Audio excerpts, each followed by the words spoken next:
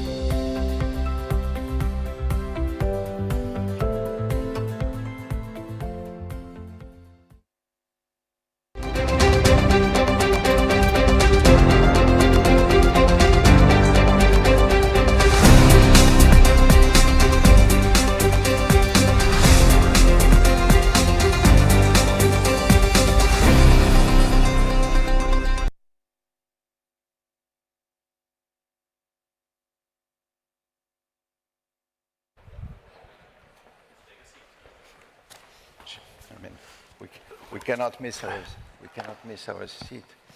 No, we can't miss the seat. You used to be the president. Good morning, everyone.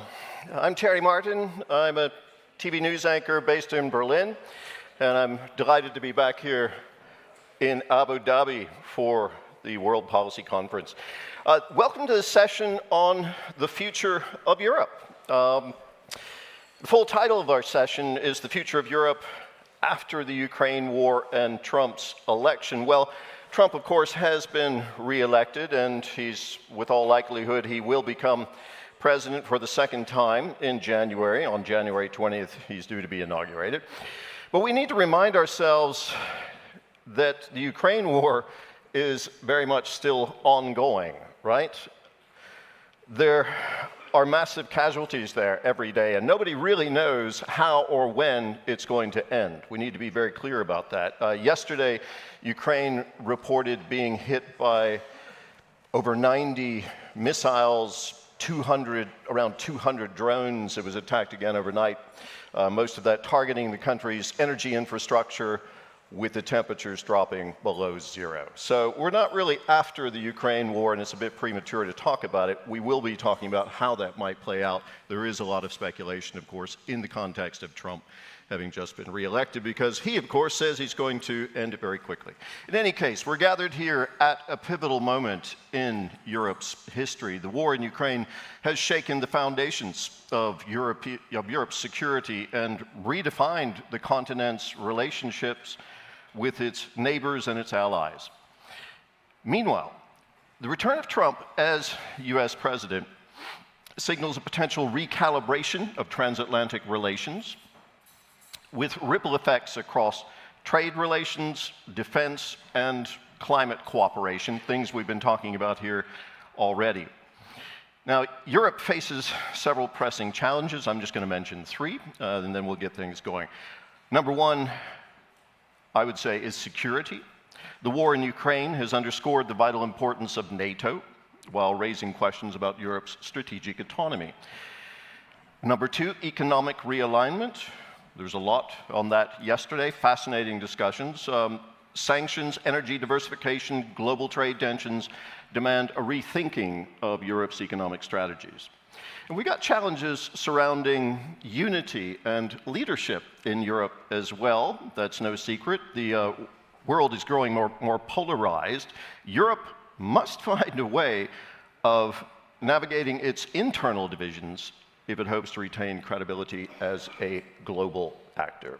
Now, these are some of the issues we'll explore this morning with a distinguished panel of experts. Each of them brings unique insights into Europe's challenges and opportunities. It's my great pleasure to introduce them now. Starting here, and I'll be jumping around a bit, Jan Kotalem, I hope I'm getting this roughly right. He's the co-founder of the neuro-powered media company Glassview and a board member of the Paris School of Economics. He's also president of Club Praxis, and in that role he has worked to leverage big data to rethink Europe's tax and welfare systems. Jan is the author of Capitalism Against Inequalities, offering transformative ideas for policymaking. I think it just came out last year. Zaki Laidi, two down there, you can see him, was no stranger to the World Policy Conference. He was, until very recently, just last week, I believe, a personal advisor to the EU's High Representative for Foreign Affairs and Security. He's been a professor at Sciences Po for over 2 decades now and has advised French prime ministers and EU officials on global trade, politics, and Europe's strategic positioning. And he's the founder of something called Telos. 2 down from me, Vuk Jeremic is the president of the Center of International Relations and Sustainable Development, a former Serbian Minister of Foreign Affairs. He's also served as the president of the 67th UN General Assembly, where he played a key role in advancing the 2030 Agenda for Sustainable Development. Vuk is a professor at Sciences Po and editor-in-chief of Horizons magazine. Norbert Röntgens, second from the end down there, is a senior member of the German Bundestag and a veteran of German foreign policy, having chaired the Foreign Affairs Committee in the Bundestag. He still sits on that committee. He's a former federal minister for the environment. I'm not sure you remember me being with you in Copenhagen at the COP in a background talk many years ago. I recall Norbert has been instrumental in shaping Germany's approach to sustainability, transatlantic relations, and European unity.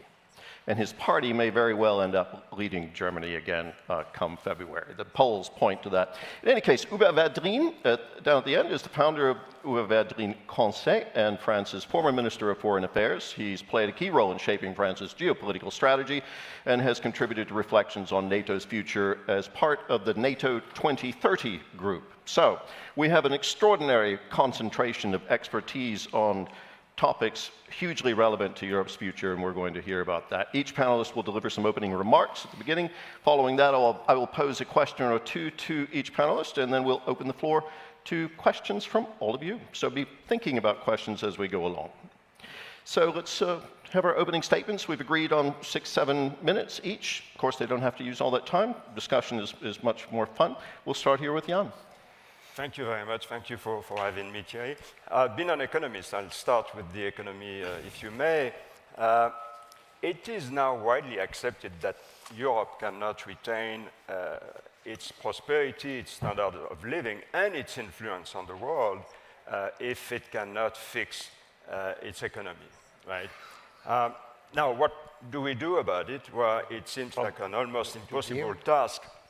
So maybe in order to propose concrete solutions, I will highlight just one key diagnosis of the Draghi report that has been mostly overlooked.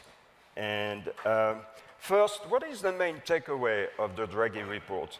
Well, it is that the European economic performance is lagging the US. And you can see on this graph, the US had an extraordinary run in the last 10 years. You have a group of countries in the middle, and you have countries like France, Italy, Canada, that have gone nowhere in the last 10 years, that have remained essentially flat. So that's a problem.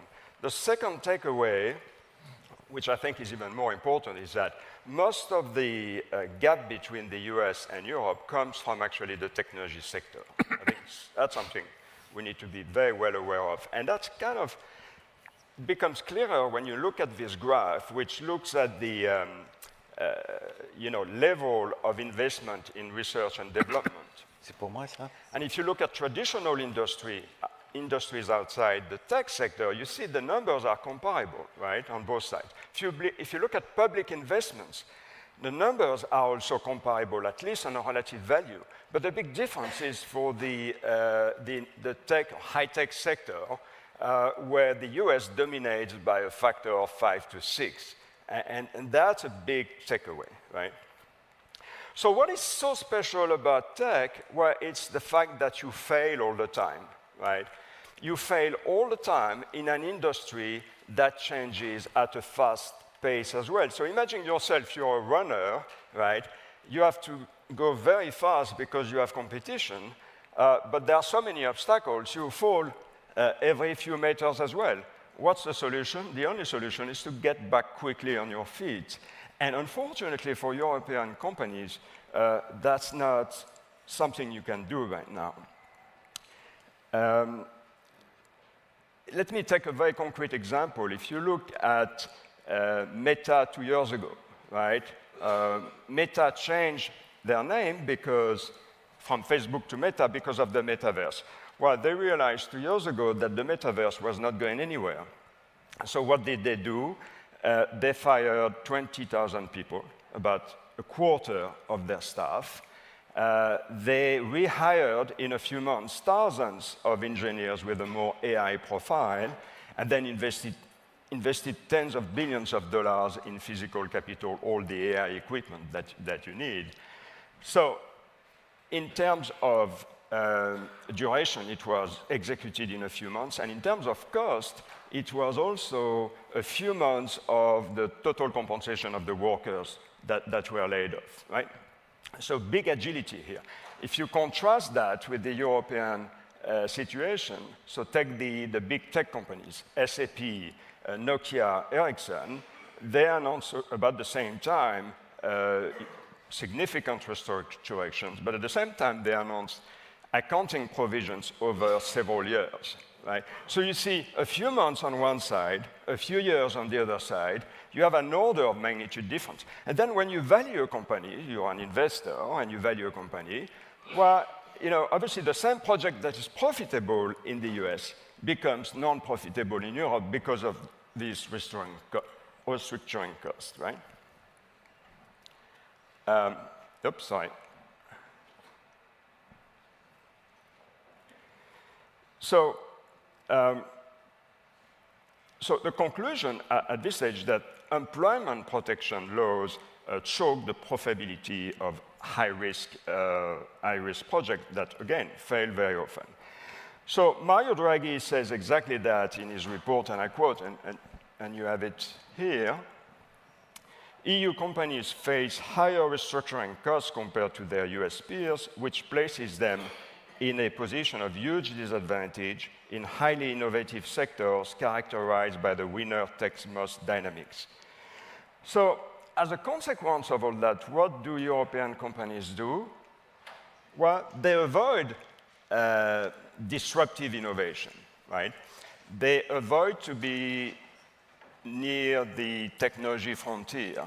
And you see what you see on the screen, which is that, and it's very striking, if you compare the US and Europe, you see that in the US, companies essentially invest in high-tech R&D, when in Europe you invest mostly in old-style industries, right? And that's a very striking difference. Now, even more shocking graph is the following, and I think it puts things in perspective very well. If you look at relatively young companies, less than 50 years, with companies of a significant size, more than $10 billion of market cap, here's what you get, right? High-tech in green, so the big rounds on the US side are what we call the Magnificent Seven. And then you have Europe, which is so little, and Asia actually would be much bigger, right? So that's really striking. So what do we do about it? Well, what we discussed with Draghi, and we are proposing to national governments and the European Commission, is that let's not necessarily copy the US style of employment protection, but let's use the best practice in Europe, and that would be something like Switzerland or Denmark. So we think in particular, if you could adopt the Danish flexicurity, but maybe limited to the top 5 or 10% of employees, the kind of area where you're going to hire your highly qualified engineers, then you're in business. And it's almost a win-win situation because the rest of the population is not going to go in the streets.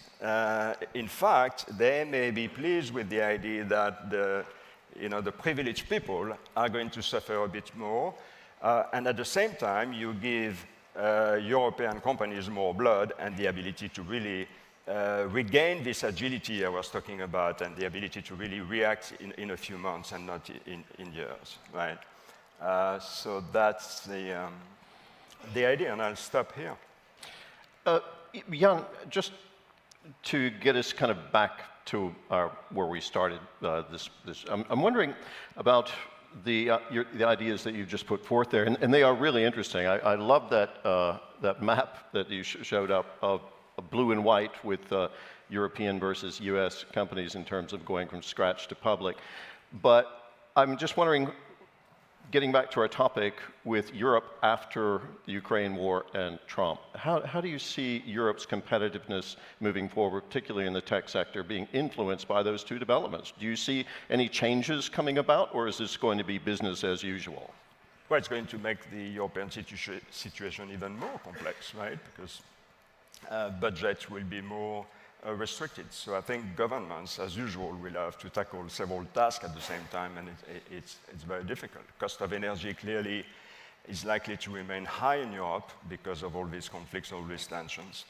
And yeah, that's going to impact the business landscape big time, right? So hence the need to start structural reforms. Okay. And you can do that in any kind of context, right? War or not war. Okay, yeah, so I mean, Europe's competitiveness will be, of course, influenced by both these developments and already has.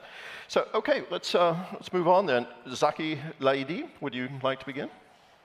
Yeah, thank you. Well, I will start talking about the main issue, which is Ukraine. We were here 1 year ago with virtually the same panelists, including the anchorman. And I would like to just insist on what has changed and what has not changed since last year. So what has not changed is, from a European perspective, a strong alignment with Ukraine. We are the main provider of economic and military aid to Ukraine, and I insist on that point. We are the main provider of economic and military aid to Ukraine, ahead of the United States. So our contribution is huge, and it will certainly remain important. Second, there is no doubt that Russia will remain, for the EU, a major security threat for the next years.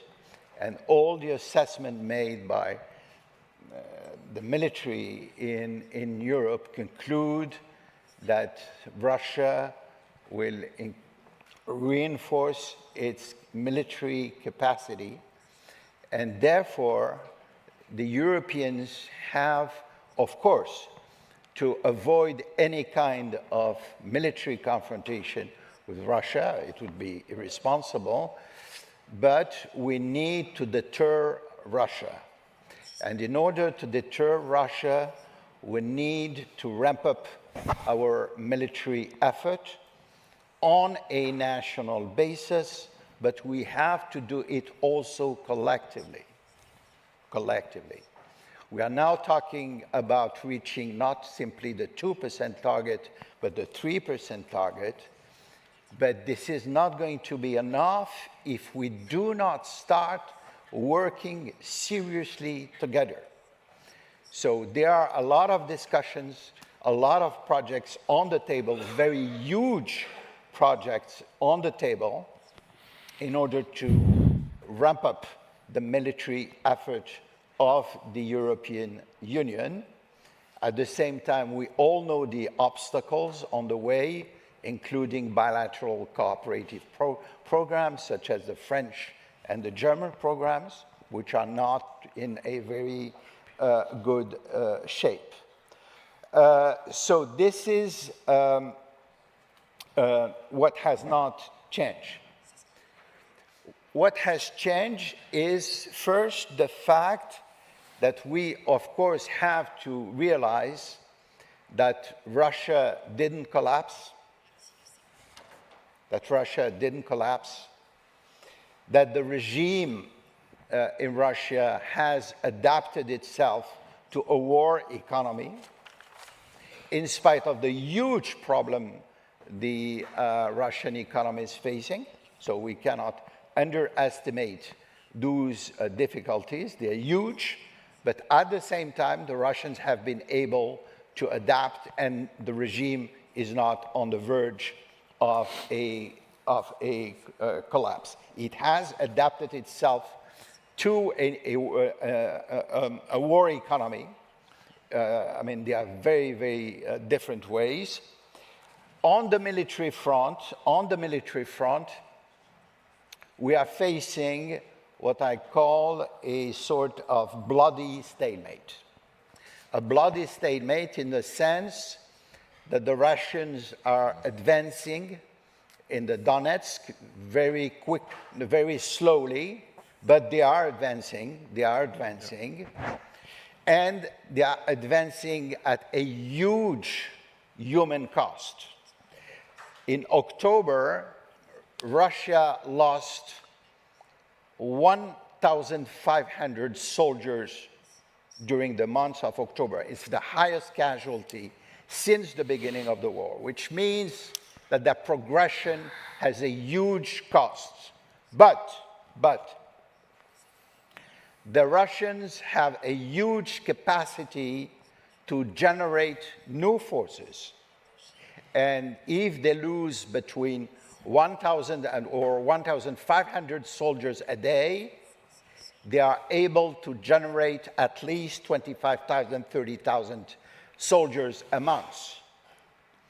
Moreover,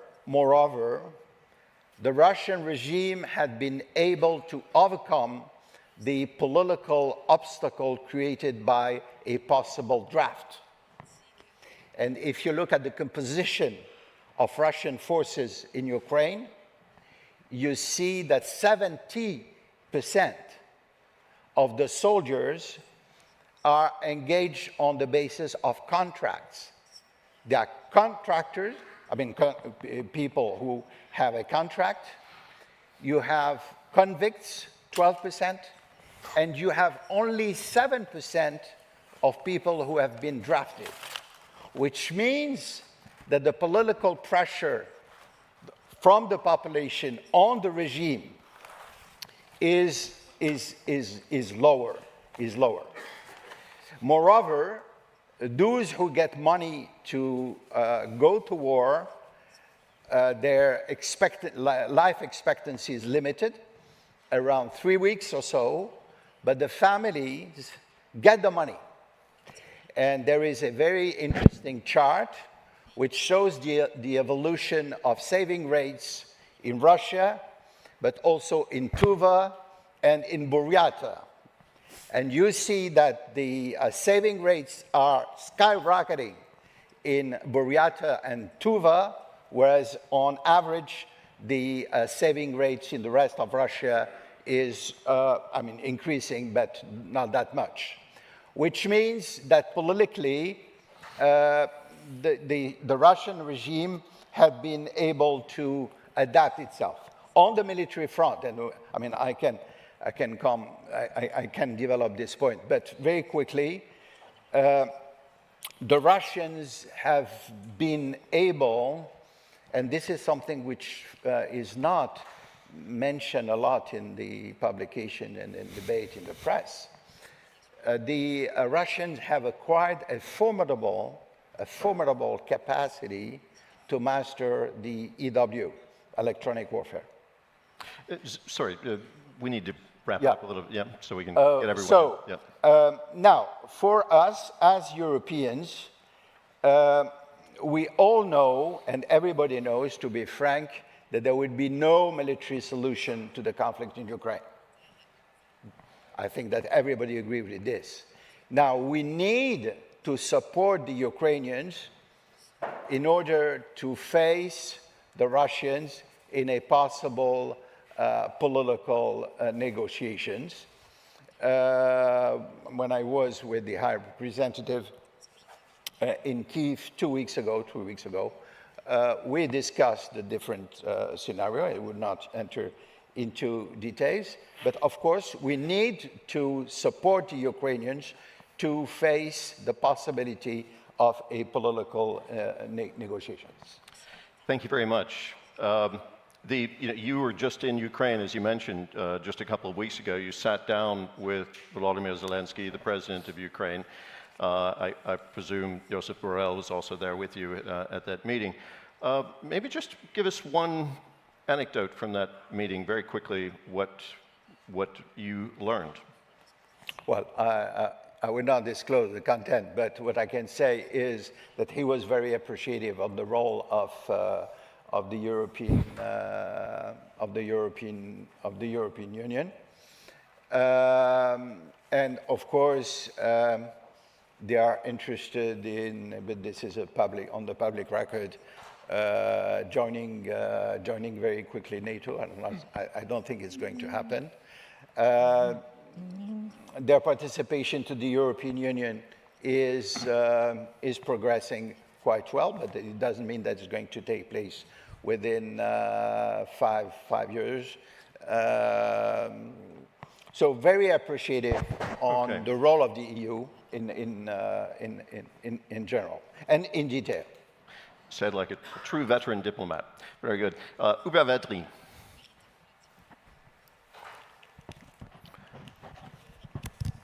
I speak in French. Okay.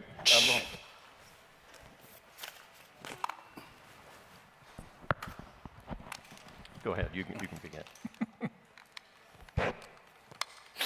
Non, mais j'attends que tout le monde soit branché. Alors, ma première remarque, c'est que depuis une trentaine d'années, je pense que dans les réunions où on raisonne de façon économique globale, la mondialisation, on n'a jamais rien vu venir en matière géopolitique. Donc l'approche économique globale est aveugle en matière géopolitique. Deuxième remarque très simple, je pense que les Européens, c'est vrai des Canadiens aussi, sont les plus mal préparés au choc Trump. Trump, c'est comme une sorte d'astéroïde qui s'écrase sur le continent européen et qui va peut-être faire disparaître les dinosaures européens, c'est pas sûr. Il y aurait peut-être l'autre hypothèse. Alors, le choc Trump, il faut distinguer les domaines dans lesquels les Européens vont devoir préserver leur unité. Donc en matière commerciale, en matière de lutte contre le protectionnisme, les traités sont clairs. La Commission a une vraie compétence, elle fait un très bon travail. Là, il s'agit de préserver l'unité, qui en théorie existe, même s'il y a des débats entre Mme von der Leyen et Mme Lagarde sur la bonne ligne. Bon. Mais naturellement, Trump va essayer de diviser les uns et les autres. Il va jouer les pays les uns contre les autres. Donc on verra. Et les domaines dans lesquels il n'y a pas d'unité européenne en matière de défense et de stratégie, ce sont les Européens qui ont demandé aux Américains, après la guerre, de les protéger. Dans la tête des Européens, ça n'a pas changé. Dans la commission sur l'avenir de l'OTAN que vous avez citée, dans laquelle le président Macron m'avait demandé de représenter la France À chaque réunion, l'ensemble des autres me demandaient d'arrêter de parler d'autonomie. Parce que l'autonomie voulait dire rupture, abandon. Bon, sans arrêt. Alors, et donc, là, on ne parle pas de l'Union européenne, on parle des Européens de l'Alliance. Et si Trump va au bout, on ne sait jamais avec Trump, on verra. Donc s'il va au bout de ses projets, de ses annonces, il y aura un débat très très très compliqué entre l'Allemagne, la Pologne, la France, l'Italie, la Suède et la Grande-Bretagne. On n'est pas dans l'Union là, il s'agit des Européens de l'Alliance. Alors je sais bien que là, en Europe, il y a eu un choc, Poutine a beaucoup fait pour ça, il y a une prise de conscience. Il y a un commissaire pour la défense, mais c'est pour l'industrie de défense, ce n'est pas pour la décision stratégique. Donc c'est vrai que les esprits sont différents, au prix d'ailleurs d'une confusion, parce que dans les discours en Europe, on mélange totalement ce qui relève de l'Union, de l'OTAN, les niveaux nationaux, etc. Bref, dans le choc Trump, il y a la guerre commerciale. Là, on va voir si les Européens restent homogènes dans 6 mois, dans 1 an. Il y a la question écologique. Est-ce que les États-Unis vont devenir un pays voyou, un voyou écologique? Je pense qu'il faut maintenant utiliser ce terme. Le Moyen-Orient, en réalité, la seule vraie question, parce que Netanyahou a déjà les mains libres, en vrai, depuis le début. La seule question, c'est est-ce que Trump va l'encourager à attaquer plus l'Iran ou le laisser faire? Et l'Ukraine, c'est plus compliqué, parce que s'il met en œuvre, plus compliqué pour les Européens, compliqué pour les Ukrainiens. Si Trump met en œuvre son projet, et qu'il gèle le conflit, il ne peut pas se permettre, même en étant Trump, de dire simplement « j'arrête le soutien à l'Ukraine ». Parce que sinon, il n'est plus capable de dissuader la Chine, ni qui que ce soit. Donc il est obligé d'imaginer quelque chose. Mais comme l'Amérique ne veut pas mettre l'Ukraine dans l'OTAN, Biden ne voulait pas, Trump encore moins, il va demander aux Européens de le faire. Sauf s'il y a une pression générale, tout le monde a dénoncé le nouveau Munich, il y aura 3000 articles pour dire ça.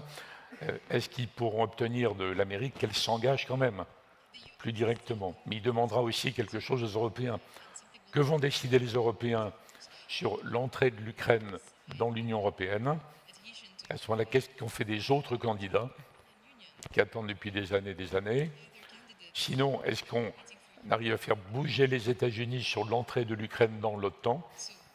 Et qu'est-ce que ça veut dire en vrai en termes d'engagement, article 5? Ou alors, plus compliqué encore, l'Ukraine n'est pas dans l'OTAN, mais Trump dit c'est à vous, Européens, enfin les pays qui ont une armée, ou la dissuasion, d'assurer la garantie. Parce que la garantie de sécurité, ça veut dire dissuasion, ça veut dire menace en fait. Donc il n'y a pas de gel du conflit en Ukraine, s'il n'y a pas une menace sur Poutine, en disant on arrête, on va s'occuper des 2 tiers de l'Ukraine pour les développer, mais vous ne pouvez pas réattaquer. Donc dans tous ces cas, ça retombe dans les mains des Européens qui n'ont pas de position homogène avant, en dépit des efforts de la Commission, en dépit des efforts des responsables de la pêche, qu'il y a eu beaucoup de travail intellectuel, on va dire, depuis des années. Mais ça nous met devant des discussions, des questions énormes. Et je ne parle pas de la question de la compétitivité, parce que c'était très bien traité. On sait bien que la réponse serait le plan Draghi, ou l'État. Bon, mais là, ça nous renvoie à la situation dans chacun des pays. Donc voilà l'essentiel de ce que je voulais dire. J'ajoute une remarque qui est que dans le vote aux États-Unis, au nord de la conjoncture, Mme Harris n'était pas prête, et Trump est une véritable bête de scène. On va dire. Bon, il y a l'exfoliation conjoncturelle. Mais du côté du peuple américain, il y a une demande de coup d'arrêt à la mondialisation qui va trop loin. Et à mon avis, il y a une demande de coup d'arrêt au progressisme américain, qui existe depuis les années 60. Sinon, on ne peut pas comprendre le vote des latinos, par exemple. Trump a quasiment 48% du vote latino. Alors, quel est le rapport avec notre sujet? C'est qu'en Europe, puisqu'on s'est dit comment l'Europe va réagir, il y a des gouvernements de coalition à peu près partout, avec beaucoup de partis de gauche, dont la plupart d'entre eux ont abandonné le peuple. Quand le peuple est idiot, il ne comprend rien sur l'Europe, il ne comprend rien sur la mondialisation, etc., etc. Et le peuple, il veut maîtriser les flux migratoires et les élites sont contre. Donc le vote Trump, à mon avis, annonce une discussion difficile en Europe, dans les partis de gauche, chez les progressistes, sur quel est notre rapport à la majorité. Parce que ce sont des partis qui ont joué, pas uniquement les minorités, la partie radicalisée des minorités. Donc, alors le lien avec le sujet, c'est que ça peut contribuer à affaiblir beaucoup de gouvernements en Europe au moment où on a besoin, au contraire, qu'ils soient homogènes, solides, stratégiques, etc. Donc le résumé de ma pensée, c'est que le choc Trump peut achever de paralyser, désagréger l'Europe, en dépit des efforts impressionnants accomplis ces dernières années, que Zaki Laïdi rappelle régulièrement, il a raison, ou l'inverse. Ou l'inverse. Donc est-ce qu'en 2025, on va voir surgir, à travers la tension, c'est comme les... Vous savez, pour fondre les métaux, il faut des forges à très haute température. Est-ce que ça va créer quelque chose d'entièrement nouveau, auquel cas il faut y réfléchir tout de suite dans les domaines où ce n'est pas acquis à l'avance, c'est-à-dire sécurité, défense. Very good. Thank you very much. I have many questions about what you just said, and I'm sure we can pick up on them as we proceed. But out of respect for time, I'm going to jump straight ahead to Vuk Jeremic. Thank you very much.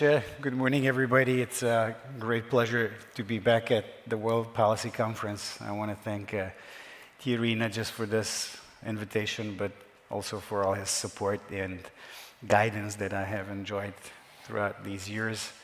I'm out of politics. I've been in politics for about 20 years, but now I'm out of politics, and it's easier to talk, especially about issues of such delicacy and significance once you're out of political sphere. But I want to say that, I mean, at the beginning, this is a truly tragic war. And I say this from a perspective of someone from Yugoslavia, former Yugoslavia, who comes from a mixed background. I'm half Serbian, half Bosnian, and my wife is half Croatian, half Montenegrin. So we've lived as a family through various facets of tragedy related to the breakup of Yugoslavia, and there are many parallels that one can make to this particular conflict, and that's why I say it's exceptionally tragic. Human loss, but actually decades of scars that will be very, very difficult to heal is something that I have in mind. But Thierry said yesterday that this is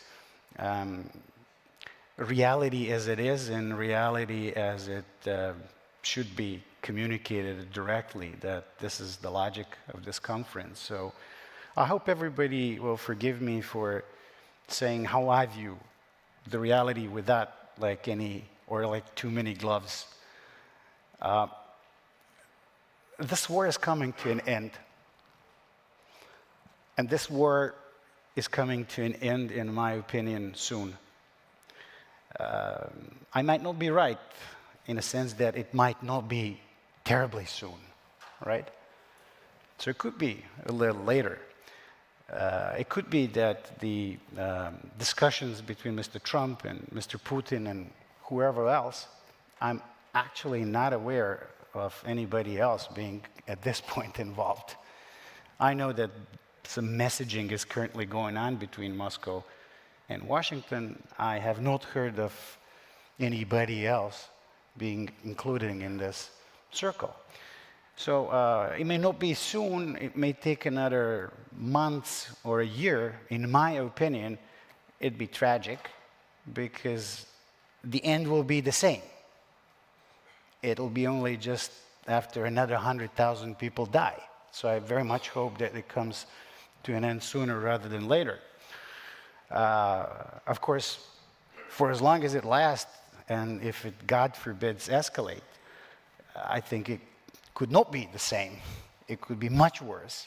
It could be a catastrophe involving the weapons of mass destruction and whatnot. But let's hope we don't get there. Let's look at the gray rhino that is moving towards us.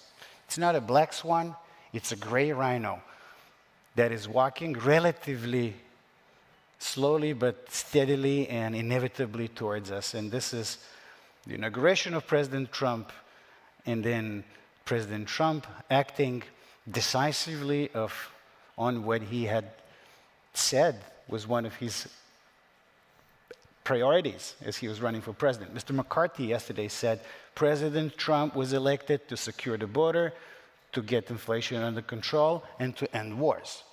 And he will deliver on it. If that's true, and I believe it is, then soon we are going to face the end of the war, or at least the end of the hostilities.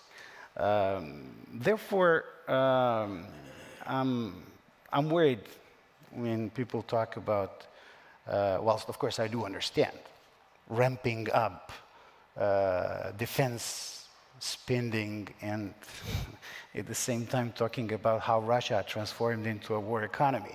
I just sincerely hope that Europe doesn't try to transform itself into a war economy, because that's, in my opinion, a recipe for disaster midterm, if not earlier.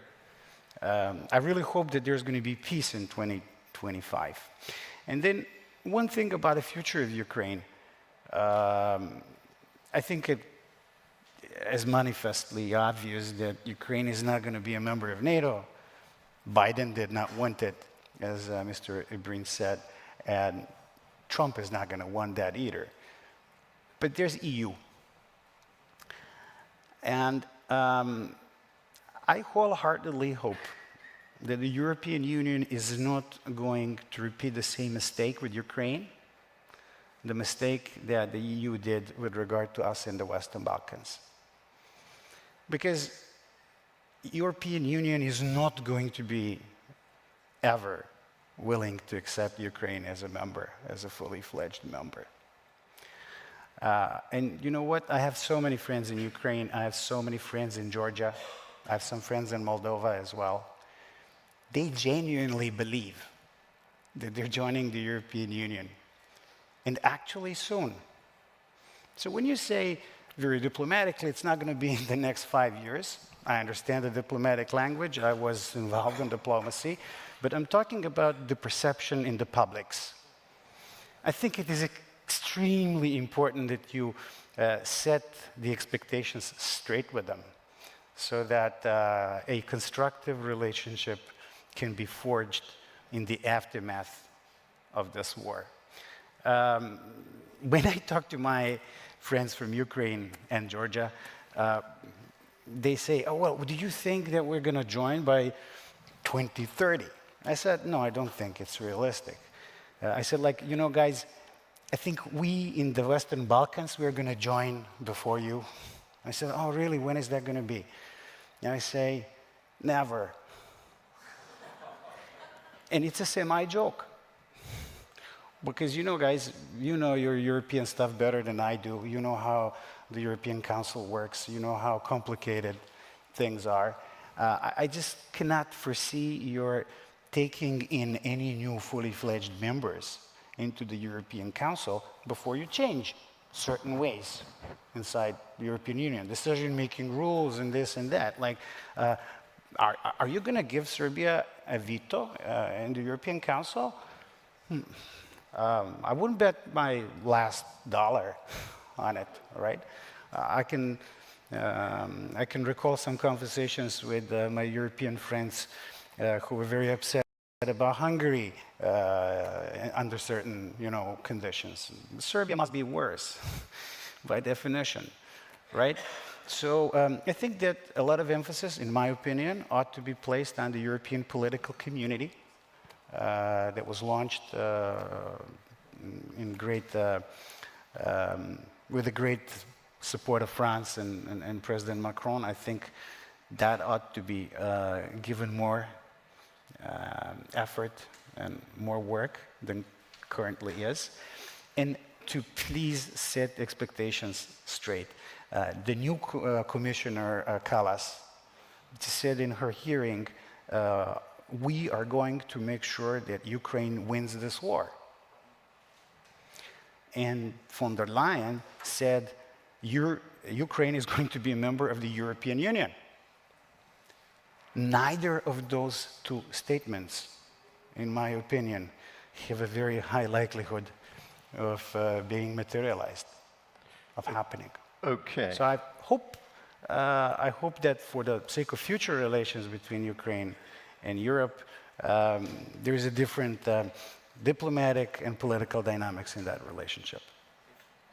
Thank you very much. That was a clear statement there at the end. What all of you had to say is so utterly compelling and interesting. I'm so disinclined to stop you from talking, but we do need to make room for everyone.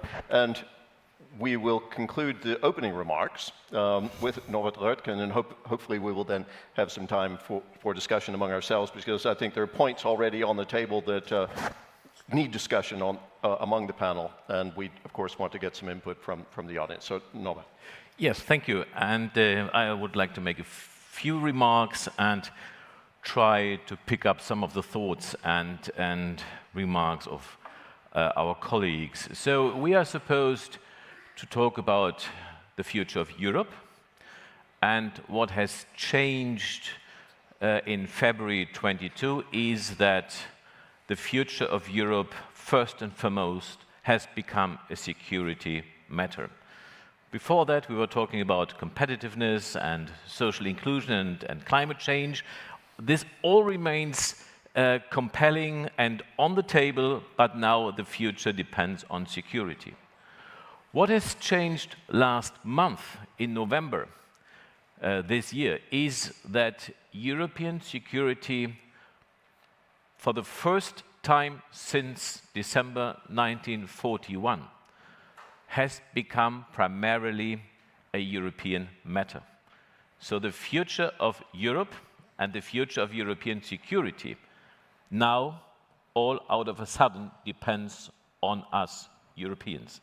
This is fundamentally new, and I think it's fair to say that the Europeans are not prepared for this revolutionary change in their responsibility for their own fate. However, we are now facing the situation. And I would share your slightly positive aspiration that if and when the Europeans are forced to adapt to a new reality, we have the ability to adapt to that. But we simply have to know that it's depending on us. So, what does this mean? This means that it's not only important that this war ends, but it's equally important how it ends. I agree that there will not be a military solution, but I'm absolutely convinced that any political solution and even the availability, achievability of a political solution has military preconditions. What is of paramount interest for us Europeans and the future perspective of security is that we see clearly our strategic goal to make this war a failure. Because if this war, the Russian-Putin war, were to be and turn out to be a success, even to some degree, if there were a reward for war, war would remain. This would be the lesson. Not only that would be drawn out of a successful war in Europe and beyond Europe, that the attempt to reintroduce war as an instrument of foreign policy in Europe in the 21st century succeeded. So our goal is to make this war a failure. To make this war a failure does not imply any notion of territory, but it implies the notion of sovereignty. So what we have to work on is to work for the provisions that Ukraine emerges as a sovereign country, as a viable state out of this war. This is absolutely important because Putin's intentions why he started the war have remained and will remain. This is his ambition, his historic mission to re-establish Russia as a European empire. He has never put up with the outcome of the Cold War. He wants to reverse history, and if Ukraine were not to emerge as a sovereign, viable country, the end of the war would quite likely turn out to be only a tactical halt, a tactical pause, to enable Putin to reorganize, to replenish his stockpiles, and then restart the war. So this is of paramount interest. The election of Trump means that we don't know how American foreign and Ukraine policy will evolve. I think this unpredictability as a pattern of his behavior is what we can take for sure, that we don't know anything really. However, we have to prepare for the future. And so we should take him by his words and should not expect America to deliver any military financial support to Ukraine. So we would have to jump in, we would have to substitute, and in a first period we would have to purchase weapons, produce weapons, purchase weapons. So this is a money question, how to provide for Ukrainian security, which is tantamount to European security. A failure of war in a military term would mean that we have to achieve a real stalemate and not the progressing of the Russian advances. If it turned out that Putin is not able to achieve anything through and by the method of war, this would be a frustrating of the efforts of Putin, and this is achievable, and we have to achieve it. So in the first period, we would have to spend money to purchase weapons, to purchase American weapons, and simultaneously, we as Europeans would be forced to develop a European scaling and dimension of our defense industries. We simply couldn't afford to preserve and continue our national defense industries with the main purpose of creating jobs. We would have to transfer and transform our national defense industries to serve the purpose to provide security instead of national jobs. So this is what we would be forced to do. However, it can be the case that we are surprised by Trump's attempt to, out of his desire for historic greatness, to strike, to cut a deal with Putin. Once he were to start this negotiation, he would certainly feel bound to achieve a result, because he would, of course, sell it at home as a big victory. So he's bound to a result, whereas Putin is free to continue to wage war.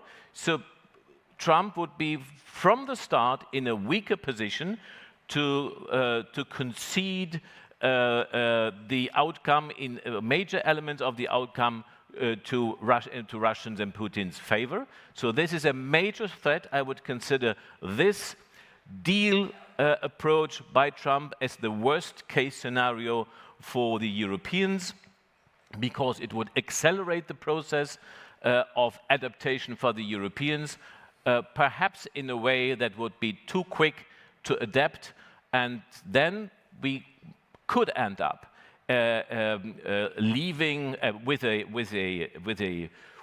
deal between Putin and Trump that would be at the cost of Ukrainian security interests, which means at the cost of European security interests, leaving Ukraine as a security gray zone in Europe, and this determining the security situation for years, probably decades to come. So we are facing a very serious situation, and we should have speeded up much more quickly. However, we haven't really started with that, but we certainly have to are forced to do it, because there is no alternative. There is only one Europe, it's our Europe, and we have to provide for the future and security of our Europe. Thank you very much.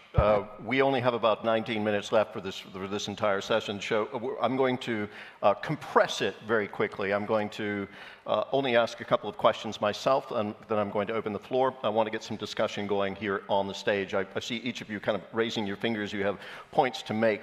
So I'm just going to mention a couple of points that were made so far. I find it interesting. Metaphors are interesting. We think in metaphors as human beings. So we've got a couple of interesting metaphors on the table here now. One is the metaphor, we heard it from Uba Vadrin, of the asteroid that is coming our way, that is going to hit Europe in the form of Trump, and that Europe, together with Canada, are terribly unprepared for what is about to happen. We also have the metaphor of the rhino, which I like very much. I'm very fond of rhinos. But it wasn't entirely clear to me whether the rhino was Trump or Russia. Deal. Sorry? The deal is the The rhino. deal. The deal that is the rhino. In any case, those are two things to keep in mind. I was intrigued by the comment that you made, Norbert, regarding the need for Russia to fail, basically, for this to be a failure for Russia. Russia cannot be allowed to succeed. I want to talk about that, I want to get your reflections on that notion in the context of Trump's promise to end the war very quickly. You know, he's going into office with ending the war being one of his... On day one. On day one, yeah. Yes. I mean, we can kind of dial back some of the bombast, but he will certainly be putting, that'll be one of his main priorities. So many are wondering how that's going to happen, and if the notion that territory is not the most important thing, that sovereignty is the most important thing, I find that very interesting. I'm not sure how those things fit together, but I want to get a response from Vadrin, because he had you have lots of interesting things to say about this whole question of defense and whether Europe is going to be ready to actually do what it needs to do to stand up for its defense, and that is being put into question. The question that I'm wondering about is how is Trump going to end that war so quickly, and if Europe is going to be forced to give Ukraine the security guarantees because the US is simply not going to do it, it's going to be too preoccupied with Asia, let's say. How is that going to happen? Who wishes to reflect on that? Okay, Zaki Ladi, we can start with you. Just briefly, but please, we only have 60 minutes. Let's try to keep it quick. There is a kind of fascination in Europe vis-à-vis Trump, and we tend to think that he will achieve what he said he will achieve. But let's look at what he achieved during his first mandate, even as someone who's trying to make deals. And virtually, he was not terribly successful as a deal maker. I just remind to this audience that during the Trump administration, the number of American soldiers in Europe has increased during his mandate. It has increased. And I agree with you. The fact that he claims that he's going to find a solution is something. The other thing is how he will do it. And he has to be very cautious, because if he invests politically a lot on Ukraine from the beginning, and if he doesn't achieve his goals, it would be a failure. Third, you have what in the United States, what you call the establishment. The establishment. And the establishment plays a role, including the Pentagon. I mean, he can bypass the Pentagon, but that's not so easy. During his first mandate, he wanted to withdraw American troops in Syria, and he was prevented doing it by the Pentagon. So we need to be cautious. What is sure is that he's not going to vote a new supplemental. But I think that the Biden administration was not going to do it anyway. So I don't think that the difference is going to be huge. We need to be cautious. Okay. Alors, deux remarques. D'abord, je pense que Trump va essayer de geler, qui va donc être obligé de dissuader en même temps, sinon il s'affaiblit trop. Et moi, je n'écarte pas l'hypothèse qu'il promette à Poutine la levée des sanctions. C'est dans sa nature, en fait. Et donc, ça placerait les Européens dans une situation extrêmement difficile à gérer, parmi d'autres. Alors, je redis comme tout à l'heure que le point le plus compliqué entre nous, c'est si Trump, il ne peut pas sortir de l'OTAN, mais enfin, il peut donner très peu de garanties américaines, et qu'il dit c'est aux Européens de donner les garanties. Et là, on retombe dans une confusion entre qu'est-ce qui est européen, qu'est-ce qui est OTAN. Et il n'y a pas de structure des alliés européens de l'OTAN. On serait peut-être obligé d'inventer le pôle européen dans l'Alliance Atlantique. Et là, on tombera sur des questions qu'on n'a jamais traitées avant, parce que la question ne se posait pas. C'est qui décide? Qui décide? On n'est pas simplement dans l'industrie d'armement. On n'est pas simplement dans les déclarations. On est dans la guerre et la paix. Donc il faut des décisions politiques d'une légitimité totale. Et on aurait intérêt à réfléchir à ça. On risque, dans la deuxième remarque très rapide, je pense qu'on ne devrait pas oublier une structure qui a été réinventée par Draghi, l'État, Macron et Scholz, qui est la communauté politique européenne. Je sais que personne n'y croit pour le moment, que ça paraît secondaire, les médias s'en occupent pas, mais c'est le seul rendez-vous où il y a tous les Européens et que les Européens.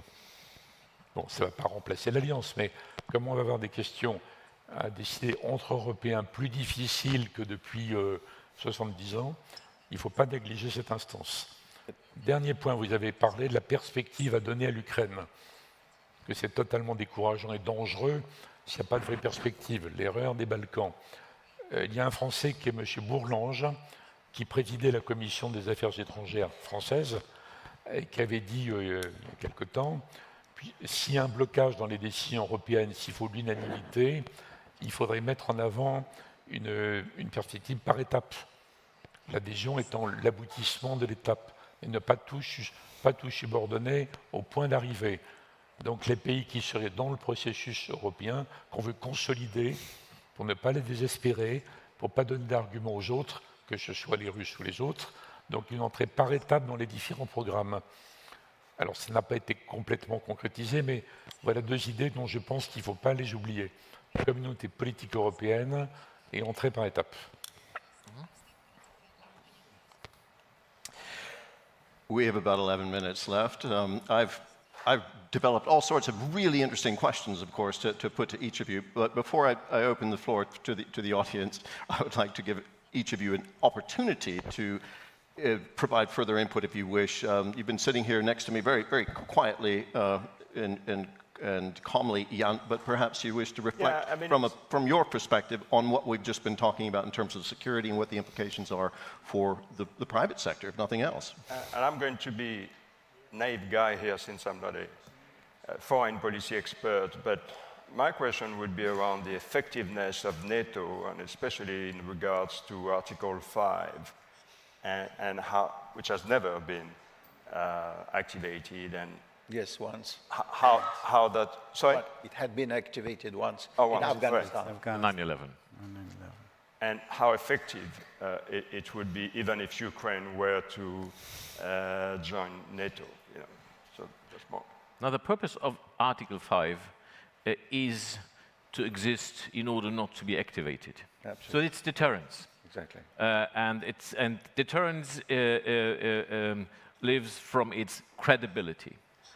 And this is, for the first time, I would say, a real danger, even for the credibility of NATO, if there were this deal, if the leading power of NATO was invented to provide and organize European security. This is why NATO exists, European security.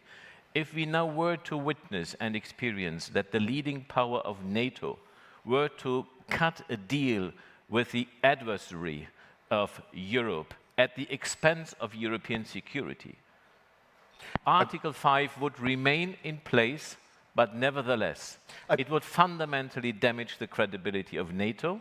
It would split NATO because the Central and Eastern Europeans would say, as long as it was about the security of Western Germany and the West, NATO was there, Article 5 was credible. Now it's only about us, the Central and Eastern Europeans, and you let us down.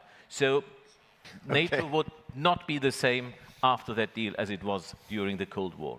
I know you would like to say something. Go ahead. A bit like Ukraine is not a member, so Article 5 doesn't cover Ukraine. I don't think that Central and Eastern European members of NATO would have such a strong but they see the security of Ukraine as an imminent threat to their own national security. But that's not. But the Article 5 is not about imminent threats. Article 5 is about actually attacks.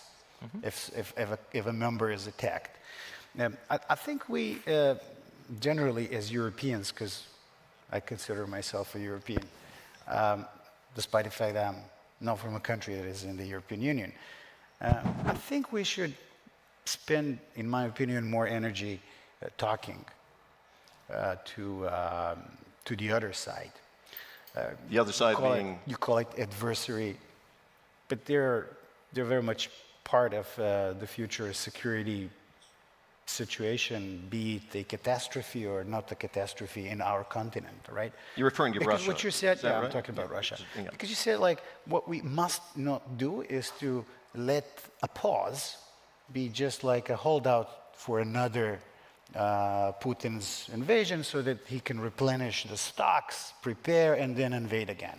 Well, do you believe that this is exactly what they think about the West and Ukraine? And they even quote Madame Merkel when she said, well, Minsk was actually just buying time for Ukraine, the Minsk agreement buying time for Ukraine so that Ukraine can rearm and the like. So the Russians are saying, well, we don't want to hold out so that they can just like rearm them now that Europe is going to bring up this defense spending and the like. So we're talking past each other in Europe.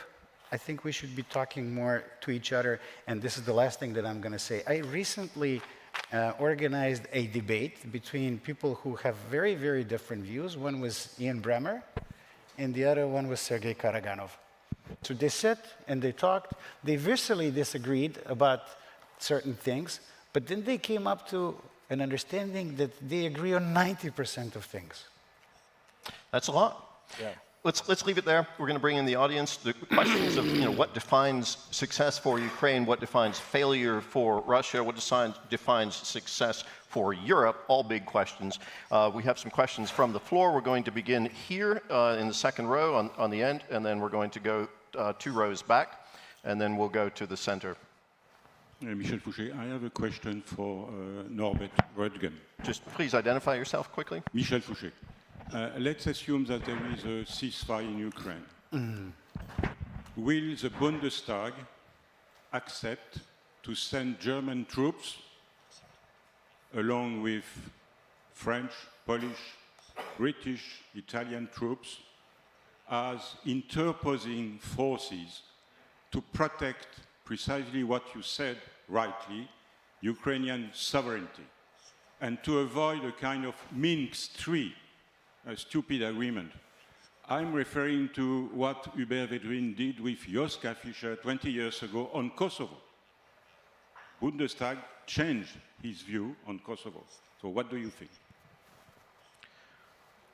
So it's a difficult question. I try nevertheless to be brief. I will be brief. The difference between Kosovo and the Russian-Ukrainian border is that the Russian-Ukrainian border as a land border and a sea border is more than 2,000 kilometers.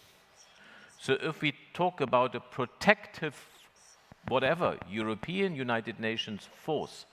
I'm not a military person, but I would think this requires a lot of troops, perhaps 100,000, not that far away from that. This would absorb our resources. We would be the play element for Putin to provoke, so we have to enforce this. So this only, for me, shows, it gives a hint of what the costs will be, probably, if you continue to insufficiently support and equip Ukraine. My conviction is that it's only Ukraine that is able to protect its borders, and for that purpose, for that European purpose, we should support the Ukrainians. If you continue to do this sufficiently, we will have to bear much higher costs, which probably overstretch us. So we should do everything to avoid that this question really enters the German Bundestag to be decided upon. Bevadrine, a quick remark. En quelques secondes. D'abord, la remarque de M. Rodgen est très juste. Mais j'ajoute une question.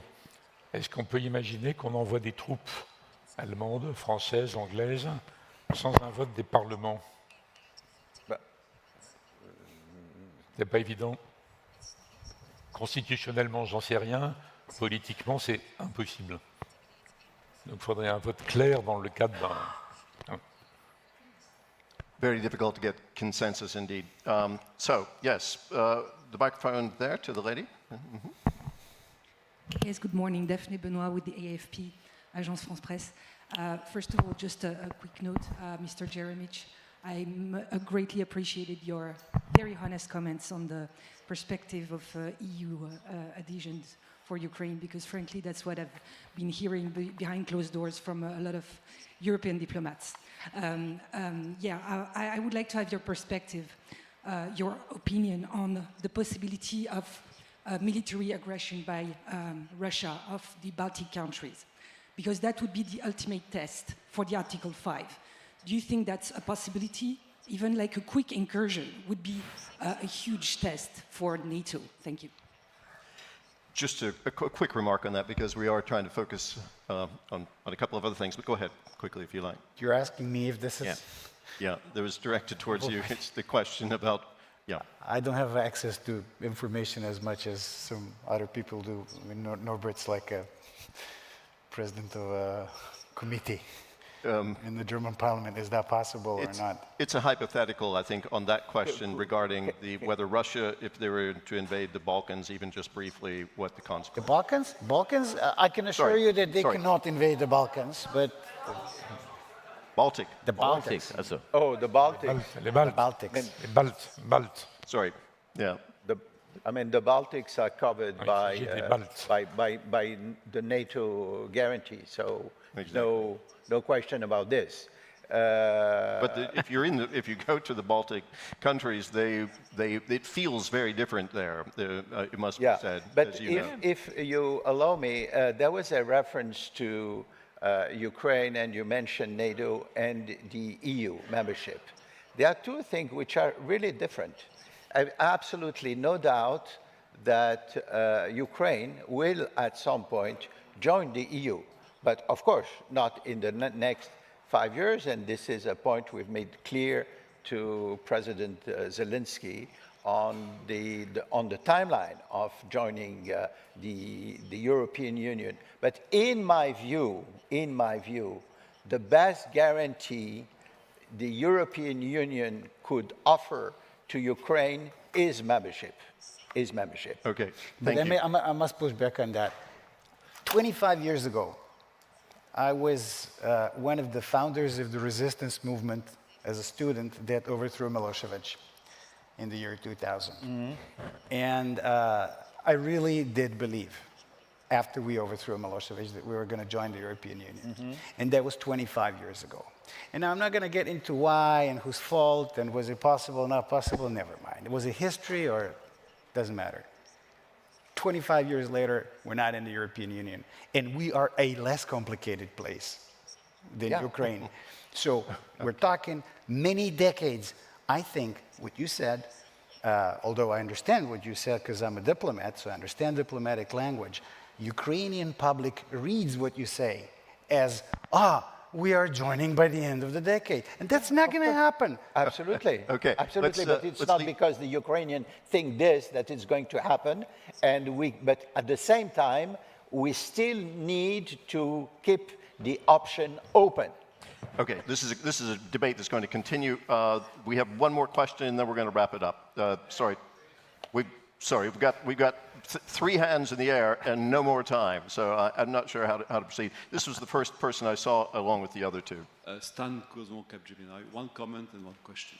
Comment is, I believe, to build on Hubert's remark on reaching EU by steps, that one way to make Putin fail is to publicly say that Ukraine will, by step, like maybe Serbia and other countries, ultimately one day, without no date, of course, join the EU.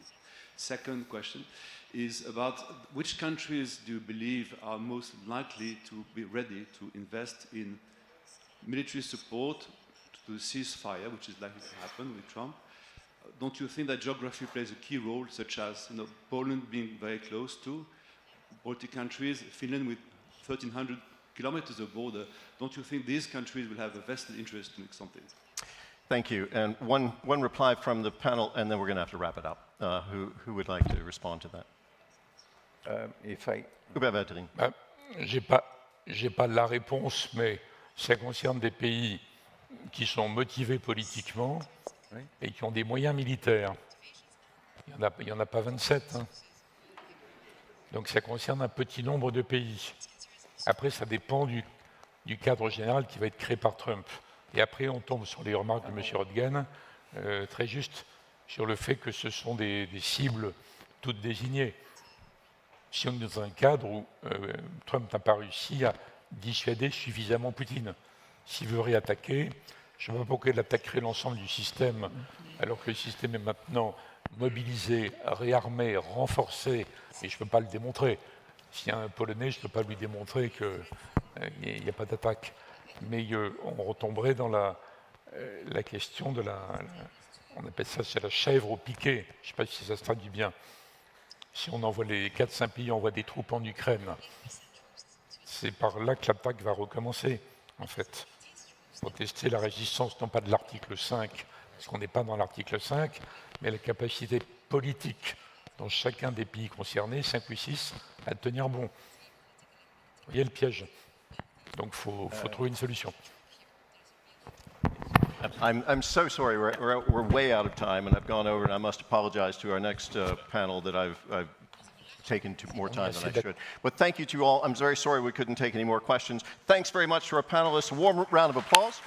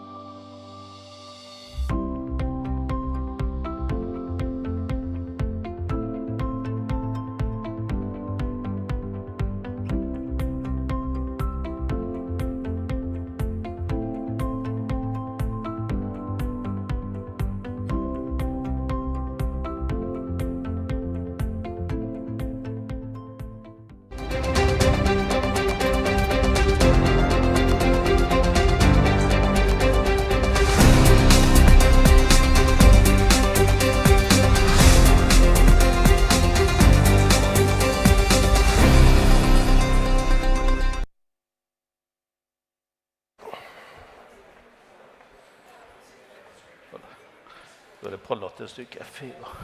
Bien, mesdames, messieurs, nehmen Sie Platz, bitte. Oui, l'allemand est la nouvelle langue. OK. S'il vous plaît, si on peut fermer les portes, les gens viendront, mais il faut fermer la porte en attendant, ils vont arriver progressivement. Bien, mesdames, messieurs, nous allons commencer. Cette session aura lieu en français.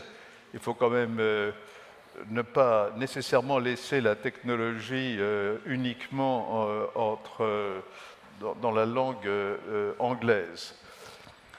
Alors, je remercie Aiman Ezzat d'être parmi nous ce matin, donc directeur général de Capgemini. J'ai eu l'honneur moi-même de faire partie du conseil d'administration de Capgemini pendant un certain nombre d'années. C'est une grande et belle société. Alors, cher Aiman, on va essayer de balayer, de ratisser assez large pour lancer la discussion. Je vais te demander de dire quelques mots sur l'idée du numérique comme une véritable révolution industrielle qui est peut-être en fait une super révolution numérique, et peut-être aussi de dire quelques mots sur l'intelligence artificielle comme révolution dans la révolution. D'accord.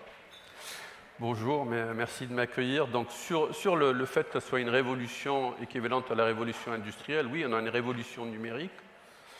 Il y a toutes les règles qui changent, les règles de la concurrence. Ce qui est important pour un consommateur est en train de changer. Le produit physique a de l'importance, mais ce que le consommateur valorise de plus en plus, et c'est pourquoi il est prêt à payer, c'est l'intelligence, c'est la partie digitale.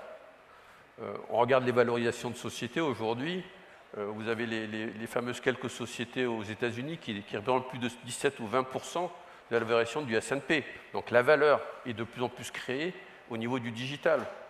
On regarde une voiture, ce que c'est une voiture et comment elle est en train d'évoluer, et qu'est-ce que un client va valoriser dans une voiture est en train de fondamentalement changer. Le logiciel devient une partie très importante et un coût important du développement et de la compétitivité de la voiture dans le futur. Donc, toutes les règles du jeu, d'une certaine manière, sont en train de changer. Et c'est ça qui change. C'est pour cela qu'on parle d'une révolution digitale. De la même manière, on peut considérer qu'un développeur logiciel ou un analyste de données, ça devient l'ouvrier de la révolution digitale. C'est ça qui est en train de changer, fondamentalement. Donc on est en train de basculer d'un monde physique à un monde qui converge entre un monde physique et un monde digital. Et tout est en train de changer au niveau des entreprises, des États, du fonctionnement. Enfin, en fait, c'est plus qu'une révolution industrielle. Il ne faudra pas faire de l'histoire, mais enfin, c'est l'histoire de ce qu'on appelle la révolution industrielle, différentes révolutions industrielles. Et est-ce que ce n'est pas beaucoup plus qu'une révolution industrielle? Je dis ça parce qu'en termes de changement sur la société, sur les comportements, etc., il me semble que c'est tout de même beaucoup plus que tout ce qu'on a connu depuis la, entre guillemets, révolution industrielle. Sur la partie sociale, oui, absolument. Ouais. Absolument. C'est une révolution qui va au-delà de ce qu'a amené la révolution industrielle sur l'évolution des sociétés et des interactions, notamment entre les gens. Alors, l'IA, l'intelligence artificielle au sein de la révolution numérique, est-ce que ce n'est pas aussi une révolution en soi? Oui, et comme le reste de la révolution digitale, l'IA n'est pas nouveau. Je pense que l'IA est devenue grand public avec ChatGPT, mais l'IA n'est pas nouveau. L'IA existe depuis des dizaines d'années. C'est des bases statistiques en termes de réflexion. Donc l'IA est là depuis très longtemps. Maintenant, elle prend de plus en plus d'importance. Pourquoi? Parce que les capacités de calcul et notamment de gestion des données deviennent exponentielles. Et c'est grâce à ça qu'on arrive à gérer ces données d'une manière beaucoup plus efficace et gérer des quantités de données exponentielles, d'où l'applicabilité de l'IA devient plus importante. Mais le concept de l'IA n'est pas nouveau, y compris le concept de l'IA générative. Le concept de l'IA générative, c'est le fait de pouvoir, justement, pas uniquement gérer des données, mais aussi du texte, de la voix, de la vidéo, et de pouvoir gérer ça. Donc c'est en train de changer. Pourquoi? On considère que l'IA, c'est le nouveau pétrole, etc., ainsi de suite. Mais en fait, c'est la donnée. C'est derrière comment on arrive à exploiter les données pour améliorer les décisions, accélérer les cycles d'innovation, pouvoir augmenter l'efficacité des entreprises. C'est ça qui est en train de changer. Accélérer l'éducation, c'est ça qui est en train de changer avec l'IA. C'est une vraie révolution. Pourquoi? Parce que les capacités de calcul qui existent aujourd'hui et de gestion des données nous permettent de faire des choses qui étaient absolument impossibles à concevoir, même il y a 10 ans. Alors, sur l'IA, et en particulier l'IA générative, on voit bien que le grand public, et peut-être même un peu plus que le grand public, a été surpris de découvrir ChatGPT et ses miracles. Et du coup, ça a fait fantasmer tout le monde. Et la question, évidemment, qui se pose, qui est un peu socialo-politique, c'est est-ce que, du coup, on ne s'est pas mis à attendre trop de l'intelligence artificielle, en particulier dans le monde des entreprises, comme si brutalement on allait tout changer, améliorer, transformer grâce à l'IA générative. Autrement dit, c'est la question des réalités par rapport aux attentes. Absolument. Donc, on a eu, on va appeler ça, j'utilise l'anglicisme, le hype cycle de l'IA. Au début de l'année dernière, les gens ne parlaient que d'IA et tout le monde disait que ça allait complètement tout changer à très court terme. La réalité, c'est qu'il y a une différence entre l'adoption technologique et le temps que ça prend en termes d'adoption et le potentiel de la technologie. Donc, le potentiel de l'IA et l'IA générative existe. Par contre, le temps d'adoption est beaucoup plus lent. Pourquoi? Parce qu'il faut faire changer des processus, des modes d'organisation, des réflexes, comment les gens travaillent. Et ça, on peut développer tous les modèles qu'on veut. Derrière, inculquer ça dans un être humain et faire changer les réflexes qu'il a, c'est autre chose. Donc, ça prend beaucoup plus de temps en termes d'adoption, mais ça, c'est la réalité de toute technologie. Est-ce que tu peux donner quelques exemples? Parce qu'à Capgemini, vous avez pas mal d'expérience, c'est ça? Non, donc, nous, les exemples, donc, il y a eu beaucoup de... Ce qui a accéléré fortement, en fait, ce concept de hype au niveau de l'IA générative notamment, c'est la productivité en termes de service client. Les fameux centres d'appel où tout le monde a pu faire, grâce à des agents plus intelligents, à travers l'IA générative, de pouvoir automatiser beaucoup plus les centres d'appel. Et ça a créé ce hype de dire « mais je peux faire ça partout ». En fait, non. Ce qui s'appliquait à ce centre d'appel, on arrive à avoir de la productivité rapidement, ne peut pas s'appliquer ailleurs. Maintenant, quand on regarde les applications de l'IA, il y a beaucoup d'assistants. Donc, il y a assistants en termes de vente, même dans une usine, il y a des assistants aux opérateurs qui permettent de dire quelle serait la meilleure prochaine décision en fonction du contexte actuel. Donc il faut toujours penser au concept que le concept de ce qu'on appelle HIL, Human in the Loop, est toujours important. Ce sont des assistants. Donc ils ne décident pas à la place de l'opérateur, par contre ils lui suggèrent des options en termes de décision. Et donc beaucoup d'assistants, de vente, de services clients, dans beaucoup d'endroits, dans les entreprises. Un des endroits où on voit beaucoup d'avancées potentielles, c'est dans la R&D, notamment au niveau de la pharma. Donc le fait de pouvoir réduire le cycle de développement, de pouvoir anticiper plutôt qu'une molécule ne permettra pas d'avoir les impacts auxquels on s'attend, de l'arrêter plus tôt, et derrière de pouvoir réduire le cycle, ce fameux cycle entre la découverte de la molécule, le fait qu'on puisse mettre un médicament sur le marché de 10 ans, de pouvoir réduire ce cycle, ça c'est tout à fait possible.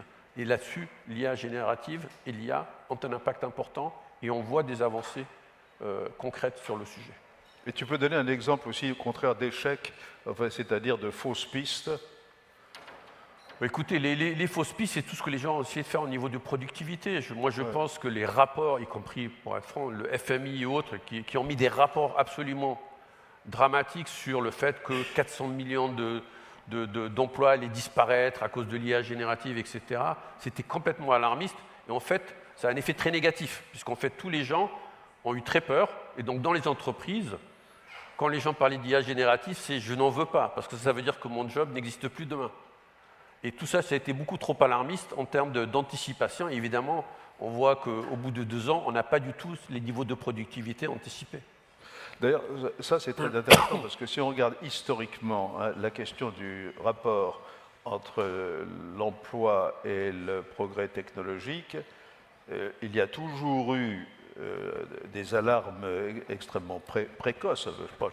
La machine à vapeur, le chemin de fer, tout ce qu'on voudra, et ça a toujours été démenti jusqu'ici. Ça prend plus de temps. C'est-à-dire qu'il Ça prend plus de temps. Voilà, il y a une valeur ajoutée qui arrive, mais qui prend beaucoup plus de temps, parce qu'on travaille à travers l'être humain. C'est pas une machine. Donc l'éducation, etc. Bien sûr, bien sûr. Oui. Alors, toujours sur l'intelligence artificielle, il y a évidemment une demande de plus en plus grande chez un certain nombre de gouvernements et de régulateurs, etc., de réguler l'intelligence artificielle. Alors, je crois que c'est un sujet sur lequel aussi tu as beaucoup réfléchi. On est impacté par ce qui se passe, évidemment.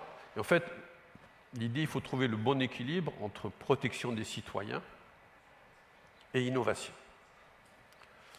Et le principe que j'ai, c'est qu'on essaye de réguler l'utilisation des technologies, mais pas la technologie elle-même. Or, quand on voit les divergences qu'il y a en termes de philosophie entre les Américains qui sont allés sur des concepts en disant voilà ce qu'on recommande de faire, et les Européens qui régulent à travers l'IA Act. Et notamment, l'IA Act régule le développement de la technologie. Et ça, c'est très dangereux, évidemment, puisqu'en fait, c'est ça qui tue l'innovation. Deuxièmement, essayer de réguler quelque chose qui est nouveau, qu'on ne comprend pas, je trouve ça dangereux. Je t'avais cité l'exemple. Je pense que si on approchait le nucléaire comme on approche l'intelligence artificielle, on n'aurait jamais d'énergie nucléaire. Donc on est en train de surréguler quelque chose qu'on ne comprend pas et à la source. Donc on est en train de tuer l'innovation technologique. Nous, c'est qui? C'est les Européens particulièrement, j'imagine. C'est les Européens. Oui, par opposition. Les Chinois ne régulent rien, voilà. D'accord? Donc on peut tout faire en Chine. Les Américains, ils donnent des guidelines, mais ils en laissent. Donc la Californie risque de basculer dans le camp européen. Donc je pense qu'en plus, tout ça, ça devient très disparate à travers le monde. Donc en fait, pour une entreprise, pour fonctionner, si elle a des modèles d'IA, s'ils sont en Europe ou aux États-Unis, ils n'ont pas du tout les mêmes règles de fonctionnement. Donc ça devient cauchemardesque en termes de fonctionnement. Et le risque qu'on a, c'est que toute l'innovation parte à l'étranger parce que les startups, les boîtes trouvent que c'est trop compliqué de fonctionner en Europe. J'aimerais qu'on reste une seconde. Tu viens de dire la Californie risque de basculer dans le camp européen. Tu peux développer un peu ça? En termes de régulation. Donc il parle de réglementation qui serait similaire à des réglementations européennes en termes de protection des données et utilisation de la technologie, réglementation de la technologie, etc. Là, c'est au niveau de l'État californien. Au niveau de l'État californien, tout à fait. D'accord. Alors, on continue à balayer un peu l'ensemble du sujet. Alors, on parle aussi de plus en plus de souveraineté, les rapports entre le numérique en général, l'intelligence artificielle en particulier, et la souveraineté. Alors, il n'y a pas besoin d'être génial pour comprendre qu'il peut y avoir une contradiction potentielle, puisque d'un côté, qui dit numérique ou digital dit que ça se balade à travers toutes les frontières, ça franchit tous les obstacles. Donc la souveraineté, technologiquement, ça suppose de pouvoir ériger des barrières. Alors, est-ce que tu veux développer un petit peu ça? Alors, franchement, il y a un vrai problème là-dessus, puisqu'en fait, quand on parle de souveraineté technologique, la souveraineté technologique démarre aux semi-conducteurs. Et avant le semi-conducteur, c'est les matériaux. Absolument. Donc, personne ne contrôle toute la chaîne de valeur. Personne ne peut contrôler toute la chaîne de valeur. Par contre, comme on le voit, il y a des tentatives, notamment les Américains qui essaient de limiter certains nombre de semi-conducteurs ou technologies d'aller vers la Chine pour ralentir le développement de l'industrie de défense chinoise. Mais tout ça, les Chinois de l'autre côté sont en train de bannir l'exportation de certains matériaux qui sont nécessaires pour le développement des semi-conducteurs. Donc, on va tourner en rond. Et donc, la question au niveau souveraineté, c'est de trouver le bon équilibre, mais aussi accepter que la souveraineté technologique absolue n'existe pas. Je vais prendre un exemple là-dessus, c'est le cloud, le fameux cloud. Et donc en Europe, on a dit il faut une souveraineté là-dessus. La réalité, c'est quel niveau de souveraineté? Évidemment, si on parle de système de défense, on veut toute la souveraineté sur la technologie, sur la cyber, sur les données, sur tout. Donc on pourra développer des systèmes européens qui seront beaucoup moins, on va dire, sophistiqués, mais qui répondront aux besoins dont on a besoin pour la partie défense.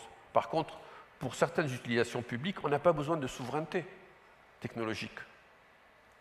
Pour des entreprises, on a besoin de souveraineté sur les données. Donc, il faut définir les niveaux de souveraineté et pouvoir trouver les solutions qui correspondent à la souveraineté dont on a besoin. Et ça dépend de l'application qu'on a. Et c'est là où je pense qu'il y a une confusion, c'est que les gens parlent de souveraineté absolue et celle-là n'existe pas. Donc la question, c'est de bien définir quels sont les niveaux de souveraineté dont on a besoin et quelles sont les solutions qui répondent à ces niveaux de souveraineté technologique. Alors, cette distinction, effectivement très, très, très frappante, elle n'est pas comprise par tout le monde, au fond. C'est ce que tu es en train de dire. On essaye d'éduquer, mais ça prend du temps. Ah oui. Est-ce qu'il est d'ailleurs, dans les institutions actuelles, formelles ou informelles, de la gouvernance mondiale, est-ce qu'il y en a qui, soit comprennent un peu, se préoccupent, on va dire, intelligemment de cette question, ou au contraire, qui s'en occupent bêtement? Alors, il y a une discussion au niveau global, mais certains, c'est des dialogues de sourds. Donc, les gens parlent, mais la question aussi, à travers le temps, moi je parle de nos clients et d'une entreprise, c'est à travers le temps. Quand je prends des décisions de développement au niveau technologique ou de localisation de certains aspects ou de données ou de modes de fonctionnement, si la réglementation n'arrête pas de changer, je m'excuse, on devient chèvre. Donc le problème, ce n'est pas uniquement quelle réglementation et quels accords, c'est la stabilité de ces accords à travers le temps. Alors sur cette question, donc, tu l'as déjà abordé, la question des données. Alors effectivement, les données, ça veut dire échange de données. Ça veut dire que la vie économique implique de facto le franchissement des frontières, etc. Alors si on essaye d'approcher un peu philosophiquement, et politiquement cette question-là, comment peut-on réconcilier l'inconciliable entre cette nécessité économique de l'échange des données et cette nécessité cas par cas, au fond, de la régulation? Je pense qu'il y a des régulations, notamment les points sensibles, mais ce n'est pas uniquement le seul, c'est au niveau des données personnelles. Donc je pense que des régulations comme la réglementation comme la RGPD, je pense que c'était une bonne avancée en termes de protection des données personnelles et je pense que c'était important, sinon les abus pouvaient vraiment être excessifs en termes de à quoi on pouvait utiliser les données et qu'est-ce qu'on allait en faire. Donc ça c'est une partie en termes de réglementation où je pense qu'il faut arriver à protéger un certain nombre de données. Évidemment, les entreprises aussi cherchent à protéger leurs données sensibles, leurs propriétés intellectuelles, etc. D'un autre côté, si on n'autorise pas l'échange de données, on ralentit beaucoup le développement économique. Donc il y a des succès, comme ce qui a été fait au niveau de l'Europe sur quelque chose comme Catena X, donc au niveau de l'industrie automobile, c'est quelque chose qui s'est bien passé. D'un autre côté, je pense par exemple, il y a beaucoup de données au niveau médical qui ne circulent pas, qui pourraient aider à améliorer tout ce qui est diagnostic, tout ce qui est recherche médicale, etc. Mais certaines entités, y compris des entités gouvernementales, refusent de partager ces données avec, par exemple, avec les instituts de recherche. Or, ceci, évidemment, ralentit, ça c'est contre-productif, puisque ça ralentit, évidemment, le développement économique, la recherche et le fait de trouver des solutions à des problématiques de notre société. Alors, toujours sur ces questions de souveraineté, d'enjeux géopolitiques, etc., un aspect majeur, peut-être même l'aspect majeur aujourd'hui, c'est l'aspect cybersécurité. On voit bien d'ailleurs que la cybersécurité, si on prend tous les conflits qu'il y a actuellement dans le monde, en particulier en Europe, l'Ukraine, la Russie, etc., la cybersécurité a presque changé, sinon de nature, de niveau. C'est devenu... Alors, est-ce qu'on peut dire quelques mots justement de l'évolution de la problématique de la sécurité par rapport à ces enjeux de souveraineté qu'on vient d'évoquer? Bien sûr. Alors d'abord, la cyber, c'est un risque systémique, donc qui ne va jamais disparaître, et qui est en évolution constante. En fait, c'est un équilibre entre attaquants et défenseurs. Donc si les attaquants deviennent plus sophistiqués, il faut apprendre à mieux se défendre. Et donc ce qu'il faut, c'est anticiper les évolutions des attaquants pour arriver à prévenir, justement, se retrouver en échec par rapport à des attaquants. Je pense que Et la cybersécurité, ce n'est pas uniquement une cybersécurité, ce n'est pas uniquement une question des hackers, puisqu'en fait, ça joue beaucoup de rôles, c'est aussi des questions d'État.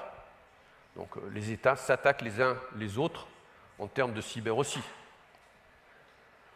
Donc il y a les entreprises, il y a les individus et il y a les États. Et je pense que c'est assez différent. Je pense que les entreprises ont beaucoup évolué. Moi, je regarde un peu au niveau du panorama de sociétés avec lesquelles on travaille. Sur les 5 à 10 dernières années, une évolution majeure sur la cybersécurité et la protection des entreprises. Il y a des avancées aussi en termes de concepts, de comment on arrive à se protéger avec des concepts comme Zero Trust en termes de cyber. Donc c'est des concepts qui avancent, qui permettent petit à petit de réfléchir, pas uniquement en termes de défense pure, mais aussi comment on s'organise au niveau interne, de façon à faire en sorte que quand quelqu'un pénètre, il peut uniquement aller dans un endroit, qu'on arrive à identifier où est la personne indépendamment des modes de protection qu'il utilise. Donc il y a beaucoup de choses qui évoluent de ce côté-là en termes de sophistication, mais en même temps, les attaquants deviennent de plus en plus sophistiqués. Et surtout, les attaquants États sont les plus sophistiqués. Et on en parle beaucoup, évidemment, les pénétrations des choses au niveau des systèmes, par exemple, de transmission électrique, etc. C'est évidemment très dangereux si on arrive à pénétrer là-dedans. Et si on projette dans le futur une voiture, parce qu'une voiture, ça va être une plaque logicielle qui va être connectée. Les avions. Les avions. Donc on pourrait, si on interfère dans la voiture, on pourrait créer des accidents artificiellement. Donc avec un monde qui devient de plus en plus connecté, de plus en plus digital, en fait, les problèmes de cyber deviennent exponentiels. Évidemment, tout le monde pense à la prochaine révolution, qui est la révolution quantique. Il est évident que, je dirais, on est aujourd'hui en termes d'évolution cyber incrémentale. Les attaquants évoluent, les défenses évoluent, les attaquants évoluent. Le quantique, c'est une évolution majeure qui fait que toutes les règles de cryptographie qui existent aujourd'hui ne serviront plus à rien. C'est comme soudain, il n'y a plus de défense. Donc, je dirais la bonne nouvelle, c'est que les ordinateurs quantiques ne sont pas encore prêts. Il y a quelques applications qui commencent, mais ils sont très instables. Donc, on a encore quelques années devant nous. Par contre, il faut commencer à anticiper. Mais ça viendra. Ça viendra. Ça, on est quasiment sûr. Jamais sûr jusqu'à ce que ça se passe. Ça progresse. Je fais la comparaison avec la fusion nucléaire, par exemple. La fusion nucléaire, ça va... Non, c'est beaucoup plus évolué que la fusion nucléaire. Ouais. Donc là, on parle de 2029-2030, on ne sait jamais, ça peut toujours être repoussé. Par contre, aujourd'hui, on peut développer des algorithmes qui simulent des attaques quantiques qui permettent de commencer déjà à anticiper et à organiser les défenses. Ce qu'il ne faut pas faire, c'est attendre que le quantique soit prêt pour commencer à se défendre. Ça va faire de l'an 2000. C'est-à-dire que soudain, tout le monde va devoir faire ça en très peu de temps et évidemment, on n'y arrivera pas. C'est pas drôle, ces perspectives. Sur la cyber, voilà, c'est vraiment l'inconnu. C'est un vrai risque systémique qui existe toujours, qui ne disparaîtra jamais. Oui. Donc ça veut dire qu'il faut vraiment beaucoup travailler là-dessus. Il faut continuer, ça reste une des priorités en termes d'investissement pour la plupart des grandes entreprises.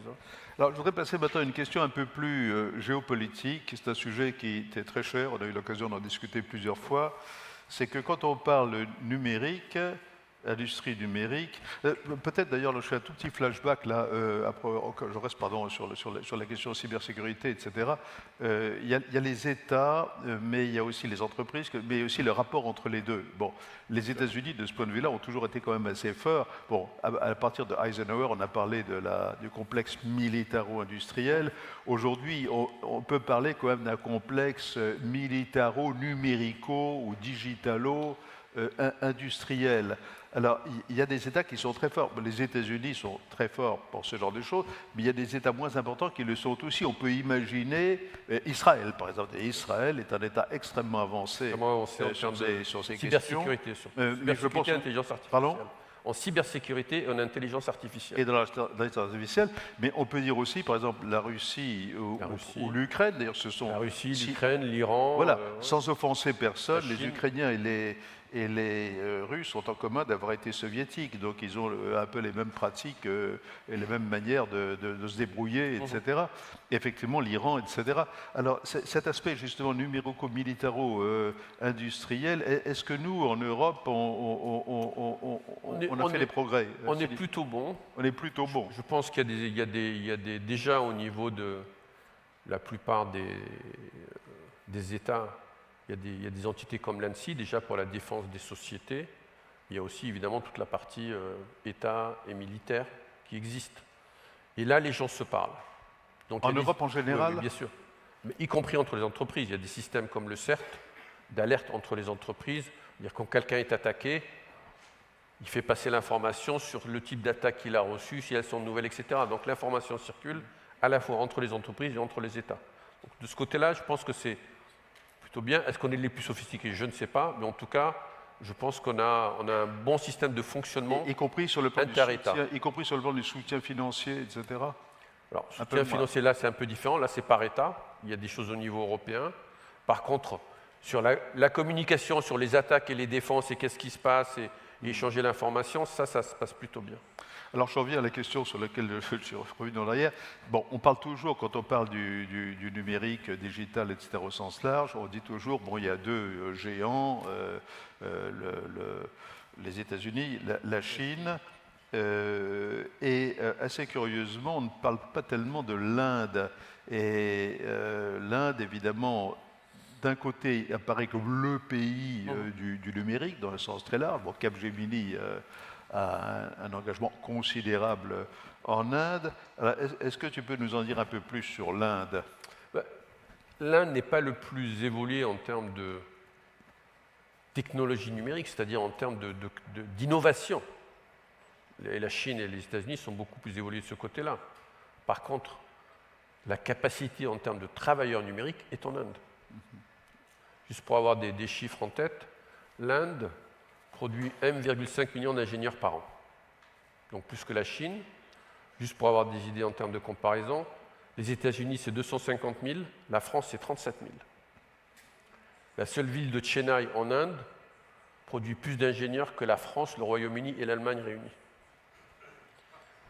Donc, c'est ça la vraie statistique. Donc, en fait, la capacité, aujourd'hui, pour faire évoluer le numérique, pour pouvoir développer ces logiciels, pour pouvoir les maintenir, etc., elle est en Inde. C'est au niveau de l'IT, c'est au niveau de l'ingénierie, et c'est aussi au niveau de la gestion. La plupart des entreprises globales dépendent de l'Inde pour fonctionner. Les banques américaines, si demain il y a un problème en Inde, les banques américaines s'arrêtent de fonctionner. Donc tout le backbone de la plupart des grandes entreprises, ça varie un peu, mais en tout cas dans le monde occidental, la plupart ont un pied en Inde et dépendent de l'Inde pour pouvoir fonctionner. Donc de ce fait-là, l'Inde est d'une certaine manière un risque systémique que tout le monde a accepté. Mais aussi, c'est parce que là qu'on a non seulement la capacité au niveau ingénieur et intellectuel, mais aussi on a les coûts qui permettent de faire des investissements massifs à un coût plus raisonnable. Et ça, c'est certainement une dimension qu'on sous-estime dans les discussions en général sur l'interdépendance en matière numérique. Alors, le temps passe à toute vitesse, on essaie d'aller vite, mais enfin, il y a deux sujets encore qu'on voulait aborder. Si tu veux pour en dire quelques mots, l'un, c'est le numérique, le rapport entre le numérique et la transition énergétique. Il y a un double aspect, comment est-ce que le numérique peut aider, faciliter la transition énergétique, puis quand même aussi un mot sur le numérique en tant qu'énergétivore majeur. Je crois que ce sont deux domaines liés. Donc il y a les deux cas. Il est bien évident que le numérique a un impact négatif en termes de carbone, notamment à travers les centres de calcul, mais pas uniquement. Hein. Tous les téléphones, etc., les ordinateurs, le recyclage en fait est assez faible. Donc en fait, a une empreinte carbone assez négative. Mais je pense que le risque aujourd'hui auquel les gens font le plus, dont les gens parlent le plus, c'est les centres de calcul. Ouais. Notamment à travers l'IA et l'IA générative qui est encore plus énergivore, en fait, les consommations d'électricité vont augmenter massivement. D'un autre côté, le numérique, c'est aussi ce qui aide dans cette transition énergétique. Donc, beaucoup d'innovations comme des jumeaux numériques qui aident à optimiser le fonctionnement d'une aciérie, y compris au niveau énergétique, c'est du numérique derrière. Donc, beaucoup des avancées qui vont aider à optimiser la consommation énergétique, elle vient aussi du numérique. Et je pense qu'à travers le temps, il faudra trouver des moyens de façon à pouvoir faire fonctionner des centres de calcul en étant moins énergivores, avec des puces qui sont plus développées. Donc je pense qu'il y a des avancées de ce côté-là qui vont aussi permettre de réduire. Mais on voit cette consommation énergivore. Mais on voit bien les risques que ça présente, puisque quand on voit des sociétés comme Microsoft qui commencent à investir dans l'énergie nucléaire pour s'assurer qu'ils auront de l'énergie pour leur centre de calcul dans le futur, on a une idée du côté énergivore de ce centre de calcul. Alors, dernier point, on a évoqué un peu la question des compétences, en particulier à propos de l'Inde, des ingénieurs, etc. Maintenant, avec l'intelligence artificielle, c'est aussi une nouvelle. Il y a constamment en fait de nouvelles catégories de compétences que l'on demande. Est-ce que l'intelligence artificielle a modifié la manière dont se présente cette question des compétences? Alors, avec l'IA générative, on va générer de la productivité, notamment sur le développement logiciel, le testing, etc. Donc, mais on génère de la productivité dans ces domaines depuis plus de 20 ans. Donc l'intelligence artificielle amène une couche supplémentaire de productivité. Je pense que la pénurie de talents au niveau numérique va continuer. Puisqu'en fait, si on accepte que c'est une révolution et qu'en fait on va avoir de plus en plus de travailleurs numériques, c'est une transition en termes de workforce qui va prendre 10-20 ans. Et on sera toujours, on manquera toujours de travailleurs numériques. La preuve, pour une société comme Capgemini, nous avons 340 000 employés. On a un taux d'attrition moyen, donc des gens qui partent, entre 15 et 20%. On embauche entre 50 000, et sur des périodes d'accélération comme 21-22, on a embauché 140 000, jusqu'à 140 000 personnes dans l'année. C'est des gens qu'on embauche, qu'on forme et qui repartent ailleurs. Ensuite, y compris dans les entreprises, dans les États, ou dans des petites sociétés, dans des startups. Donc on voit bien cet appétit qui continue à être très important, mais toute source de productivité sera la bienvenue pour aider à adresser un peu une partie de cette pénurie. Merci. Alors on va s'arrêter et si vous permettez, je ferai une remarque de mathématicien que je suis resté dans l'âme, qui est une remarque. On n'a pas le temps, mais on pourrait peut-être que c'est pour des discussions futures. Ce qu'il y a d'extraordinaire avec l'intelligence artificielle, telle que je la comprends, ou plutôt telle que je ne la comprends pas, c'est que ça marche et on ne sait pas pourquoi. C'est-à-dire qu'on n'a pas trouvé encore des principes fondamentaux, comme on trouve des principes fondamentaux en physique, par exemple, qui expliquent pourquoi les algorithmes de l'intelligence artificielle, les imitations plus ou moins vagues du cerveau, etc., pourquoi ça fonctionne. C'est un miracle. Alors, comme on ne va pas résoudre les miracles ce soir, je vous propose de conclure en disant il y a encore des miracles. Certains seront peut-être expliqués dans la suite, certains ne le seront sans doute pas, ce qui fait aussi le charme de l'existence humaine. Voilà, merci Aiman. Merci beaucoup. Voilà.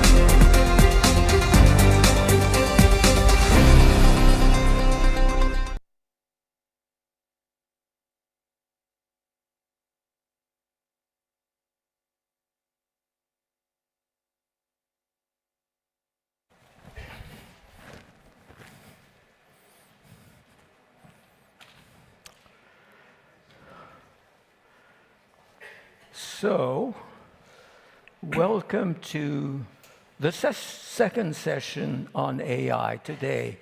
Our session is sandwiched between the very fascinating session that came just before in French and before another session which will be on generative AI for businesses. So in a way, they complement one another. Clearly, we've hit the road of artificial intelligence, all of us. And we all know that it will take us far. That's about the extent of our certainty. How far, we don't know, and where we're heading is unclear. But we have a say. AI doesn't drive itself yet, as far as we know, and we can't let the Magnificent Seven and their counterparts in China decide for us. When we look ahead, the most general question is, how good is AI going to get? But there are two ways of understanding this question. The first and most frequent construal is, of what cognitive feats will AI eventually be capable? The second and most significant construal is this: how good will it be for us? We cannot simply assume that what's good for AI is good for humanity, as some people seem to think, and nor, of course, should we assume the opposite, as others believe. We can try to strike a balance. We can recommend that we reap the benefits of AI while preventing or limiting the damages it can inflict. But that doesn't help. It doesn't provide any hint of how to approach such a goal. We must do better, and we can. AI's achievements and effects so far are a rich body of evidence, of case studies, so to speak, that we can use to assess whether we're moving in the right direction or should correct the present trajectory in small or big ways. There's a complication, of course, an important one. The directions that AI can in fact take are not entirely preordained. They depend on what scientists and engineers will discover by intent or by serendipity in the short term and in the fullness of time. As always in science, we sometimes find what we have been looking for and sometimes not. And what we find is sometimes that we were looking for and sometimes not. But this should not dissuade us from trying to gain as clear a perspective as possible on where AI can take us and where we want it to take us. The panelists on the present session, as those on the next one and on the previous one, will provide a wide spectrum of perspectives on this issue. By ways of introduction, let me offer a simple, indeed simplistic conceptual map of the kind of concrete questions that need to be raised. There are, on the sunny side of the AI road, achievements and promises that are promoted. And on the other, shady side, pitfalls or downsides that are flagged. Regarding achievements and promises, I suggest a 2-by-2 table. On one dimension, some are real or realistic. Some are unsupported by present achievements and available ideas. On the other dimension, some are prima facie beneficial, some dangerous, risky, or outright toxic. Examples that combine realism and a priori beneficence might be smart search engines, scientific assistance, medical assistance, legal assistance, driving assistance. This was brought out very well in the previous session by Mr. Ezzat's discussion. Examples that combine realism and risk or toxicity are near-perfect chatbots, especially of the AI companion kind, as well as AI poets, novelists, composers, and so on. On the side of beneficial but unsupported promises and exaggerated achievements, explainable AGI, artificial general intelligence, safe level 5 self-driving vehicles. I know that some people are going to disagree with me. On the side of dangerous but mercifully unsupported systems, black box AGI, full autonomous AI physicians, teachers, judges, policemen, therapists, politicians, CEOs. Concerning pitfalls or downsides, I propose to distinguish between predicaments that have no solution but need to be faced as lucidly as possible so as to be mitigated as best we can, and challenges which can and therefore should be actively taken up. Examples of the first sort, predicaments, might be autonomous lethal weapons and the new battlefield, cybersecurity, increased inequalities within and between nations, and, to use a word which is not admitted in polite society in such places, dehumanization. Examples of challenges which must be met head-on are respect of privacy, of intellectual property, of simple factual truth, some degree of transparency as far as it doesn't contradict the very idea of AI, environmental impact, de-skilling, and last but not least, fabrication of false persons. This last example is a case where we could have imposed from day one a total ban on all technologies that would contribute to this deadly attack on trust, something analogous in the social domain to nuclear weapons for biological survival. It was perfectly clear that these technologies would lead to the pleasant hell of fakery and AI companions, and perfectly clear, at least outside of Silicon Valley, that it would be disastrous. But we can and we must claw our way back to sanity and trust. Some of these examples are controversial, and each of them and countless others call for careful consideration. Two things stand out, though, it seems to me. One is that while debates on AI in general are necessary, they tend to be inconclusive. Progress is more likely when the discussion is restricted to specific areas such as medicine, education, warfare, health, justice, political decision-making, etc.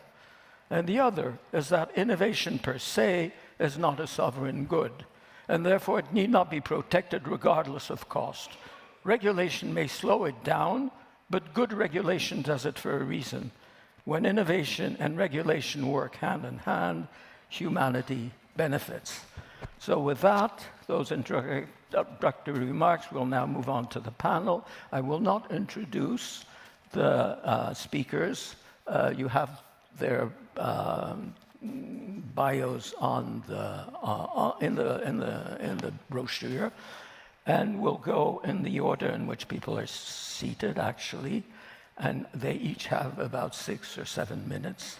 And I will be a terribly rigorous chairman. So please, François Barrault first. Thank you, Daniel. We have 6-7 minutes to discuss over very large topics. I will not use ChatGPT to do the synthesis. I'm not a robot.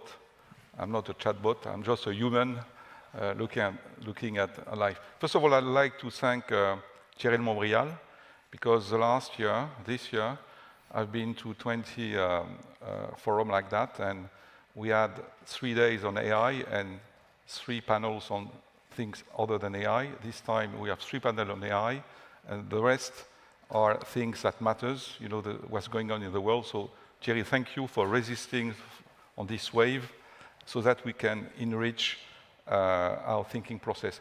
Why are we talking about AI everywhere? I see 3 reasons. First of all, the explosion of technology. You've seen that everywhere. The second is AI has been used as anxiogenious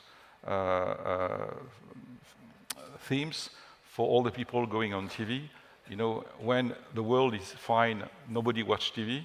When fear generates a lot of interest, and that's something which has been the last 2-3 years really worries me. And the last is the popularization of ChatGPT, and we'll talk later on.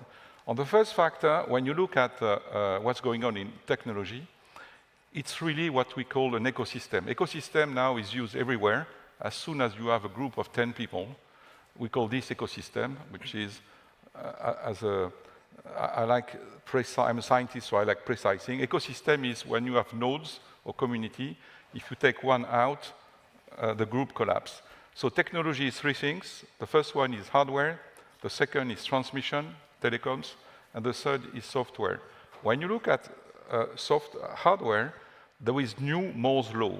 Instead of doubling the capacity every 18 months, now you have very small chips, quantum chips, as an example. You have edge computing, you know, the new doodles of the world. You have quantum computer arriving, and the power is going to be multiplied by 100 to 1 million in few years. And this revolution, the fifth revolution, is absolutely amazing.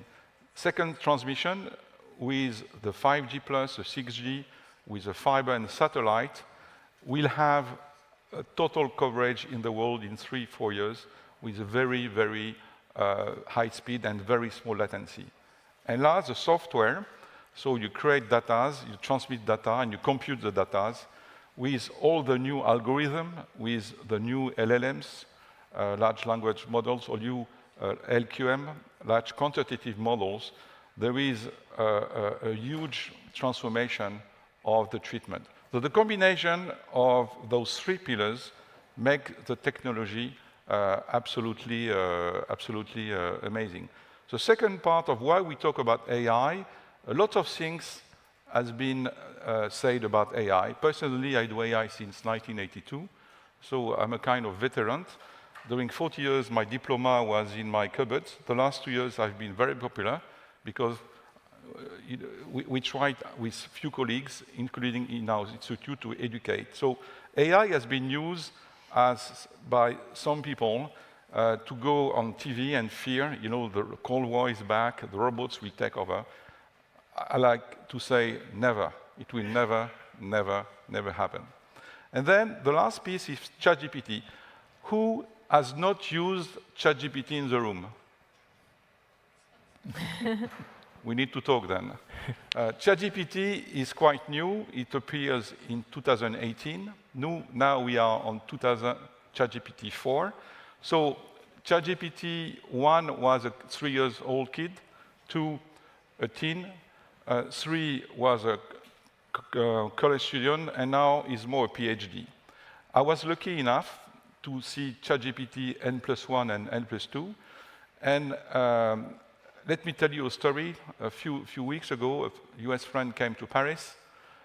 He loves paintings, arts, good food. So I asked ChatGPT to do a program. And they say, oh, we go to the Louvre, we go to the Musée Rodin, we go to Taiwan, we go to this, to that. I respond to ChatGPT, sorry, ChatGPT, but this is nuts. Museums are closed on Mondays and nice restaurant. His response was, sorry, but my level of information is not that accurate. So ChatGPT, don't believe ChatGPT, because instead of going to a corpus of information, you know, on medicines, you go to Dalloz for laws. It's all you can eat without selection. ChatGPT N+1 will be different. Instead of going everywhere, it will work by corpus of information selected, and there will be algorithm that will check 20 times. So we will move from 40% accuracy to 99. ChatGPT N+2 is very interesting because I believe we'll have about 100% of accuracy, but there will be an avatarization of the human being. As an example, the words we use, the structure, our emotions, our story, the things we like, we don't like. So ChatGPT N+2 will be a chief of staff, but at the end of the day, you will make the call. As you say, there is plenty of examples to talk about AI. We have a big event in our institute, the 47th edition. We are not talking about AI. We are just talking about us as humans. And the theme is Tech for Citizens, to see how it impacts our life, our kids' education, the way we think, we entertain, we learn. 2 examples to conclude so that you can understand. I was in the US the other day, and we had a board in a company, and the HR person was very late to hire 50 people because she said it took me ages to do 50 job spec. So with ChatGPT, there was the chief scientist of Google was there. He said, okay, let's put all what you want into the system. So in 10 minutes, we had 50 job spec sent to LinkedIn, to everywhere. Her reaction was fear. What I'm going to do? I'm going to lose my job, saying, no, you will spend more time with the candidates. So the evolution of ChatGPT will be the end of task-oriented jobs, and it will give us a lot of time to communicate between ourselves with the right brain. A last example, so that you can figure out what's going on. When you go to a doctor, 30 minutes, there is 20 minutes of pathology, analysis, symptomatic analogy. He asks you, how do you feel? Does it hurt? 5 minutes of pathology, which is, he goes into his memory to see, the case he knows. If not, you go to a specialist. And 5 minutes of small talks. How is your mother, your cat, or whatever? What is amazing, in my view, human being invents very sophisticated machines, cars, train, planes. You will never take a car if your tires are flat or you have no electricity or petrol. In a plane, there is about 4,000 control, and a train 300. The only weak signal when we wake up is we're tired, we don't feel good, it's too late. So the medicine, and we're working in one of our company on analyzing the magnetic resonance of the body, as an example. When you do a RAM, it analyzes everything on your body. So if you have a cancer, your organ will do beep beep, but if it makes toot toot, that means you have a kind of tumor. So we can imagine that in the near future, we'll have some small sensors that will analyze real time all the KPIs of your body. So you will come to the doctor with a dashboard. He knows exactly what he has, what you have. And then the symptomatic analysis will last 1 minute, the pathology 4 minutes, and there will be either another patient or we'll have small work. So to conclude, AI will simplify our life. The task-oriented, boring stuff will go like that, and it will give more opportunity to connect ourselves and to create a better world, between humans. Thank you, Daniel. Thank you very much, François. That's the sunny side of the AI road, which we might discuss later on. Now, His Excellency Omran Sharaf has the floor. Thank you. First of all, I would like to thank the organizers for having me here, and it's such an honor and pleasure to be here to speak about a very, very important topic. For me, AI is just the beginning of bigger challenges and opportunities that emerging and critical technologies will be bringing to nations, to regions, and to geopolitics. Earlier we spoke about it from a technical point of view. Today I would like to, from my side, I would like to focus a little bit more on the political side of emerging technology and critical technology, which includes AI. In the past, technology played a vital role in shaping the geopolitical landscape in the background. Today, with AI and other upcoming emerging technologies, that role has shifted to being in the front line. Why I'm saying this is because in the past, advanced technologies were only focused or within the reach and the capacity and capability of state actors. But today we have non-state actors who are actually having access to this technology, developing this technology, and having a say in how this technology gets shaped down the line. So because of this, the impact on the equation that defines geopolitics has changed. Technology such as AI and others, whether it's genomes, whether it's quantum, and there was a recent breakthrough with quantum, will change ways nations deal with each other and work with each other. And AI is an excellent platform or opportunity for us to learn from it and how to prepare. In general, as nations, we've been very reactive when it came to actually dealing with AI, I believe. Some people are panicking, some people are not. And I think there are much more opportunities that will bring than challenges.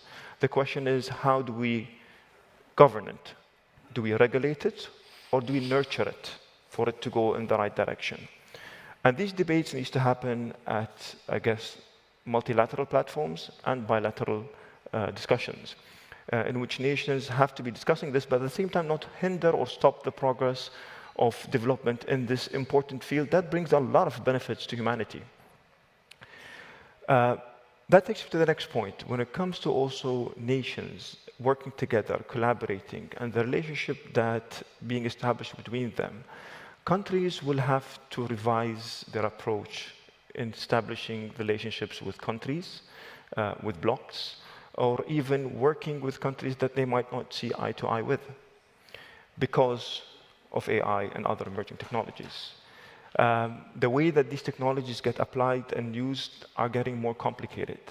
So in the past, it was very easy to speak about a nation's political system, a nation's society's setup, the demography, and so on, and building kind of that relationship or the ties with other nations, whether it's strategic or transactional. Today, with emerging technologies, that has changed a lot. That requires more depth, better understanding of other countries' point of views. The reason why I'm saying is this, because the risks are too high of having very diverged discussions or multipolar discussions when it comes to emerging technologies such as AIs. Why?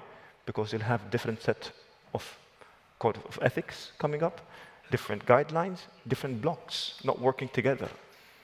That is very dangerous. And the fact that this technology is very complex actually requires us to work together.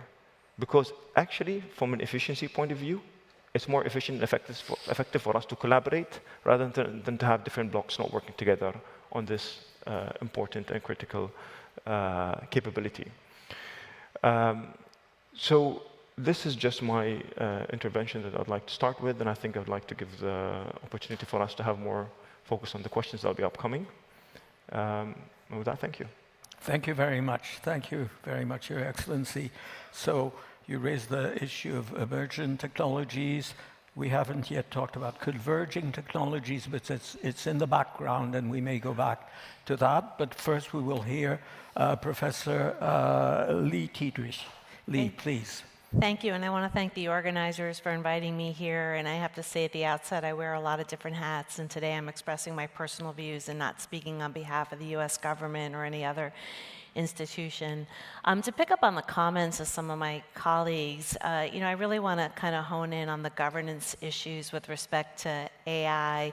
I think it's fair to say the AI technology has developed so quickly, and policymakers around the globe are working at breakneck speed to try to catch up. And it really is a situation where the policymakers are leaning in. And to come back to some of the points that Daniel and Francois made at the outset, at the end of the day, the goal really is, AI is a technology that has so much potential, and how do we capitalize on all the benefits for society, not just both economic benefits, but also social good benefits. But then, as you also said at the outset, there are lots of potential harms and risks, and how do we come up with structures in order to mitigate those harms and risks and try to protect society. And what we've seen, it's still a story that's playing out, how to do this. But I think one thing that's become really clear is that it's a global and multidisciplinary endeavor. As somebody with a background in engineering who practiced law, I feel very strongly that it has to be multidisciplinary. We need to have laws and policies that work, that companies can operationalize, governments can operationalize and work in practice. And because of the connected nature of our world, it has become a global game. And we are seeing that certain jurisdictions have really jumped out ahead in terms of the regulatory approach. I'm sure many of you from Europe are familiar with the EU AI Act, which is one of the landmark legislation that was passed earlier this year.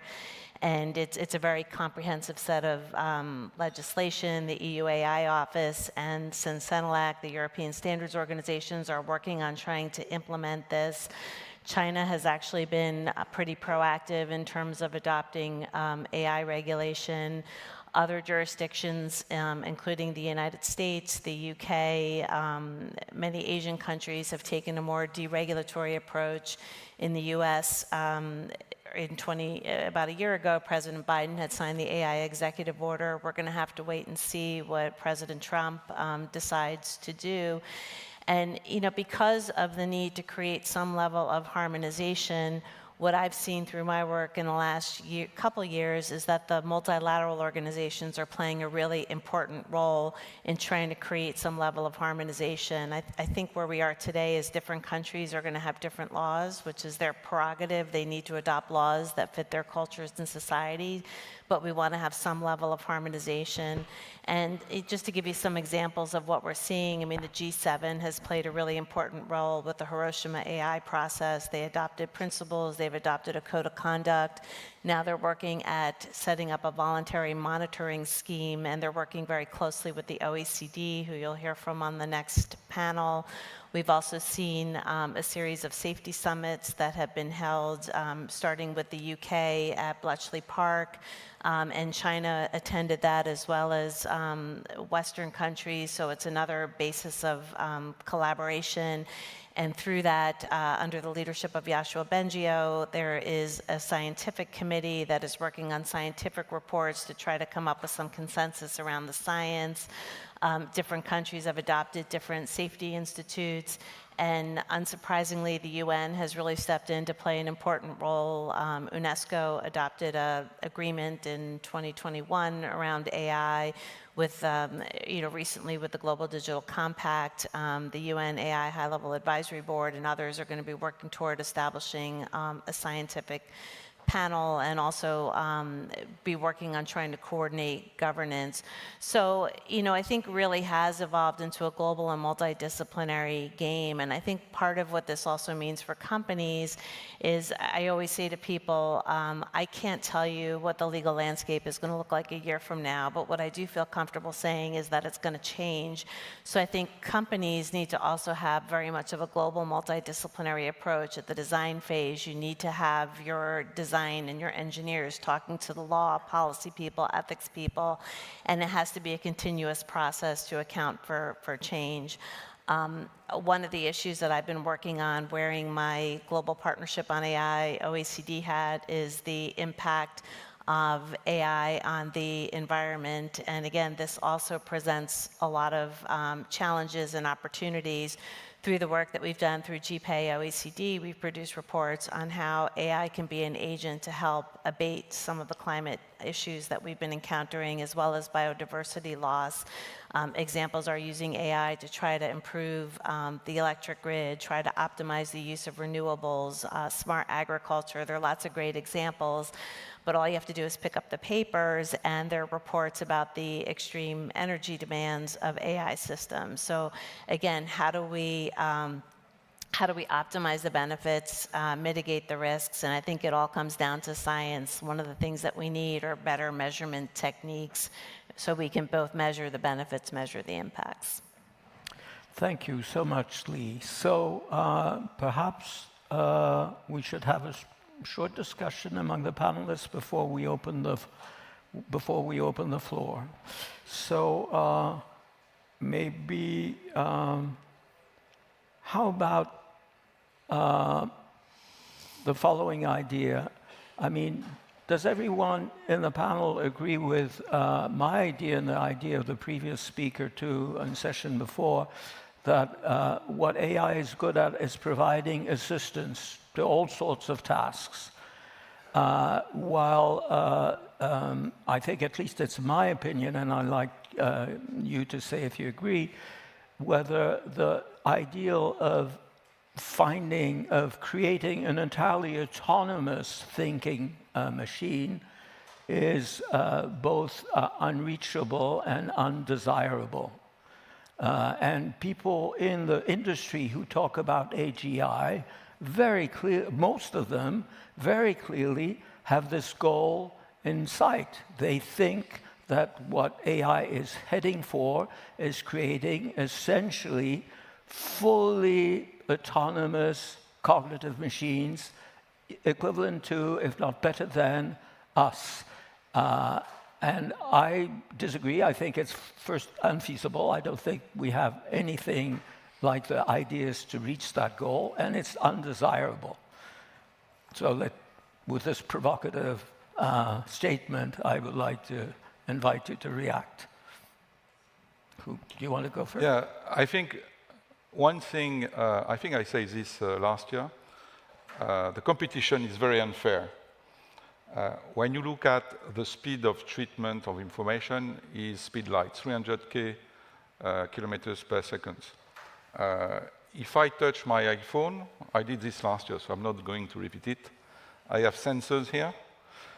The speed of the information going to my brain is 60 meters per second. The speed in my brain is 100 meters per second. So let's assume you're writing a thesis, you arrive in the National Library, you need to look at 10,000 pages in 24 volumes. It will take you, months. A lifetime. A lifetime. AI will look at LLMs and LQMs, will look at all the information, will synthesize of it, and with ChatGPT and +2 equivalent, will write you exactly if this was you. So my view on that is all the task-oriented things, which are boring, are going to be outsourced. So Aiman says this, I don't think job will disappear. I think it will create lots of new jobs. I gave the examples of the doctors. It's a question of evolution also of the technology. And one point also we need to understand is when you give toys to kids, you don't know what they're going to do with this. Remember, the first SMS I made in Japan was an emergency system for people. And the teens who are very shy use this SMS system to communicate to each other. So 14 girls, 14 boys, they try to communicate. And SMS was then sent to Europe by Bouygues, by the way, and SMS became a major communication. So nobody can predict how AI will be used because it's self-developing. And at the end of the day, and I think you mentioned this, Daniel, we make the call. AI will be never more than a super chief of staff that will bring options on things, but at the end, we will decide. Thank you. Thank you. I agree with you. Sir. So I do believe, as I mentioned earlier, AI will not just be an assistant to us in making things easier. I really think it will redefine way nations will work together. The capacity and capability they will have, strategic ones, will be defined by that. Nations having certain challenges, national challenges related to the environment, food resources, water resources, will rely on AI to help them manage these challenges and find solutions. Nations that are facing issues with the dry climate, same thing. The trade and logistic systems will be impacted by AI and more efficiency will come into play. Healthcare systems, biotechnology will all be affected by that. So I think really if you look at it from a much bigger picture, it will redefine the geopolitical landscape. There are challenges, but I think the benefits and the opportunities are much bigger than the challenges. I think we need to focus on building partnerships and between nations and addressing each country's needs and challenges, because let's be realistic, each nation needs to serve their national interests at the end of the day. And with AI, I think it will be a force that will force nations to work together to serve their national interests.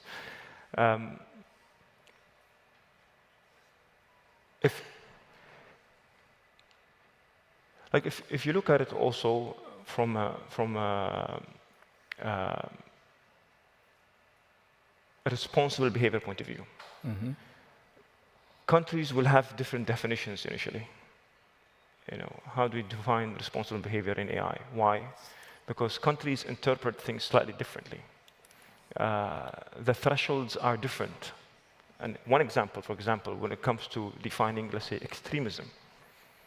You know, some countries have different thresholds for extremism versus others. Why?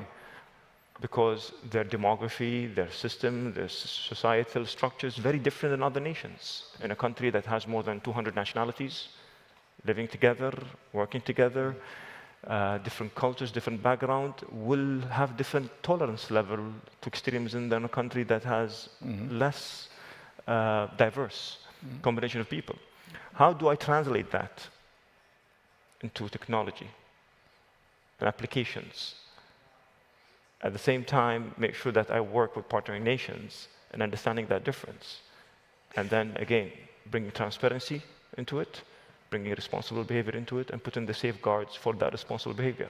It's a very difficult question to answer. Right, right. Thank you very much. Yes, it really raises the issue before I ask Lee to react. One talks a lot about AI ethics or maybe AI soft law, and that's usually directed to the people who develop the systems. But there's also a matter of who uses the systems and how. So that's almost all of us in our private lives and in our professional lives. And of course, we are bound to ethics as well. But in order to behave ethically with our AI tools, we need to understand AI better. We collectively, people need to be educated to what AI is, what AI can do, what you should ask from AI, and so as to use it ethically, just as we use ethically as far as we can. At least we have ethical codes for driving cars, for using weapons and all of that.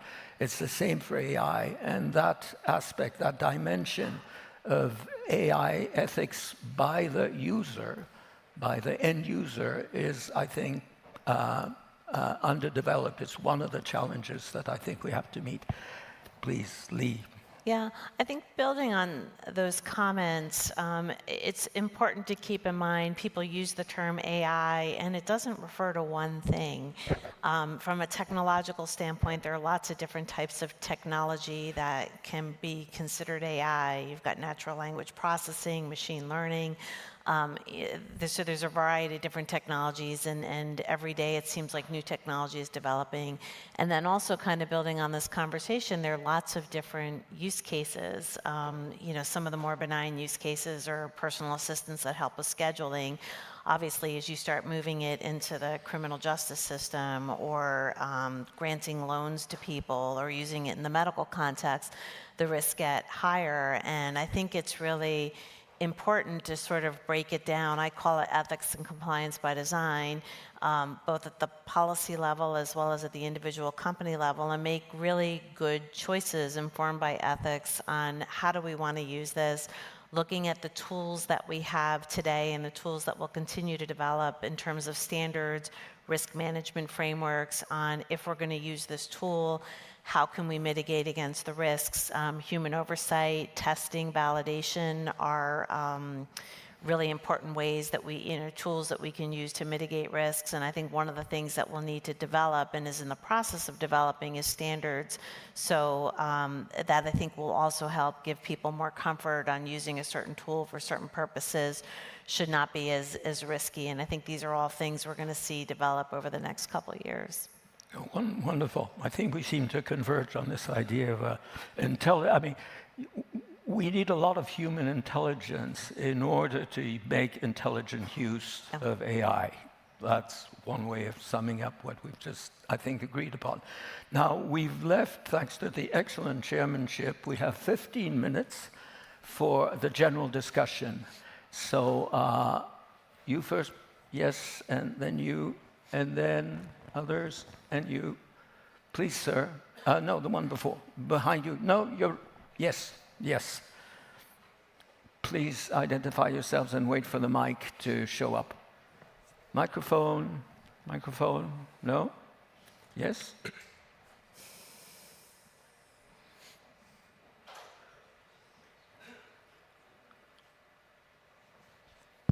Thank you. My name is Krishnamurthy from Indonesia. My question is to Excellency Mr. Sharaf. I would like to learn what is your experience, your own country experience, how you use AI to increase the productivity of your people and at the same time maintaining the ethical and cultural guidance for using it. Thank you. Please. Thank you for that question. I mean, it's a little bit too early to say, how far we've got with that because the UAE has been very engaged in this area since 2017 and even before that with different entities, organizations, positions established focused on that. So when it comes to governing and building capacity and capability, we have good experience as a country. We have a university that's dedicated for AI. We have a private sector that is working on cutting-edge AI-related technology like G42. We have a ministry focused on AI. We've been very engaged at multilateral discussions with regards to the governance of the AI sector and how do we come up with international norms and guidelines with regards to AI and the code of ethics. So we are, I believe the UAE is a leading nation when it comes to that. Now, when it comes to the technology, we have, as I said, the private sector that works on it. We have our academic sector, different universities that works in this area. But has it been fully translated into applications? I think it's work in progress, not just in the UAE, but globally. All the things that we've seen so far has been still in the demo phase or the qualification phase, which sooner or later will become fully operational, I believe. So I'm talking about AI from a point of view as in not just normal, regular machine learning. I'm talking about advanced, cutting-edge stuff that's been mentioned earlier on this panel. So I think globally we are not there yet to be fully operational, but we are on the path and it will happen soon. And I really think our technological development in this field and our legal governance development will happen in parallel. I don't think one we cannot stop the development, the technical one, until we catch up legally or from let's say a governance point of view. So that will happen in parallel. And I think the more divergence or polarization happens in these political discussions related to AI, the more we will fall back compared to the development that's happening technically. I hope I answered your question. Thank you.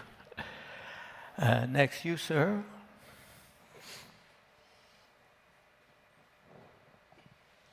My name is Meir Shitrit. I'm from Israel. Israel is one of the most advanced countries in the world with AI and technology.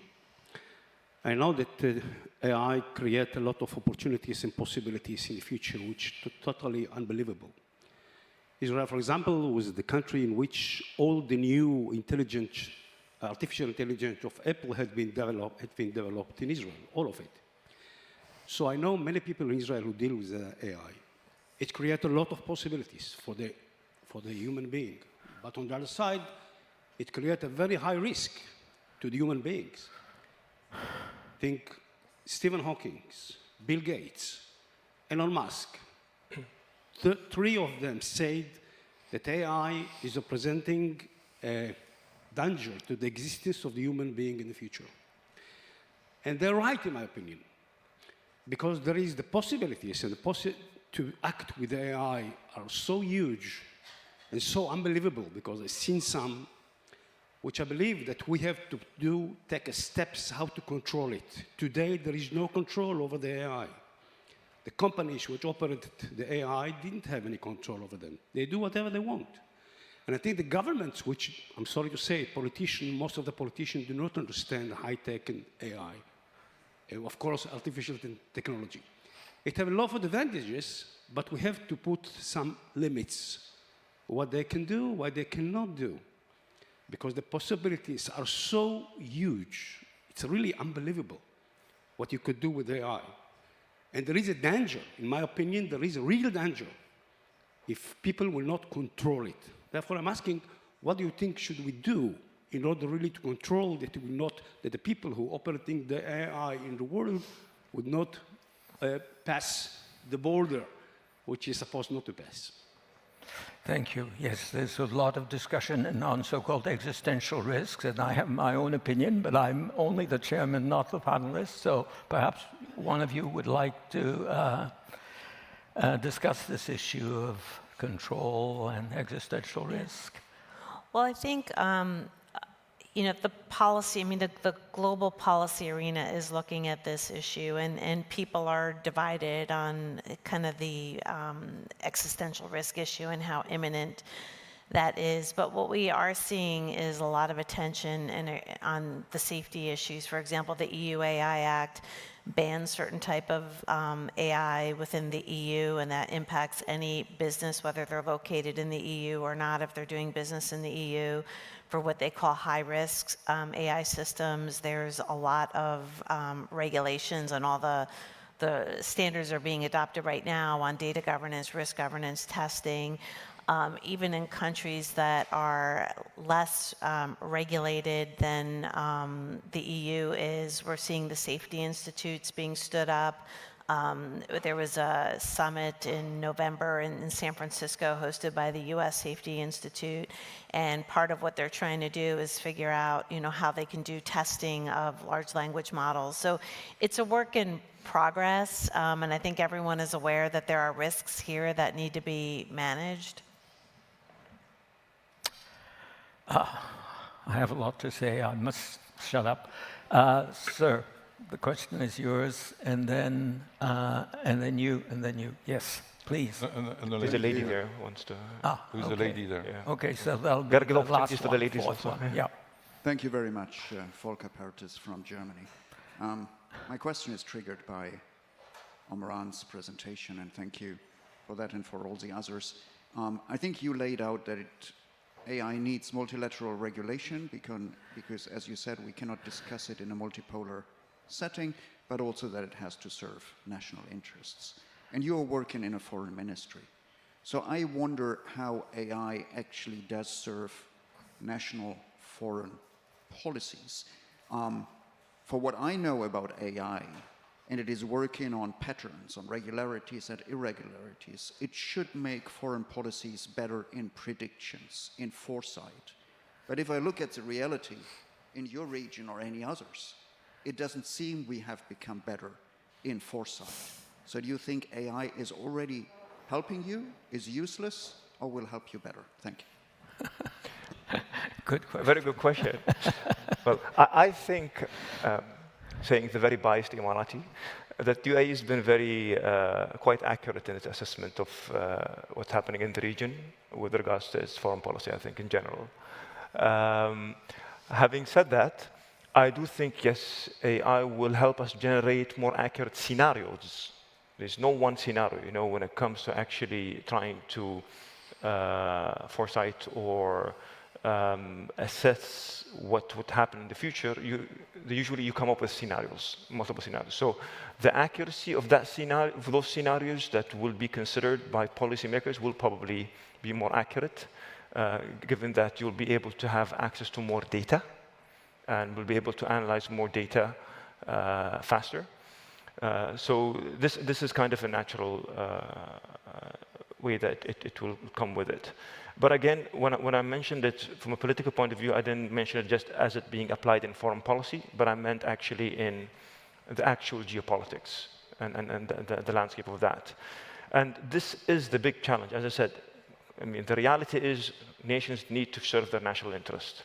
But also there's another reality that AI is so complicated, it is so advanced, it is so easy relatively when it comes to applications to kind of build capacity around it from a software point of view if you have the right set of skills.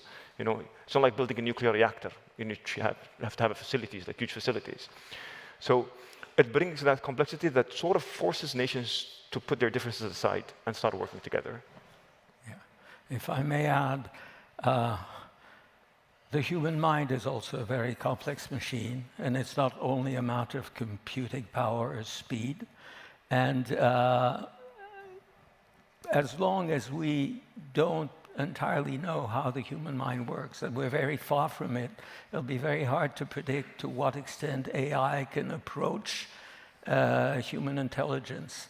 I think they're both. I wrote a book in which I say that AI and human intelligence are a double enigma, two enigmas working one with the other, which does not prevent us from making progress, but should make us, relatively humble about futures like superintelligence and autonomy, responsibility, and so on.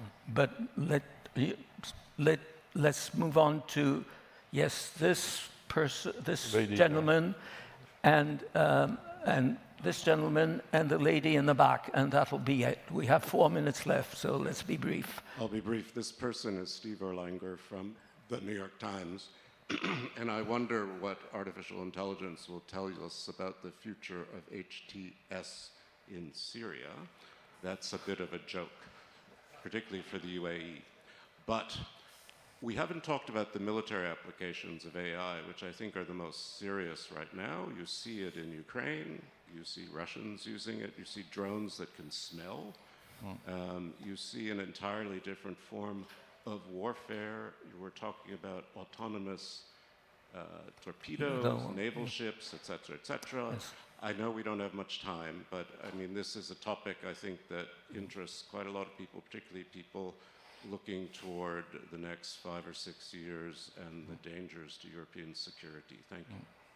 I can answer to this. Yes, go ahead. Yeah, it's a very good question. When you look at how AI works from a software point of view, including some quantum models, LLMs or LQMs, our brain can solve differential equation, level 4, 5. When you look at fixed trade, drug discovery, or when you look at new materials, you have so many data, so many entry points, that when you do this here, it makes this here. AI will bring an additional thinking process that can manage a lot of entry points and give options. So, in other words, AI will not solve the war. It will give a more proactive options how to solve the war and go to peace. Exactly when you want to discover new molecules, it takes 10 years, or if you want to create a new materials, it will take 7 years. The AI quantum base will allow the system to have much more entry point, exactly because we reach the capacity of the brain to solve multi-entry point problem. That's why I see it. But it will never solve the war. Yeah. Nevertheless, the battlefield, the autonomous battle, the automatic battlefield is what I call the predicament. There's no solution to it. We just have to, face it as best we can. But it is a predicament, indeed. Hervé, and then the lady in the back. Hervé Mariton. A remark and a question. The remark is with AI and as a whole with cyber issues. When we had the panel about Ukraine, we didn't really tackle the issue of cyber and AI attacks. Actually, what does Article 5 of NATO mean? You can have no attack on a territory, but a lot of attacks on AI and cyber systems in different states, and that can be a real problem in the future, obviously. The question is, we were talking about regulation, regulation in Europe, which actually has been criticized in France, regulation in California has been hinted to before in the conversation.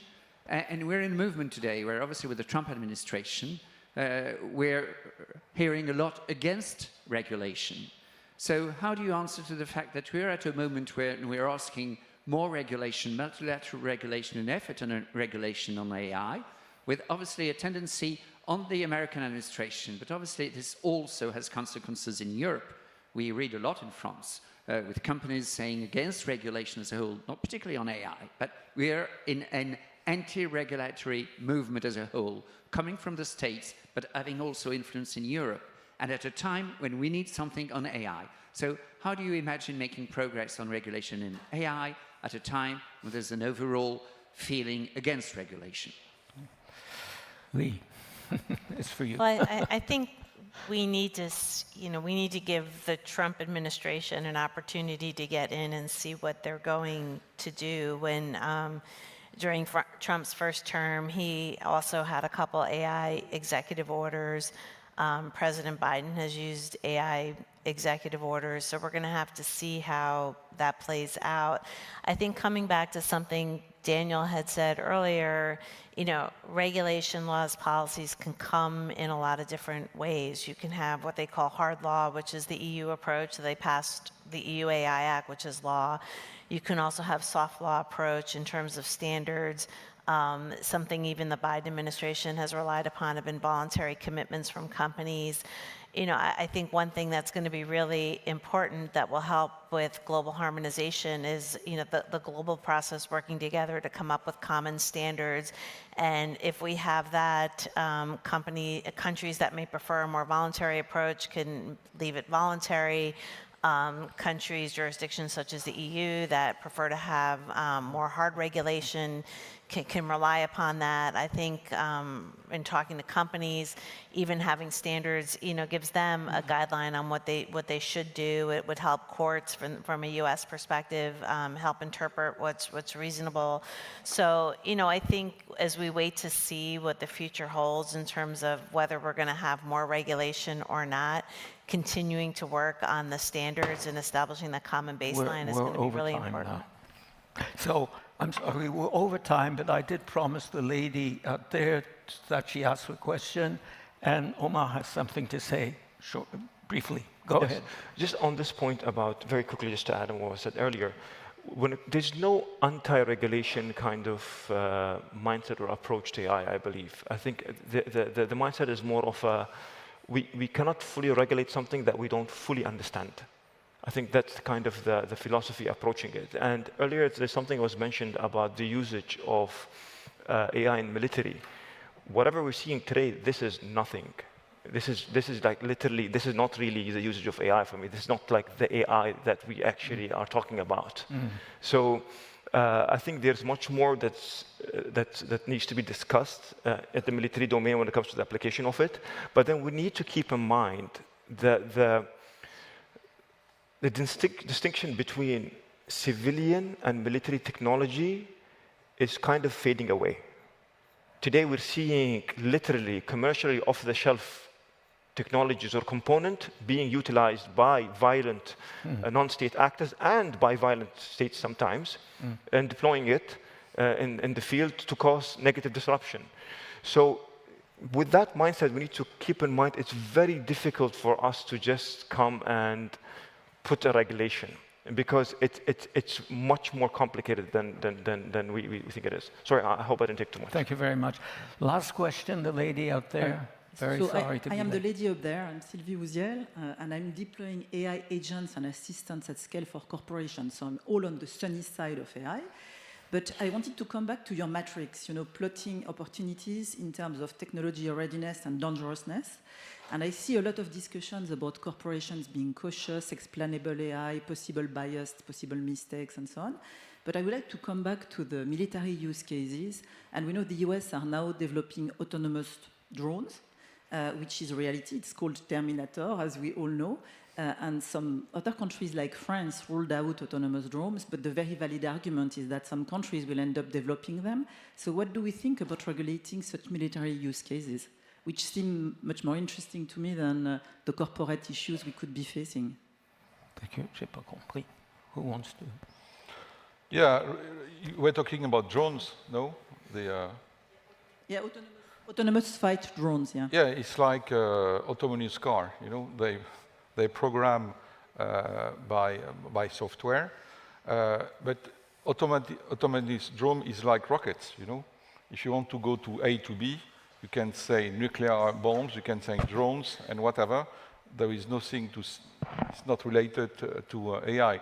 The difference what AI does is to take a holistic view of the situation and incorporate lots of data and give to the head of the commander a lot of information. So it's a, I would say, I will not talk about AI, artificial intelligence, I will say augmented intelligence, that gathering a lot of information but if your question is, they will attack the world, you know, taking over, it will never happen, because at the end of the day, we're the boss, and they are the chief of staff.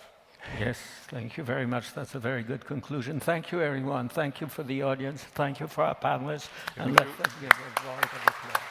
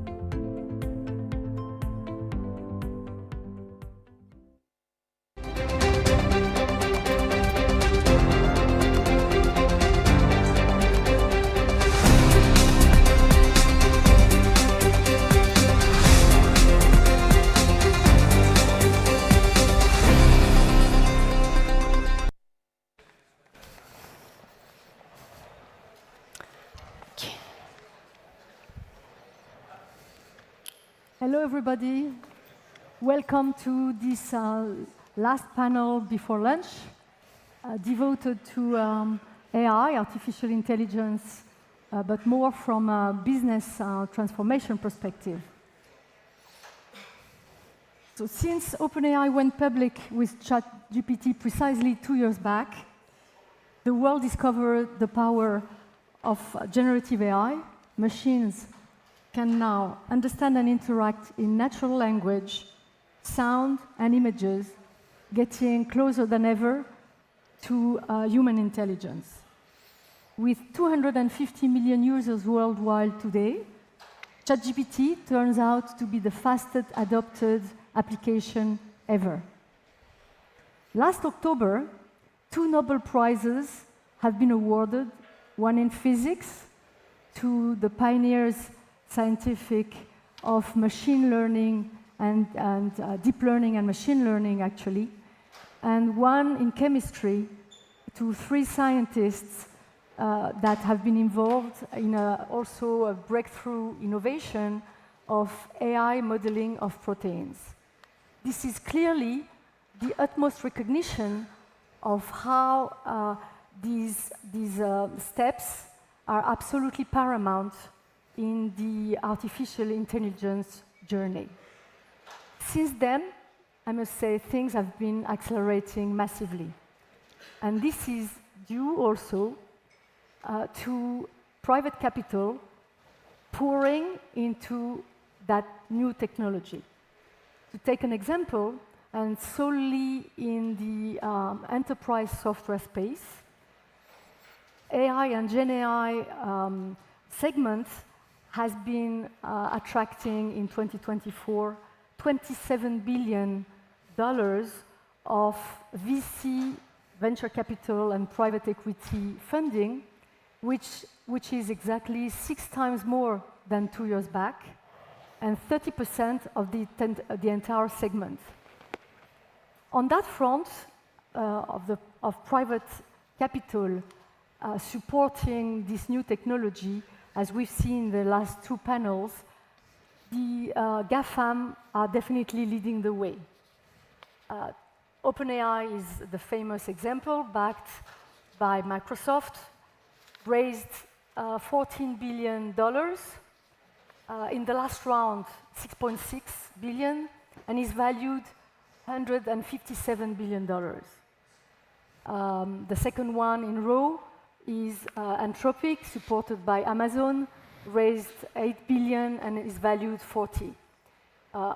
In parallel, of course, Meta and Google are developing their own models, but they are not the only game in town.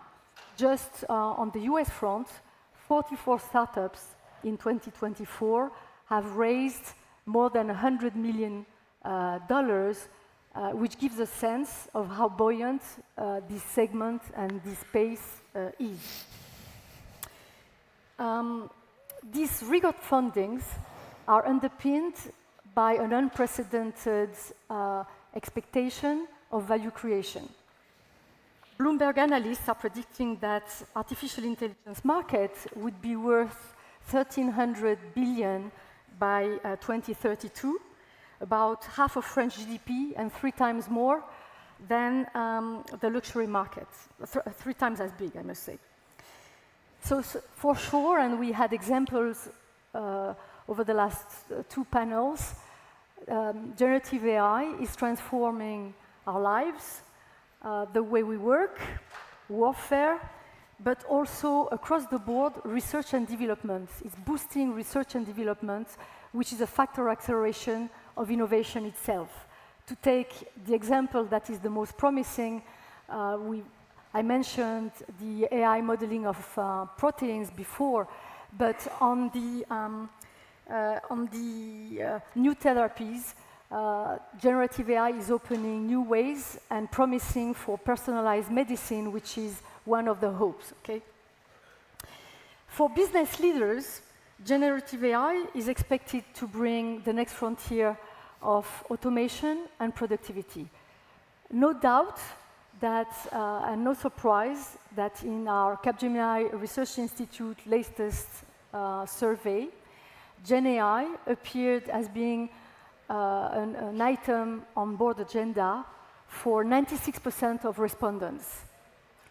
If we now deep dive on enterprise level, the co-pilots and assistants are promising to turn workforce into augmented employees.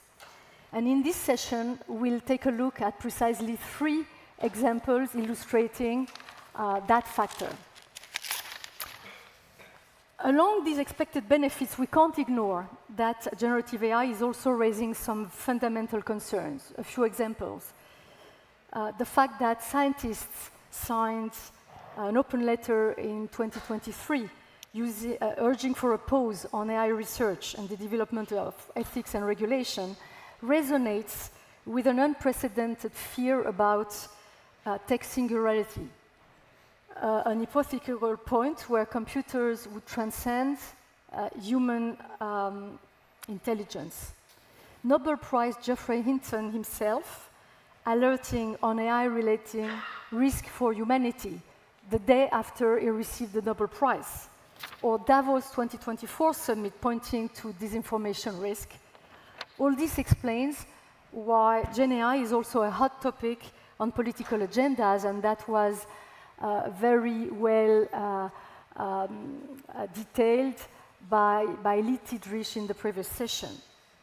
France hosting mid-February the Artificial Intelligence Action Summit, the third of its kind, by the way, is very likely going to put a lot of emphasis on the question of international governance of AI. Now, if we focus on Gen AI enterprise adoption, a few examples of what's on the critical path. We heard that large language models can hallucinate. Of course, for enterprise adoption, explainability, auditability, and transparency are absolutely paramount. Then you need to train these large language models on huge sets of data. This raises intellectual property rights and data protection issues, not a trivial topic for policymakers, as demonstrated by the recently published EU AI Act. Moreover, the environmental impact of Gen AI cannot be ignored. LLMs are very compute intensive. To give you an example, a search on ChatGPT is 10 times more compute intensive than a search on Google. The amount of data that is generated is doubling every 2 years, raising the need for data centers, which are expected in numbers to increase by 48% between now and 2030, with the correlating amount, of course, of energy power needed. So, International Agency for Energy is expecting data centers to consume by 2026 as much as Japan itself. The good news is that foundational models are not limited to large language models. Innovation is still going on that front. And in this session, you will hear about new technologies and different foundation models. One with Rotem about cognitive language model, and later on with Liquid about liquid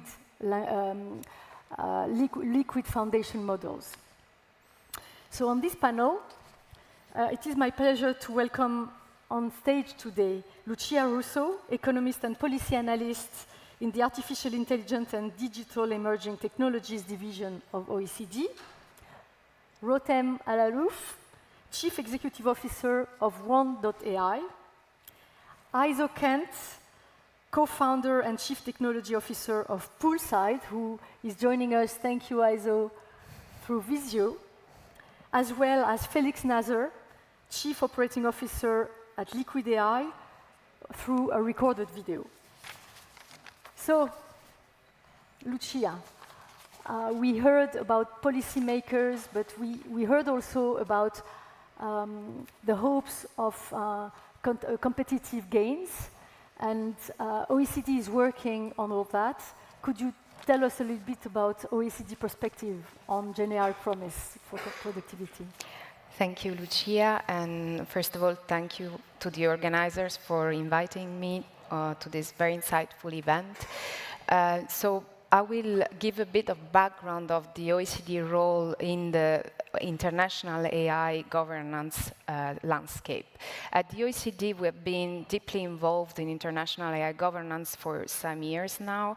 A cornerstone of our work has been the adoption of the OECD recommendation on artificial intelligence, which were adopted in 2019. And back then, they were the very first intergovernmental standard providing guidance to policymakers and practitioners on how to promote innovative, trustworthy AI that is aligned with human rights and democratic values. And since then, the work at the OECD has been to provide policymakers with guidance on how to move from these principles to practice. And we have a number of activities related to that, including a network of experts, and Lit Friedrich is one of our experts, for instance, because we truly believe that multidisciplinarity and multi-stakeholder cooperation is what matters in this field. And another key example is the OECD AI Policy Observatory, which is a platform that provides data and trends around AI, including policy developments, and all of this to inform decision making. So, for instance, one of the data points that also was mentioned by Lucia, of course, is this surge in investment. And for instance, we have noticed that since 2022, generative AI, investment in generative AI startups have raised from 1% of the total venture capital to 18%. And so this is testimony, the surge to the potential that the technology holds, and we heard many of these already being eloquently explained by previous speakers around potentials for personalized education, for accelerated drug discovery, and in general for breakthroughs in research and science. And ultimately for productivity gains across sectors of the economy. So when it comes to productivity gains, and if we can move to the next slide, their estimates actually widely diverge. And here, this is work done by colleagues in the economic department who recently released this paper. You can see the title on the right corner. And what they've done is they've contributed to this debate that, as you see, has quite a divergent outcome, because you can see that estimates are as modest as 0.1 percentage point of annual labor productivity gains, that is the study by Acemoglu, to 1.5 percentage points. And where does the OECD colleagues landed is somewhere in between 0.5 and 0.9 percentage points of contribution to annual productivity gains. So what does this tell us? It tells us that there is potential to boost productivity through AI, yet not to revamp productivity to the levels that we had in the 60s, though, of course, these estimates are subject to some factors. And these factors are notably the capabilities of AI systems, their integration across sectors, including, for instance, in robotics, the reallocation of factors across sectors, and this is perhaps the most important adoption that we heard already by previous speakers as being one of the key factors enabling actually competitiveness and productivity gains. And I think we'll hear more through concrete cases later on. So what also this points to is, of course, to the role of policymakers. And just to perhaps talk about, also complement this picture of the sunny side, as it was called by the previous moderator, let's just touch upon the challenges that we see, and Lucia has outlined some of them. Those that are mostly concerning policymakers around generative AI are related, for instance, to mis and disinformation. And we know this is not a new phenomenon, but the scale of content generation and propagation that has come about with generative AI has, of course, accelerated. Intellectual property rights, as we know, these models are trained on large corpora of text or other material that is often copyrighted, and so this raises a question of fair remuneration of authors. Labor market implications, these are also concerns, although, for instance, the OECD Digital Economy Outlook outlines that they have not yet materialized as we were thinking would have disrupted labor markets. So just to conclude on this, again, I would like to align the role that policymakers must play in governing these risks while fostering these innovative gains. So first is to build trust in AI, because demand of these systems hinges upon the fact that users trust that systems are transparent, are accountable, are safe, and this is through policy frameworks that ensure safety, transparency, and accountability, but not hamper innovation. And second, and perhaps the most important one, is support AI adoption through investments that in complementary assets, digital infrastructure, intangibles, but perhaps most importantly, skills, to enable the development of the deployment of these technologies, and third, facilitating reallocation of factors across the economy, and this includes labor, so facilitating transitions of the labor market, but also ensuring that capital is reallocated through well-developed financial systems. So I'll stop here, but happy to contribute to the conversation later. Thank you, Lucia. And let's deep dive into examples. And I suggest we start with an example of co-pilot or assistant of the marketing officer. It's interesting because generally it's associated with creativity. So the solution we're going to demonstrate in a very short 90 seconds video is called Typeface. It's US-based. And the reason it's very short, so let me explain what you're going to see.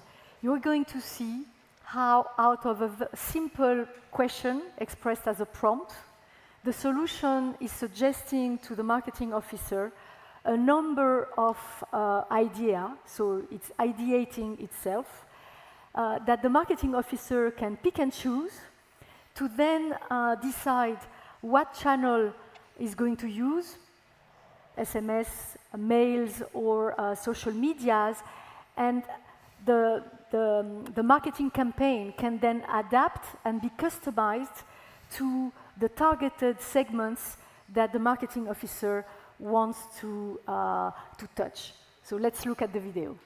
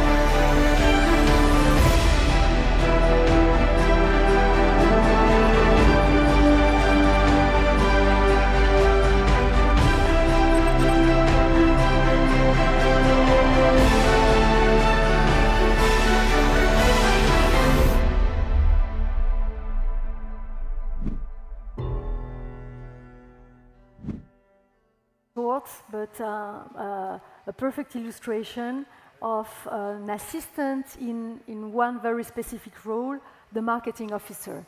Let's now turn to you, ISO, with Poolside, because this is also a very specific assistant for the software developer, right? So Poolside is the new generation of GenAI coding assistant. I must say that it's a very young startup because Poolside came out of stealth last October and successfully closed a 500 million equity round at a 3 billion valuation. So a perfect illustration of the GenAI new generation, just 12 months after its creation. What's the magic about poolside ISO? Well, first of all, thank you for having me here, Lucia. Poolside focuses entirely on building the world's most capable AI, targeting software development capabilities. Our view is that in the next 10 years, the gap between human capabilities in software development and machine intelligence is going to almost entirely close. But we were also very aware that the vast majority of software developers in the world and where economic value gets created sits inside large enterprises. Right? The world doesn't often realize that JP Morgan has 50,000 software developers. And so Poolside entirely focuses not just on pushing capabilities in AI and software development, but also making sure that they can actually be deployed securely and put in action inside large, complex enterprise and government environments. Interesting. So you're going to bring possibly, you're going to contribute to the problem of labor shortage in that space. So that's going to be interesting. But what struck me when you went public, ISO, is that with your co-founder, Jason Warren, by the way, former CTO of GitHub Copilot, now part of Microsoft, you published a manifesto talking about artificial general intelligence. Can you tell us more? That was very, very striking. So often when I'm in rooms like this, I like to ask the audience, how many people here fully believe that within the next decade, human intelligence, at least in areas that are economically valuable, we are going to entirely close this gap between what we're capable of and what AI is capable of. And very often we see a lot of hands in the room that go up. I posit that actually the vast majority of us are still underestimating what is going to happen in the coming decades. And Poolside's point of view is the following, is when we look at foundation models today, what they are fundamentally are when we have extremely large-scale data, the web for large language models, or Elon putting millions of cars on the road for solving full self-driving. These models are fundamentally compression of that data into a neural network, a model, that forces generalization, essentially what we refer to as intelligence. And the reason I mention this in context of our manifesto is that areas where we have extremely large data, or we are able to gather it, like putting millions of cars on the road, or we are able to synthetically generate and verify it, areas that can be simulated, like software development, we are going to see that gap close first. And our belief is that the path towards AGI, which is, I think, a poorly defined term, but let's take it as closing the gap entirely between human intelligence and machine intelligence and all things that we consider economically valuable, is going to go through first closing that gap in software development. And not to give a monologue, but to TLDR it really comes to the fact that when we are dealing with the training of these models, we need to be able to tell them, as we are generating more and more data, when they are right and when they are wrong. And in domains that are deterministic, like code, where we can execute it, we can test it, we can verify it, we're able to push these models to more correct, complex reasoning and correct coding capabilities faster than we might be in other areas. And so our view is that the road to AGI is going to go through building the world's most capable capabilities in software development and coding first, and secondly, only in other areas. Wow, that's very, very interesting. And by the way, that makes me an easy transition to Rotem, because Rotem, with One.ai, what you're putting to the market is a platform that allows to build assistants in different roles that can collaborate one with another, right? This sounds very futuristic. Yeah, so thanks a lot for inviting me here, and thanks a lot for the introduction. So the core things that One is doing is what we call artificial workforces. So we have the human workforce today, and we are working on an artificial version for companies to be able to have those agents collaborating together between themselves first, but also with humanity. So if we are thinking at the first generation of what happened with generative AI, the focus was to see how we are able to create a single artificial brain that is able to take information and to generate responses based on it. If we are thinking about the human brain in that context, so the human brain didn't change a lot during the last thousands of years, but the society and information flows between different humans is what enables us to step up and create most of the things that we've created today. There's still a lot of work on the artificial brain.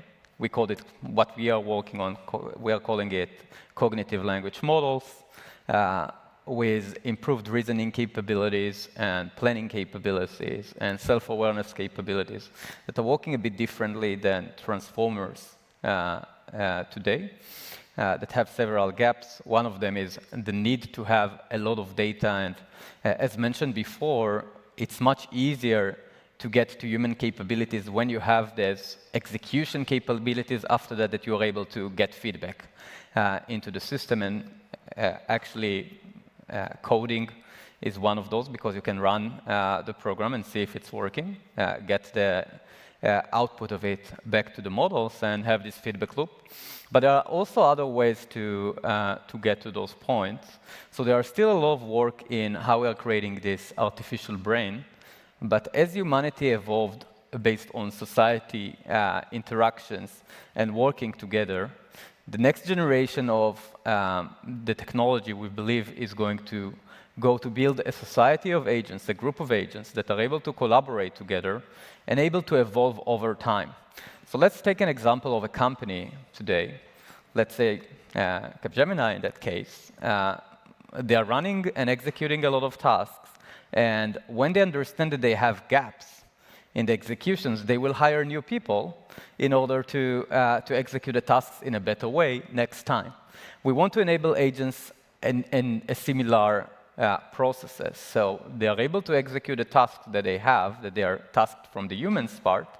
And if they believe that they can do it better next time, we want this group to self-evolve, to kind of hire a new agent automatically, autonomously, in order to be able to run it in a better way. So very similar to what was discussed before, because the task was executed and we got some feedback from humans, ideally, at the end of this process, we are able to compare those two groups of agents after that. So having a group that is executing tasks, checking the inefficiencies in the execution, or at least assuming what's the inefficiencies and what's the solution, creating a new group of agents that is better, with new functionalities, with new roles that were added to this group, and then continuing this process until we have this artificial workforce group self-evolving in order to solve more and more and more complex tasks. So this is from the fundamental and core technology, and it's using a lot of reinforcement learning technologies and not only generative models technology and generative AI. So one thing is to build these artificial workforces, and the second thing is how humanity is going to collaborate in the best way with this artificial workforce. We need a lot of feedback in order to bring those artificial workforces to a level of execution that are similar or better than humans. And the best ones to give us this feedback is humanity. And the collaboration between the human workforce and the artificial workforce is going to be crucial on how we are enabling the systems to automate and execute more and more and more complex tasks over time. Ideally, we want every agent in our system to be able to approach to every person in any organization when it wants to ask a question, when it's getting stuck, when its critic technology tells it, I don't know how to solve it by myself. We want it to be able to go to every human in a complete two-sided collaboration process between humanity and the agentic system. So that's what we are working on, and as part of it, we are working also on the fundamental technology of a specific brain, but mostly on how those artificial workforces are working together with the human workforce. That's fascinating. I'm sure you share my view that this is also futuristic. We hear you talk about collaboration between digital agents and the employee. What is the role of the employee in your vision? So that's a great question. So I think one of the mistakes that's happening in both companies today and enterprises and governments and a lot of different organizations we are working with today is that they are looking at the individual employee and asking the question of how AI can help this individual employee to do better. That's a very, very problematic way to look at it, because the employee is not necessarily going to do the same things. As you say, like, maybe he'll do something completely different. Let's take the Industrial Revolution for an example. People that handmade suit T-shirts moved to manage production lines. So they changed the role. The role was evolved to something different, and together they were able to achieve 100x, 1000x more productivity gains than what was possible before.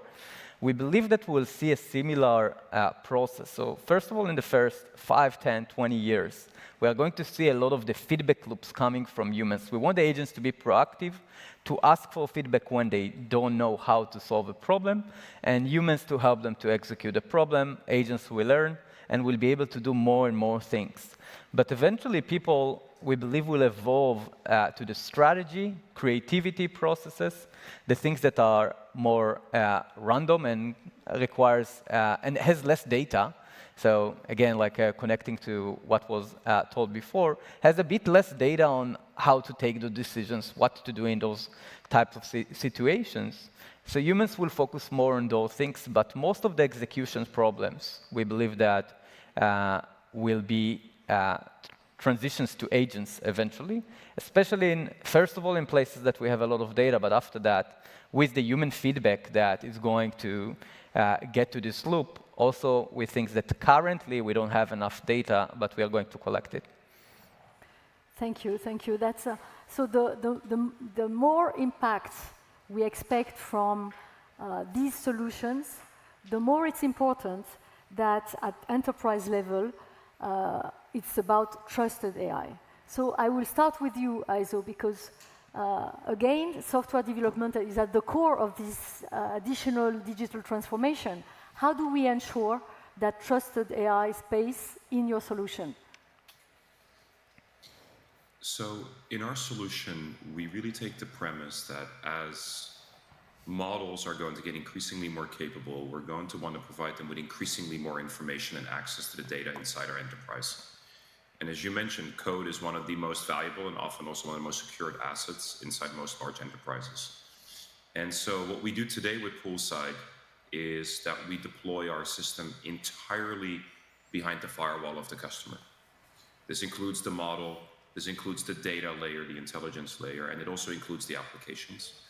What is quite unique about us and where we sit in the world is that we have what's called a first-party relationship with Amazon Web Services, something that they've only done several times in the history of their entire company, meaning that when a customer is bringing Poolside on board inside AWS, the world's largest cloud, they're not just getting it entirely in their environment secure behind their firewall, but also the contracting party on the other end is Amazon.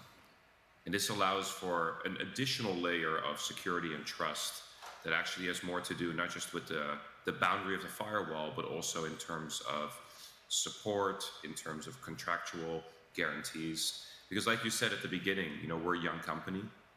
We focused on enterprises from day zero, and we were aware at the scale at which we were rolling out, we were going to require a very large trusted party to be able to do so with us. Thank you. I mean, obviously, some of these words are pretty technical. I appreciate. For the audience, I hope this is clear. And I'll ask the same question to you, Rotem, because that's paramount for adoption. So, as mentioned, I think, first of all, adoption and trust are required in enterprises. We are also, as a solution, took a decision from the beginning to be able to run behind the customer's government VPC on-premise solutions in order to enable them to run and to reduce the trust gaps that we are seeing today in enterprises. The second thing that I want to mention, people took large language models in the past, and we are seeing it evolving in enterprise currently, and they tried to put it in, to push it to a specific task. And then they understood that there are a lot of different components that are missing. If it's, for example, how we are able to, how we are creating a technology that says, I don't know how to solve it, something that is a huge problem with large language models, like hallucination is one of the consequences of that. So how I identify that the large language model doesn't know how to solve this problem? One problem. Second, role-based access control. How we are getting those agents to have access to different data. How the agents knows to to send different questions that they don't know to humans. How we are able to run in on-premise environments and a lot of different things. How we are migrating data. A lot of different problems that we are seeing that requires a lot of different components.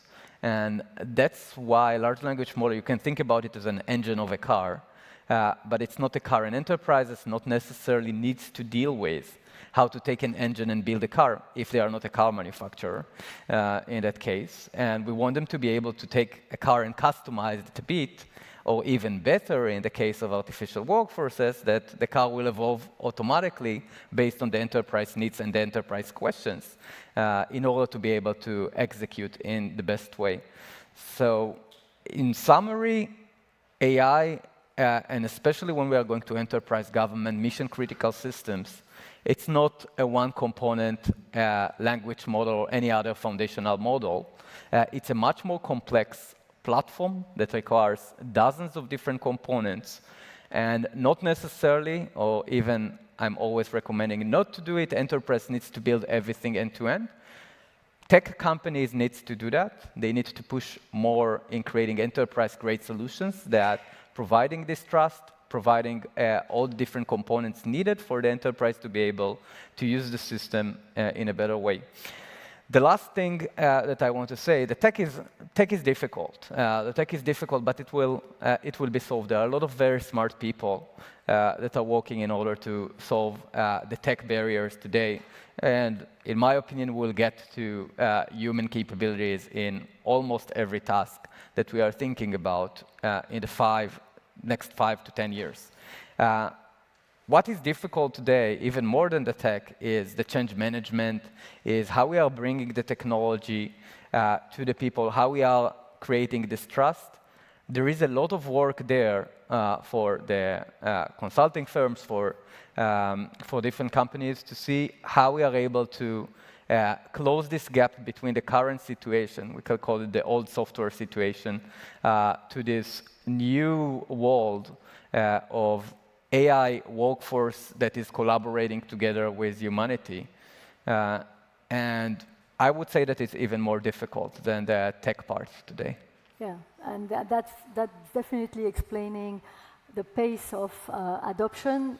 It's driving that, and of course, we know that this is not only about tech solutions.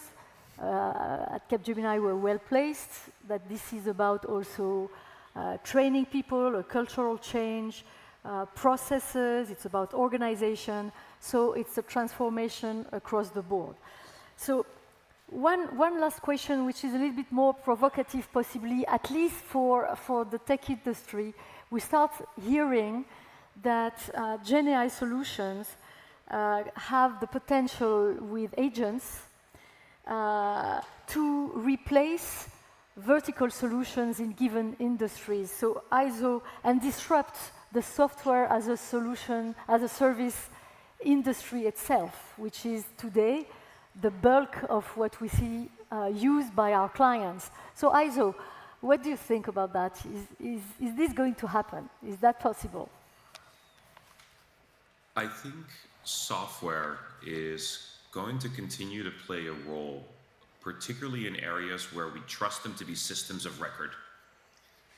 We have lots of SaaS software today that exists in the world think Salesforce, is a great example, ERP systems and others that are truly a system of record for our business. It's where our data lives, and it's where we're going to want to continue that data layer to exist. However, there is SaaS software out there today that is trying to mimic what the human workforce does.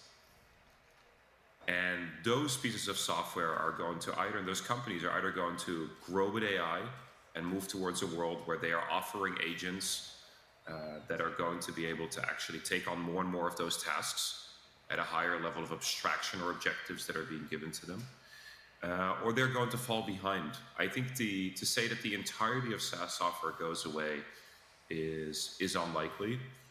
We are still going to want a lot of software to exist. I want my bank transaction to be done by deterministic software, not by an agent. But it is very true that a lot more software that will sustain the test of time is going to be bigger systems of record, combined with companies that are able to take advantage of these models and turn them into really useful agents that augment the existing workforce.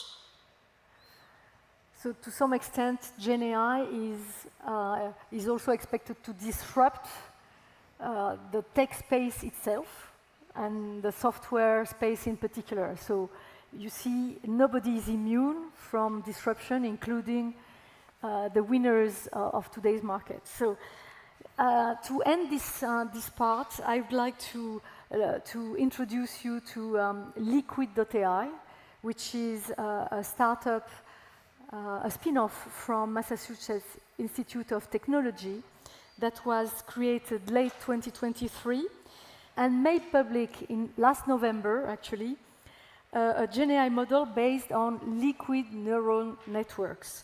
So we heard about the cognitive foundational model. This is a liquid foundational model mimicking the way, by the way, again, the brain is working.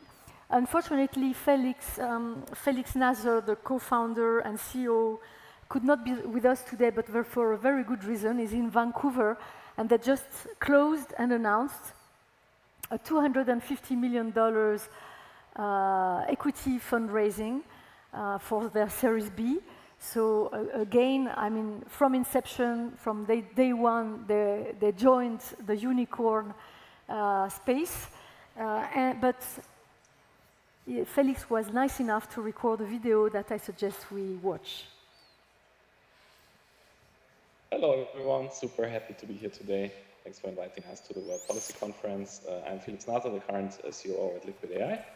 And what I want to share with you in the following is basically what we do at Liquid AI, what specific advantages we enable with our technology, how this translates to use cases and real-world examples. So starting with our foundation technology, so Liquid AI is a foundation model company. We are headquartered in Boston, Massachusetts, as you've already known through the introduction. So our foundation models, we call them liquid foundation models. From an architecture point of view and a kind of innovation point of view, they are enabling three major advantages. One of them is efficiency.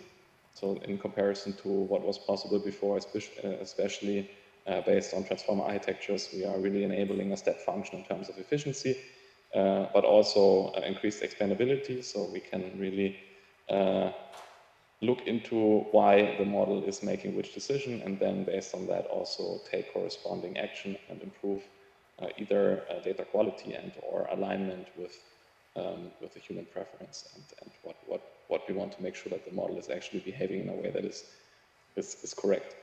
And last but not least, all of this does not come with a quality disadvantage, but actually with a quality advantage. So what we've shown also with the latest release of our first series of foundation models, we have released language models at the size of 1B, 3B, and 40B to play around with at playgrounds of Liquid.ai, by the way, if you're curious. And these models are, in their corresponding size, the new state of the art. So they really not only unlock efficiency and expandability gains, but also outperform any other model in their corresponding size, which is really exciting for us, and that's why we are yeah, also looking forward to continuing to work with our design and customers to bring this technology to the world and to enterprise users. Yeah, maybe one addition here is that you might wonder what use cases this enables and who are these early customers. As you can imagine, maybe based on these quality efficiency gains, especially if you look at on-device applications where all of a sudden Gen AI on the edge is possible because of these memory efficiency gains that we can enable through liquid foundation models. From a customer perspective, this is amazing because of two reasons, primarily. One, latency is not dependent on any cloud calls, but answers can be computed directly on device. And secondly, from a business case point of view, for OEMs, there's no need to pay massive bills to any cloud API provider because everything or the majority of requests can be handled on device. In addition to that, we're also looking into financial services and biotech applications because, I mean, our foundation models are not only focused on language, as we've shown in our product launch recently, but basically can work with any sequential data type and outperform existing methods, both, again, in terms of accuracy, quality, and efficiency and explainability. So thank you, and looking forward to hear from you soon. So this solution, as an example, is particularly relevant for industrial applications with business-critical aspects. As an example, autonomous car. Why? Because you can't afford, with an autonomous car, to all of a sudden take the risk of compute being disrupted off-grid. Otherwise, it creates safety issues. So the beauty of what they're putting on the market is that, in particular, it can work for some of these applications on a laptop. So the compute level has nothing to compare with the intensity of large language models. And for applications like off-grid, off-network, business criticality, where continuity of service is absolutely paramount, it's very important to be able to rely on different models. So I think what we wanted to show you is that innovation on this front is just moving very, very fast. There is ambition, and bridging the intelligence gap, as you heard, is definitely the race that these startups are on. On the enterprise front, the companies like Capgemini are, of course, helping clients master this new technology in the adoption. That's very important because we all want, there is no conflict of interest. It's absolutely converging that this can bring a lot of benefits in terms of productivity in particular, but that needs to be mastered in terms of adoption. So we just have 10 minutes left before lunch. I suggest we open for questions to the floor.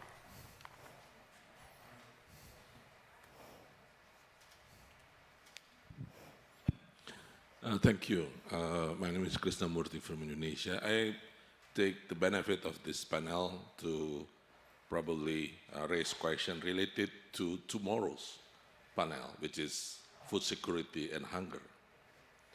I saw you mentioned about workforce, and Rotem, you mentioned about the importance of how AI and human interface. Now, the workforce that I think very important for tomorrow's question about hunger and food security is the farmers. And in Africa, in Asia, the farmers has so many limitations. They are not well educated, they don't have any money, they don't have the computers. My question will be for both of you. Will AI help the communication of AI and the farmers? Will we see something that can help the farmers to produce more with that kind of technology? Because at the end of the day, we will have to eat the food that the farmers plant. It's not, we will not eat the AI. We will have to eat the food. So how AI help farmers so they can produce more? Thank you. I can start. So great question. I must say that there are a lot of problems today with the current technology, and actually both liquid foundation models and a lot of things that we are doing are discussing about the problem of sustainability of running very, very large models. So we've been in touch with one of the largest countries in like the same topic, and one of the things that we saw that if we are taking the large models today, it doesn't make sense from a compute perspective and salaries perspective, even to see how to bridge the gaps. So the goal and value of small models that are still as smart or even smarter than the large models in order to help in those fields is very, very significant. Small models are also enabling us to go to fields that weren't enabled with the large models that weren't sustainable enough in different problems, and this is one of those types of problems.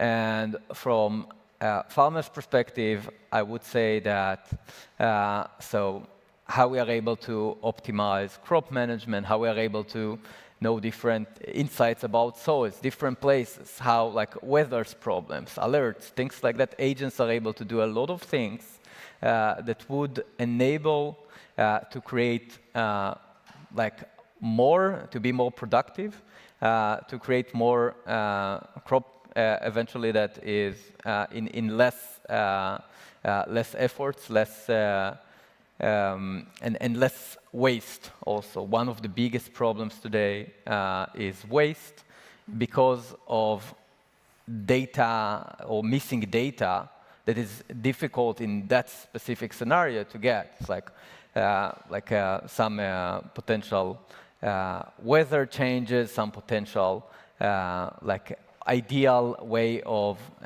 soil and ideal way of medicines and a lot of different things. So I believe that agents can help a lot there.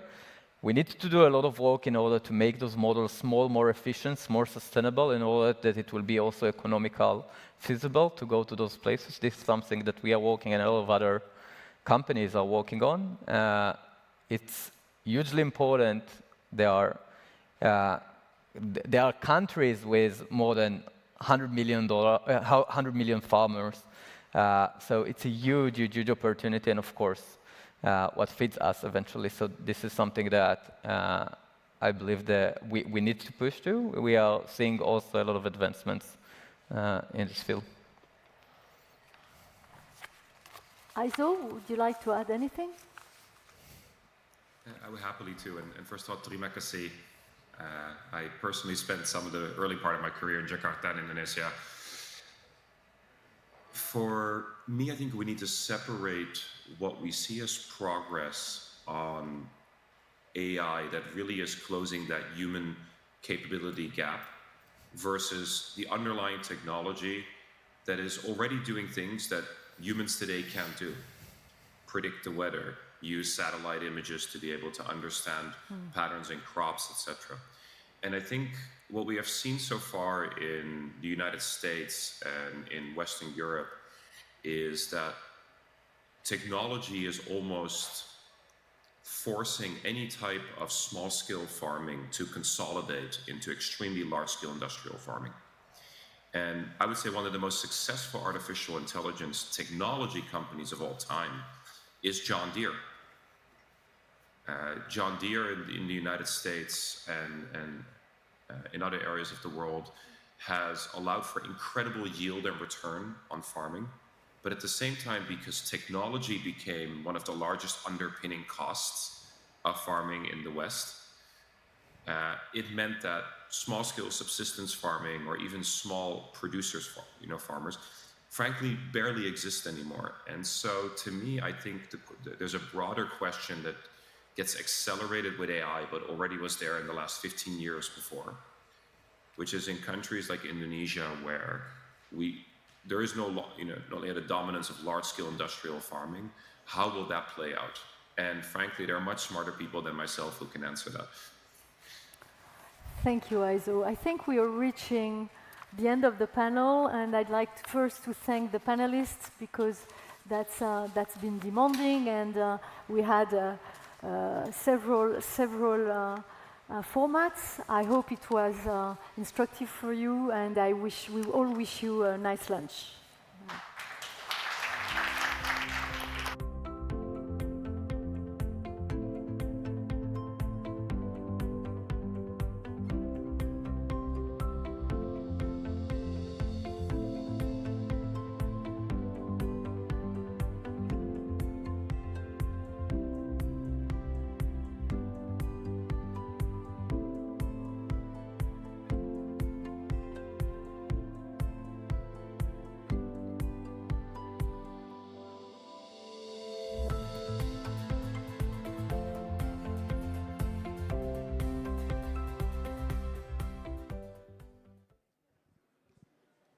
Nous vous invitons à rejoindre la salle de déjeuner en face de la salle de conférence. Les participants au Business Lunch seront guidés par les hôtesses vers la terrasse du café-restaurant au niveau de la piscine. Les participants au déjeuner de presse peuvent suivre les drapeaux à l'étage, où notre équipe sera à votre disposition pour vous accompagner. Ladies and gentlemen, we hope that you enjoyed this morning's incredible sessions. Guests are invited to take their seats in the dining space opposite the ballroom. Those expected to join the business lunch will be guided to the cafe restaurant terrace at the pool level, while those joining the press lunch can follow the flags upstairs, where our team will assist you. Thank you very much.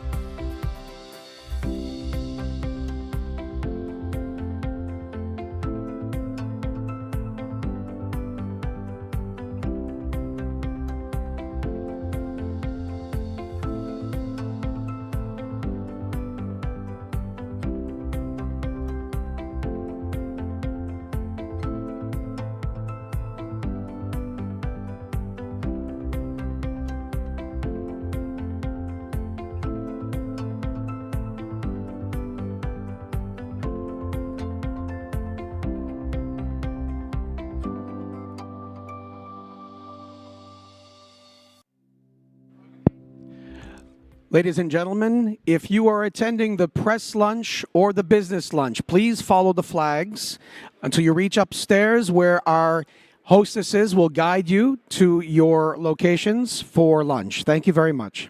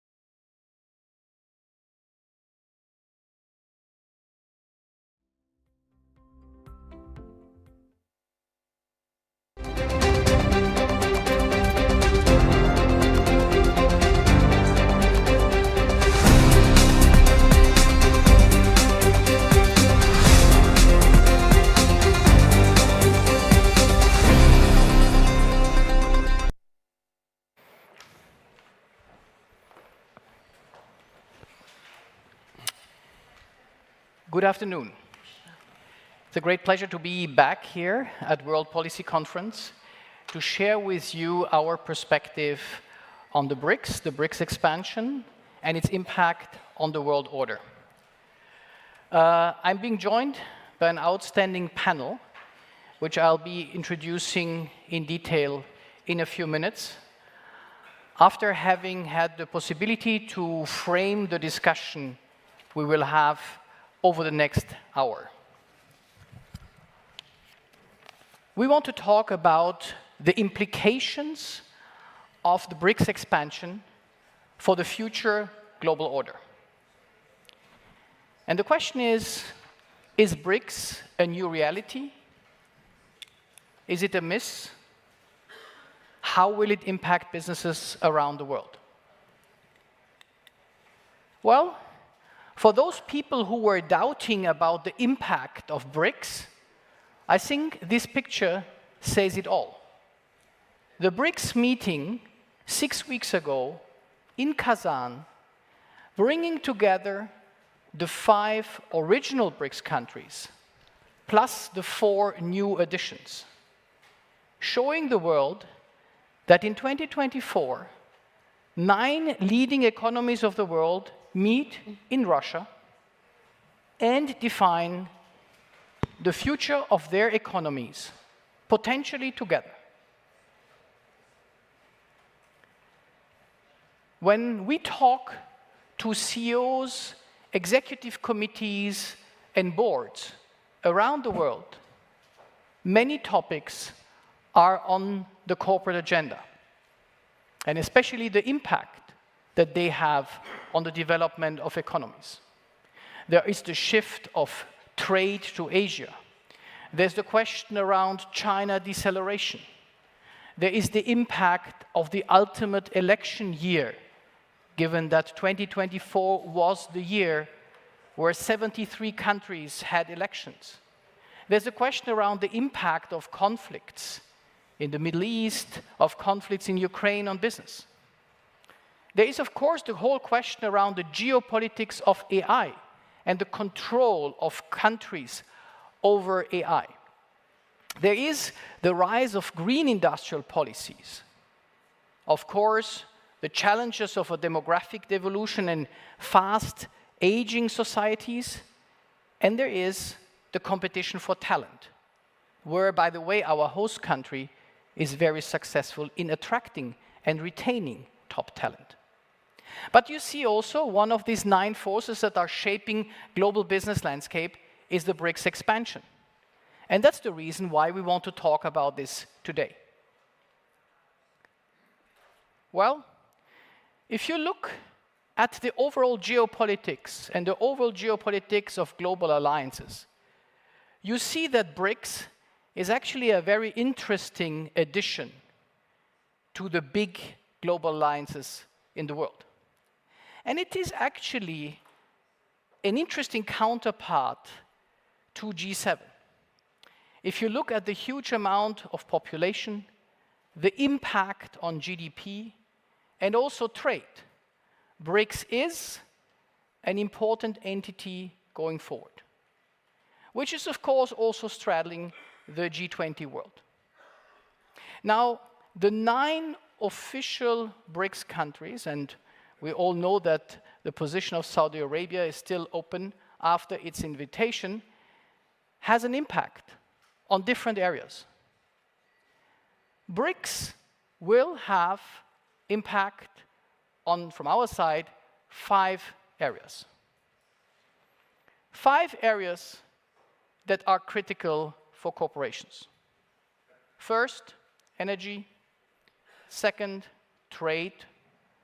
Third, infrastructure and development. Fourth, the monetary policy. And last but not least, the technological cooperation. So let me deep dive on 2 of these 5 areas. The first one is energy. If you look at the volume of oil and gas that the BRICS, the expanded BRICS, plus Saudi Arabia, plus the countries that would like to join the BRICS control, we see that this group is controlling the large majority of the world's oil and a good portion of the world's gas production. What is also interesting is when you look at where do the BRICS countries get their energy from, you see on the right-hand side of this chart that the large majority is actually an intra-BRIC trade of energy. So what this chart shows you is that actually the BRICS, the expanded BRICS, and potential new countries joining the BRICS are creating an own sphere of energy market, independent of other players. So that's one deep dive I wanted to share with you. The second deep dive I wanted to share with you is trade. This picture shows on the left-hand side the export, on the right-hand side the import. And it shows how many percentage of the exports of these 9 countries go to their fellow BRICS countries. And on the right-hand side, it shows you how much of the imports is coming from the fellow BRICS countries. And this is a picture that compares 2003 to 2023. And you see that in 20 years difference, for many countries, the share of intra-BRICS trade has grown between 10 to 20 percentage points. So again, an element where we personally think that it is important for corporations to understand the impact that BRICS will have on their trading patterns.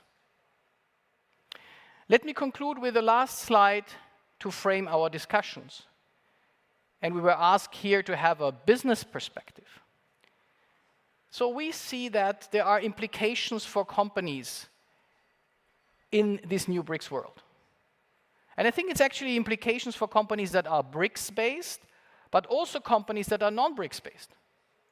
And it starts with the fact of developing a BRICS-specific go-to-market strategy.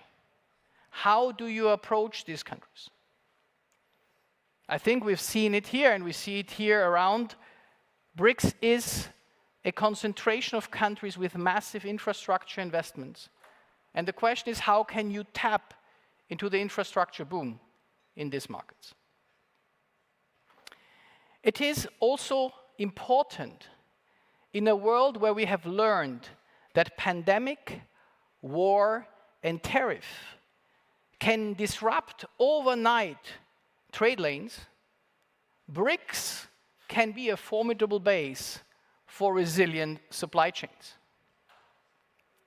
But, and I think I showed it with my first picture of the summit in Kazan, it's also necessary to navigate the BRICS in the overall environment of also Western sanctions regimes. And last but not least, to be successful in these countries, companies need to develop what we call the geopolitical muscle, i.e. the ability of companies to understand geopolitical shifts, trade developments, and of course also to be able to integrate that in their decision-making, be it for investments or long-term strategies. So with that framing, I'm very happy to join our panel, which I'm introducing now in detail, for a discussion. And we have, I think, a very nice representation here from the BRICS countries, except one country. And the funny thing is, I don't know if we always were joking, Etienne, in the green room, because it's rare that we have 2 Austrians on a panel of 5, so a little neutral country in the middle of Europe. But I'd like to introduce the panel, and so I start with His Excellency Etienne Berthold, the Ambassador of the Republic of Austria here in the UAE. You have been here for 2 years. We just talked about the fascinating dynamic of this region, and before that you have been working at the Chancellery in Vienna. You've been the spokesperson to 3 Austrian chancellors, and I think you have a very broad and comprehensive perspective of the world. So thank you for joining us today. Then I'm happy to introduce Trudy Makaya from South Africa, so the S in the Brics, if I may say so. You have been the Special Economic Advisor to President Ramaphosa from 2018 to 2023. You're now on the board of the Spar Group. I think you have, and we'll talk about later, a very interesting perspective on the BRICS from a South African point of view. And of course, I think we look forward to seeing also how you see maybe also other African countries who are joining the BRICS. Then starting with the first letter in the BRICS, from Brazil, Constanza Negri Biasuti. Constanza, you have been the B20 Sherpa for Brazil, and you're actually heading the trade and international integration of the Federal Association of Brazilian Industry, CNI. And we have been talking already in the preparation about what is actually Brazil's perspective on B20, G20, BRICS. And we had this chart before where we saw the different overlaps and non-overlaps. So that plays an important role. And then from China, Yao Chide, you are the Vice Chairman and Secretary General of the Shanghai Development Research Foundation. You have a long history of research on development, on the impact of development in countries, both in the US and in China. And we're very grateful that you made the long trip to join us here as WPC to share that perspective. So let me start with you, Etienne, and a first perspective when we look at the BRICS, and especially, I would say, the development of the BRICS side. You saw this chart which I had laid out with G20, with G7, with the EU. From your perspective, what does this development of the BRICS has as an impact for other international institutions, for other countries? Looking at it deliberately first from the outside on. So Nicolas, thank you very much for the introduction and this very prevalent question. Permettez-moi aussi vous adresser en français pour remercier, pour pouvoir adresser cette conférence aujourd'hui. I continue now in English, of course, as this is only English. Quite arguably, yes, we have seen a decrease in Western influence, a steady decrease over the last 15 years. In fact, if you look at it, started all with Lehman Brothers, and since then we see a bit of a decline in the relevance of, and if we are honest, we have to admit it, of G7, G20 has been on the rise a bit, European Union a bit less influential. Where can we track that down? Where can we see this impact? We have to be very open and frank with ourselves. We were under different assumptions when we imposed the sanctions against Russia in 2022. It was a very clear understanding that within a few months the Russian economy would be in shatters. It is not. So is it a failure? No. Was it a mistake? No. It was necessary to impose sanctions on Russia after its war of aggression against Ukraine. There was no alternative from a standpoint of international law. You cannot just stand by and do nothing. But what was the expectation? It was that Russia would more or less be on its knees within a few months because the rest of the world would follow us in imposing sanctions because they could not afford not to impose sanctions. But quite honestly, half of the world has not followed us on this path of imposing sanctions. So this leads us to an evaluation of where we stand and where we should continue going. And one of the main lessons to be drawn for the West, for the G7, for the European Union is not to continue to lament this decline in influence, which also is a bit something that we have to blame on ourselves. We have a lackluster economic performance. We have political domestic crisis in many European countries, difficulties in forming governments, not only in France, also in my country, it takes some time. So it is not unsurmountable. These are challenges. This is normal. But of course, this leads to a decline in influence and the perception in other parts of the world that, yes, in fact, they are less influential, less important. So, and as your charts have shown, there have been shifts in shares of GDP in the population they represent, 45% the BRICS, in the raw earths that are to be found in in BRICS countries. Brazil has pointed it out at its speech, the Kazan summit, that quite arguably a large percentage of the rare minerals and earths are to be found in BRICS countries, important for the energy transition. So what do we do now? We must engage in a dialogue with BRICS countries and not lecture them. And we should listen to them and their concerns. If, for example, our host country tells us, listen, the BRICS for us is a geo-economic project, we should accept it as such and start a dialogue on the basis of this being a geo-economic project meant at economic diversification. And the UAE is very good at economic diversification and at implementing CEPAs, their free trade agreements. They want to do some with the European Union as well. So maybe we should also take the hand that is extended to us as a European Union and agree on starting negotiations also with the UAE on a CEPA. That would help, for example, to engage bilaterally. What would also help is to invite BRICS leaders, as has been done this year already by Italy, to G7 summits. Like if you give them also a place at the big seats, this will help by also listening to what they have to say, and it would be easier to get them on board because they are all ready for, with the exception, of course, of Russia, on a dialogue on sanctions against Russia, on dual-use items, on how to bring about peace. So that should be something that we should really focus on as well in the future. And this leads us to the other point that at the end of the day, yes, we have seen a decline in our influence, but that's not irreversible. We can also read the Draghi report, read many other reports that are out about how to increase, and this is something you are an expert on, how to increase competitiveness, how to tap into the potential of AI. We as Europe, we are nowhere to be seen on AI. We have no AI champions. They are to be found in Asia and in the US, not in Europe.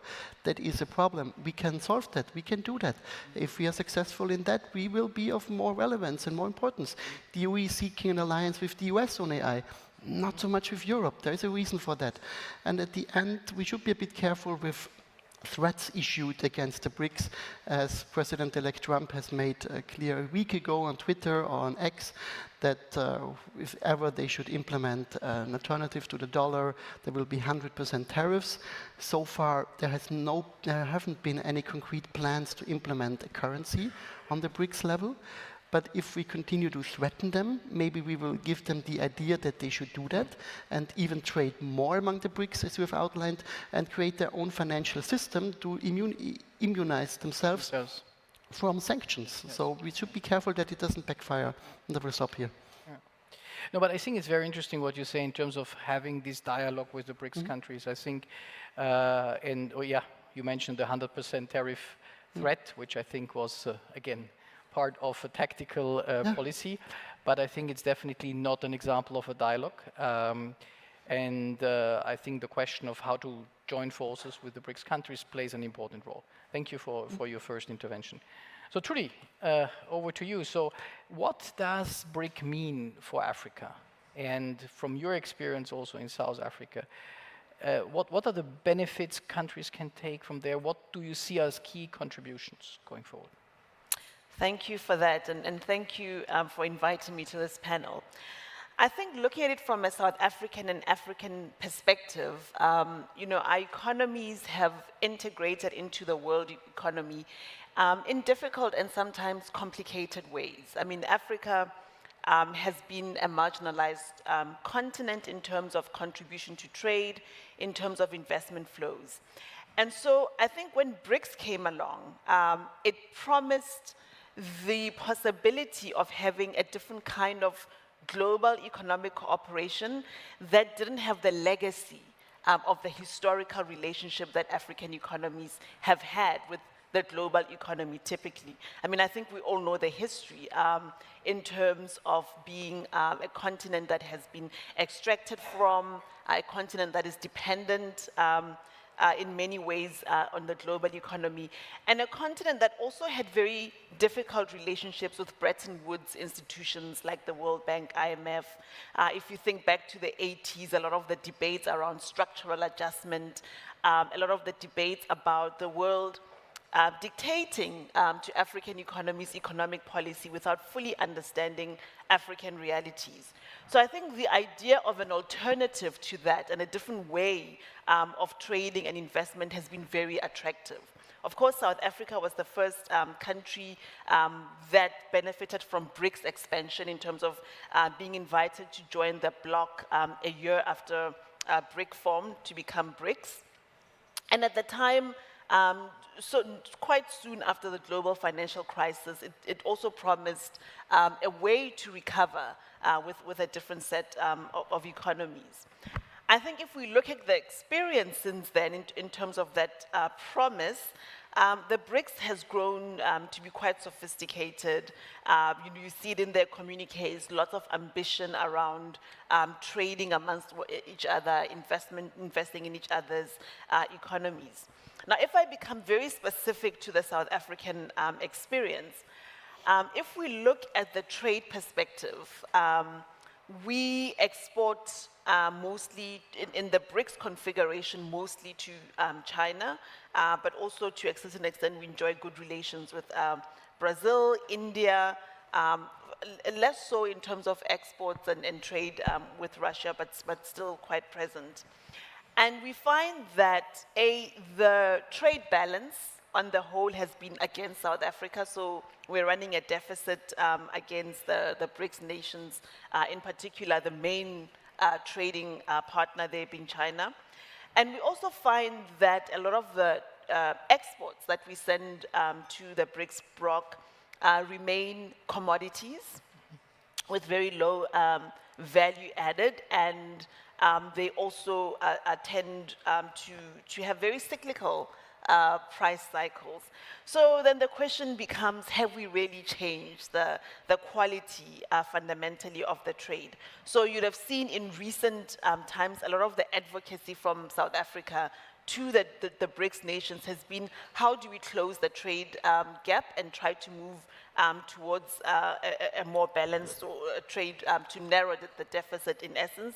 And also, how do we move away from commodities to more value-added products? So in a sense, I can say that in terms of providing options, the BRICS has been very important. But when it comes to some of the fundamental structural changes that we want to see in the way Africa engages with the rest of the world, that is still very much a work in progress. If I think of it from then a foreign direct investment perspective, we've seen South African companies invest in the rest of the BRICS, notable investments, for instance, Naspers, one of the major media conglomerates coming out of South Africa, is well invested in Brazil, in Russia, Discovery Holdings in China. You know, one could go on with a few, and vice versa. And with the prospects of BRICS expansion, we see countries like Saudi Arabia, for instance, being quite active also in terms of inward investment into South Africa and into the continent. So you talked about energy earlier, which is quite interesting in terms of oil and gas. But if you look at South Africa in terms of renewable energy, the biggest renewable energy investment in South Africa is actually from Aqua Power, Saudi headquartered, a 100 megawatt plant. So there are also those new energy partnerships that are forming that promise to create a sense of cohesion and independence within the bloc.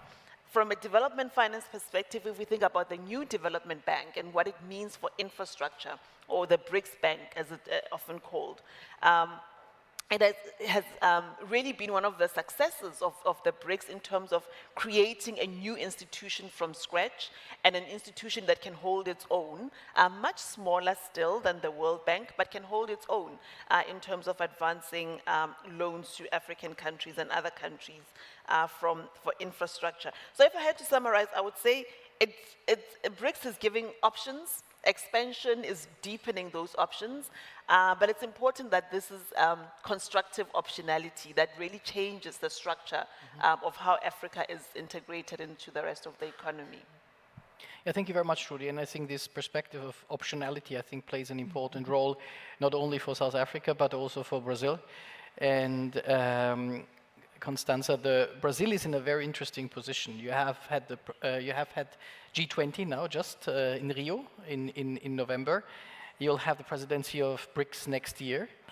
So you representing the Brazilian companies and corporate world, how do these companies actually make the best out of these two worlds? You're one of the few countries that are actually in both groups, and what can the private sector take from this? Thank you very much. It's a pleasure to join for the first time the World Policy Conference, which is extremely interesting. And thank you for the opportunity to bring the private sector perspective and the southern perspective. As you said, I think Brazil places the two presidency of this forum, and if we add COP30, place the country in a key position to shape global discussions and to foster cooperation, which is badly needed in these times. And I think that before going into the contents and the synergies that you mentioned, some general comments from the Brazilian perspective. So despite the differences that we see in terms of composition, geopolitical views of these two groups, G20 and Brics,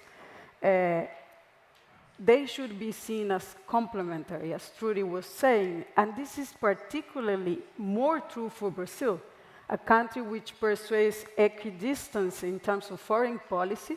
And at these times, by balancing relationship with different powers, Brazil creates more strategic opportunities for the private sectors and to diversify economic opportunities. So I think that while the economic integration across these forums, specifically in terms of the BRIC, may take some time, and if we'll have to see, and the expanded BRICS are still in a very early stage to know what will happen, as my colleague from the US Chamber was saying yesterday, I think it reflects that they already represent important market for businesses in the short term. So the active participation in the discussions in these forums is strategically and is badly needed in terms of the private sector agenda for the economic agenda to move. If we see from the government perspective, just quickly to remind, what are the main priorities that Brazil has established for these two presidencies? For the G20, fight hunger, poverty, inequality, address sustainable development across economic, social, and environmental dimensions, and advance global governance reform to reflect contemporary realities. If we look into the BRICS priorities, which the Brazilian government has already given a quick overview, and there will be detail along next year, since it starts in January of 2025, we see 5 priorities in terms of the government. Reform of international monetary and financial systems, artificial intelligence governance, climate change, about coordinating efforts for COP30 and other issues that are unaddressed topics in the UNFCCC framework. Health, it will be one of the priorities in BRICS for Brazil, and the institutional development inside the governance of the BRICS in terms of how to integrate new BRICS members and streamline the coordination mechanism. We, from the private sector, in terms of the National Confederation of Industry, will have a big responsibility in chairing, where are the groups of the private sector that channel the inputs into the B20 and into the BRICS. With the B20, we finish our work, and we already handed over to our colleagues of South Africa, but we already start working on what will be the priorities for the Brazilian private sector for the BRICS to contribute. And so I would like to share probably 5 non-exhaustive priorities that we see looking into the synergy of these two groups. The first one is related to what Etienne was mentioning, financing sustainable infrastructure and energy transition. As we know, climate action requires a bold private-public collaboration and to close the finance gap and to scale net zero solutions and a fair energy transition. So here the priority that we see is how to accelerate as a complement to the public funds, private capital. How do we unlock private sector investment? And how do we refine the regulatory policies that can leverage private finance for the climate, for the energy transition?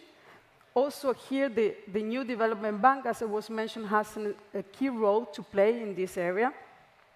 And I think there's also an important element linked to infrastructure. How do we increase the pipeline of approved fundable projects for infrastructure and sustainable infrastructure?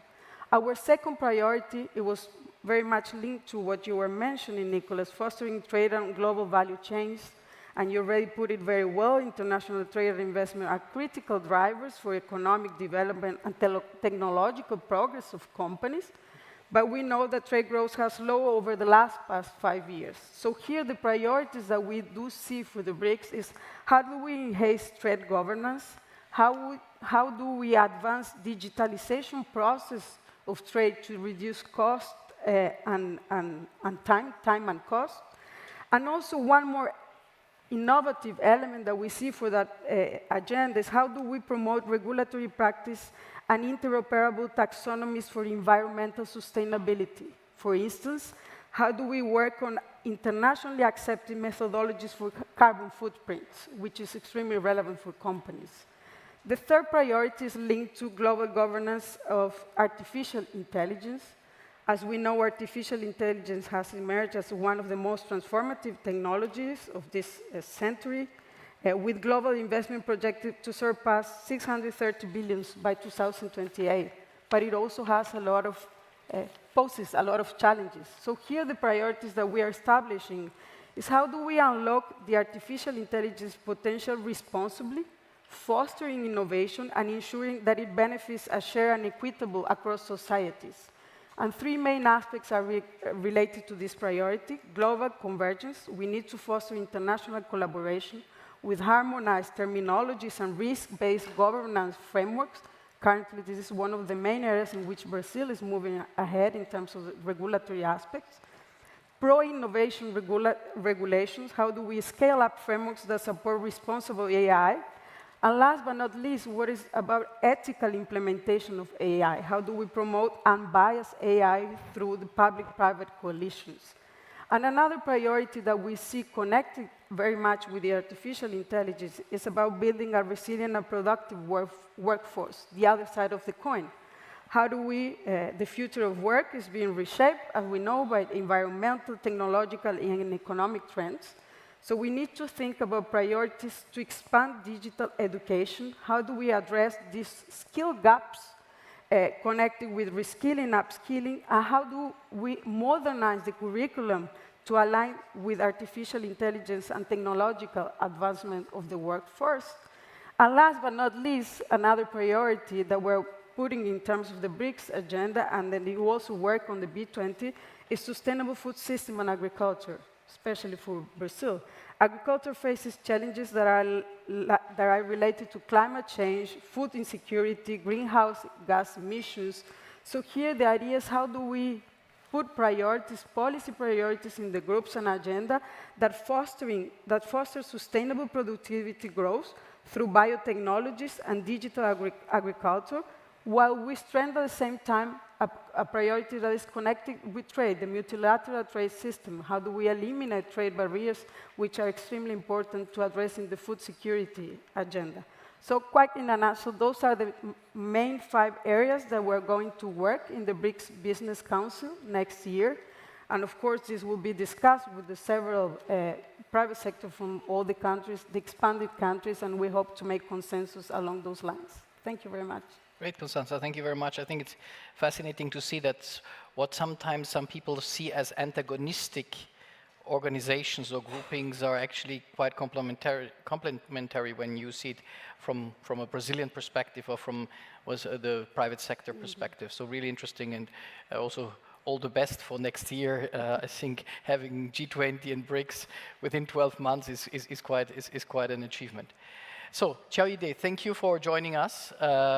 We have already heard, I think both Trudy and Constanza alluded to the NDP, the New Development Bank. Some people call it the BRICS Bank.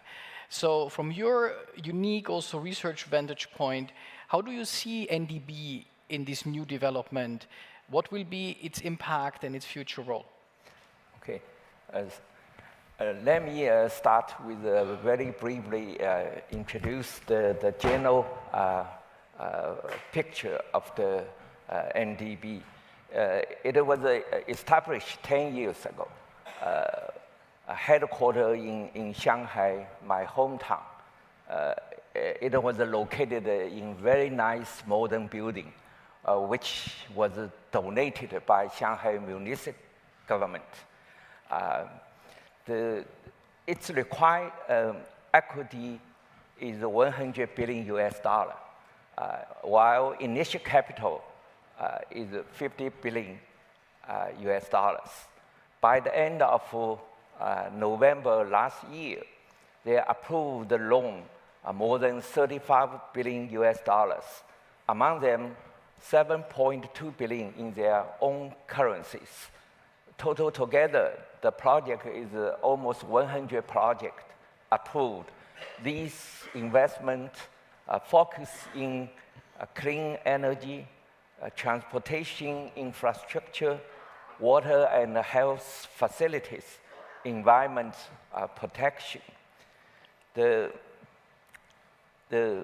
president, the NDB, very interesting, is taken in rotation as an order with first India, Brazil, Russia, South Africa, and China. Oh, by the way, the equity is equally among 5 initial members. So the interesting why India is the first one, why China is the last one. I was taught because headquarters located in China, so China have to put the last one to become the president. Currently, the president of New Development Bank is former Brazil President Ms. Basif. Its end of its tenure should be end of next year. The interestingly, next term is Russia. I was taught finally Russia made a decision. They let Ms. Basif do one more tenure in order to avoid the awkward situation for NDB. That's very interesting and unusual. In summary, I want to point out some points. First of all, NDB is operating very well. The SP, Standard & Poor's, rating NDB as a AA+, which is higher than that on individual country among 5 countries. That's higher than that.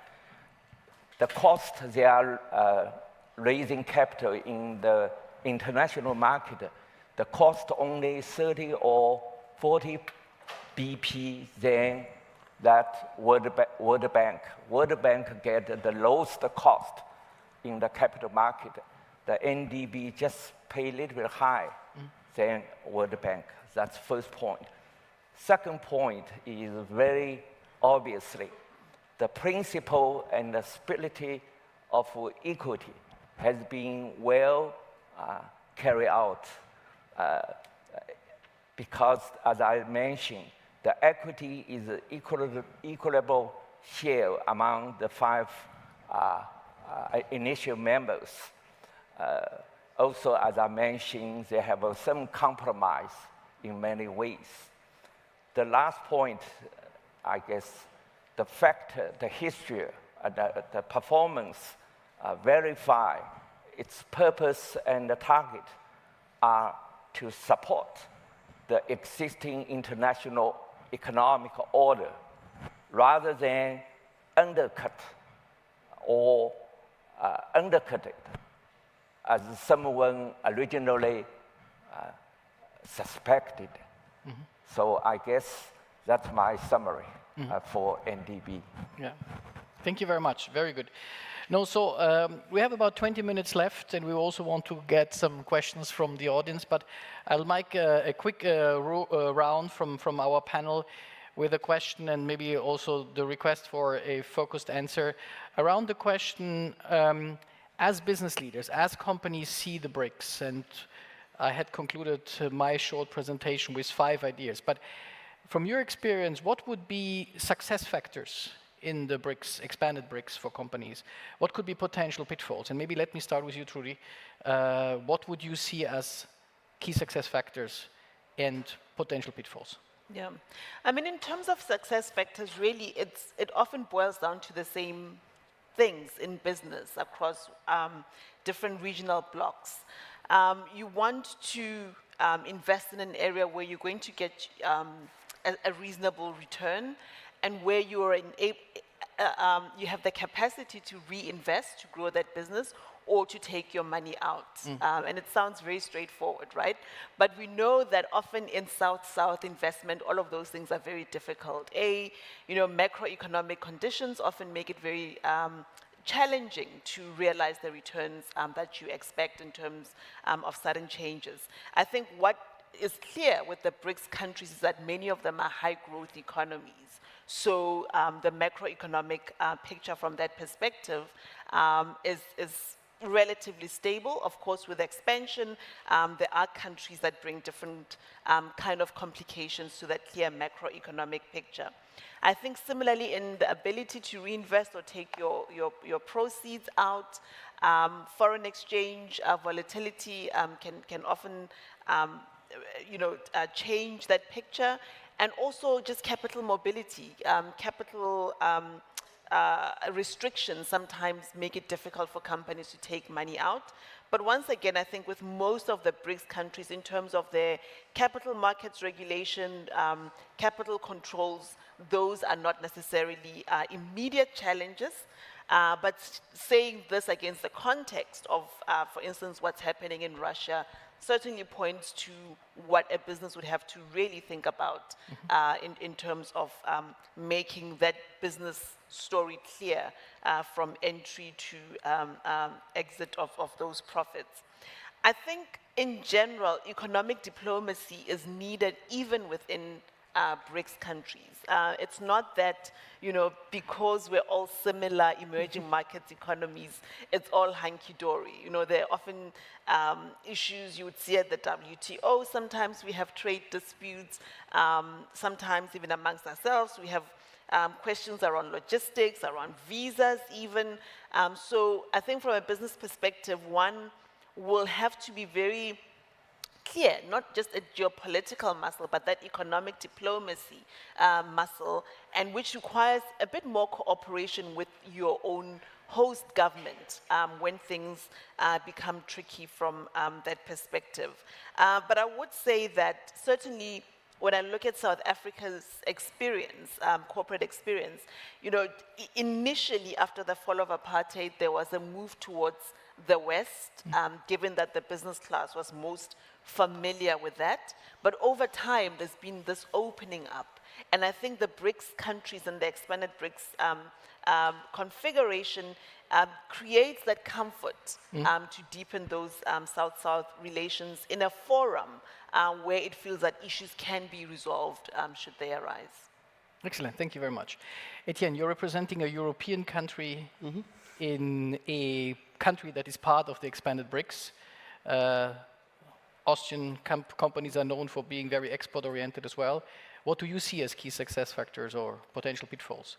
What's your advice?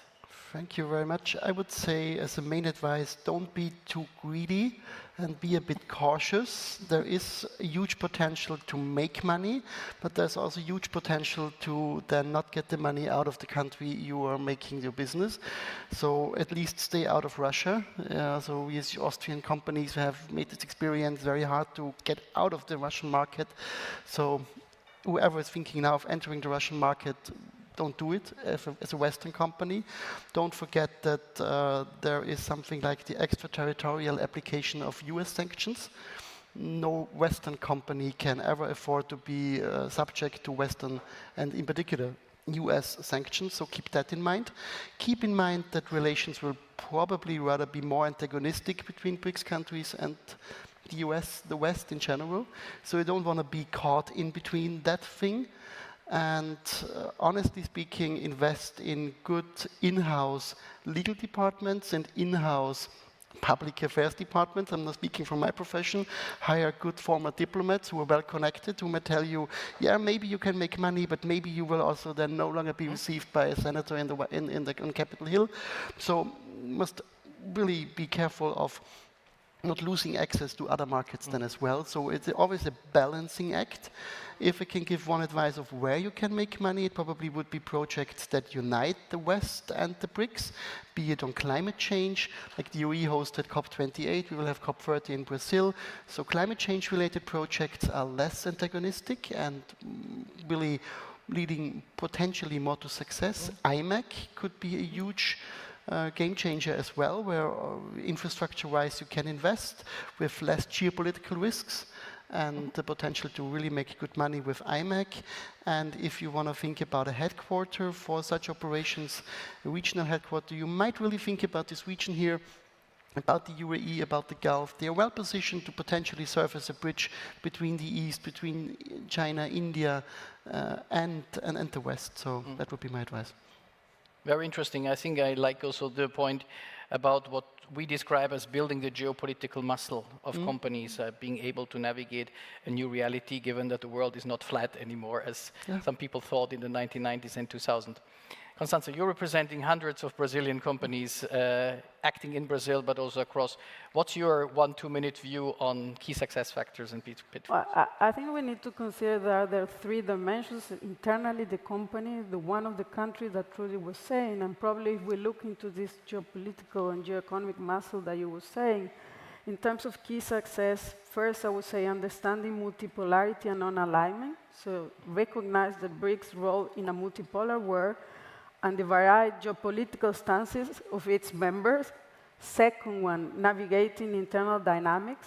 So companies need to be mindful of tensions within the bloc, and such as diverging agendas among members, knowing about that. And third, in terms of key success factors, engaging in sustainable and diversified strategies. So companies need, as far as it's possible, to diversify investment across sectors and geographies to mitigate risk. And in terms of pitfalls to avoid three, geopolitical divisions, companies also need to be cautious about the fragmentation within BRICS due to competing national interests. Third, technological divergence.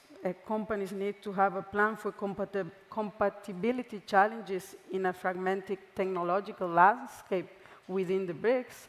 And last but not least, the erosion of cohesiveness. So companies need to account for the risk posed by BRICS expansion in its internal unity. We will have to see how this goes in terms of the future and whether this can be a challenge for companies' operations. So I would sum up with those 6. Very good, thank you. Yeah, what would be your perspective, a couple of minutes on, maybe also from a Chinese perspective, key success factors and pitfalls? First of all, I guess the one factor is we should take one strategy for one country because all these BRICS have been very diversified in terms of different development strategy, different social system. You cannot use one strategy for all of BRIC countries. For example, I guess 2 or 3 weeks, I, with some Chinese businessmen, met some businessmen in South Africa. We asked them, what do you want? In my mind, Chinese can provide the EV. They said, no, we don't want an EV now. Maybe in 5 years, because we don't have kind of infrastructure for EV. What we want is we may look at some alternate facility in China. For example, like a blast furnace, you can dismantle it, remove the part to our country, which reminded me, actually, back 20, 30 years ago, China did the same thing. We dismantle some alternate the facility in US, in Japan, then move the parts back to China, then assemble it. That's the first factor.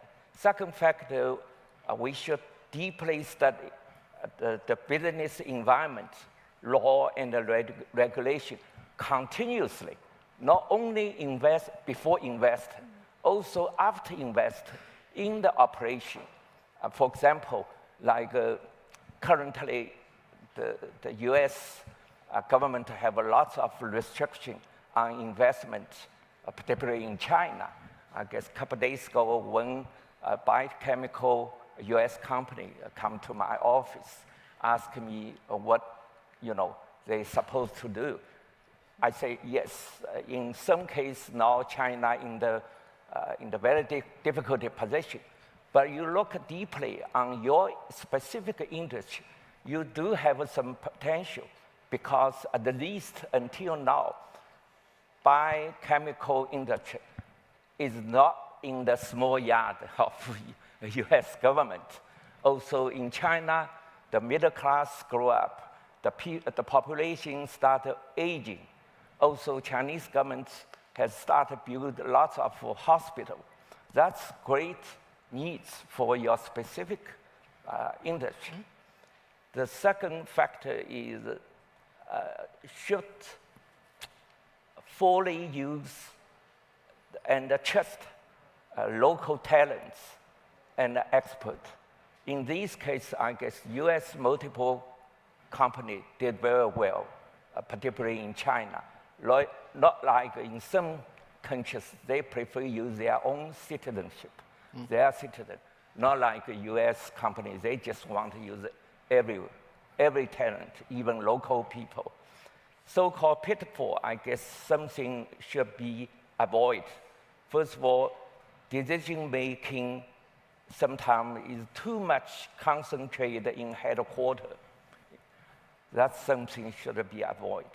Secondly, should not simply copy experience in advanced countries, even it was successful in advanced countries or even in other developing countries, should do something deeply fit to specific countries. That's my... Great. Yeah, thank you very much. So yeah, we'll open up for questions in the audience. So the first hand was here. Yes, please, gentleman here in the middle, and I see a few others. Yes, coming. Please just introduce yourself quickly, and short questions, short answers. Thank you. Hiro Akita from Tokyo Nikkei. So 2 quick questions. One is, what is a glue to unite the BRICS together? It sounds like glue is to get richer together, so economic prosper.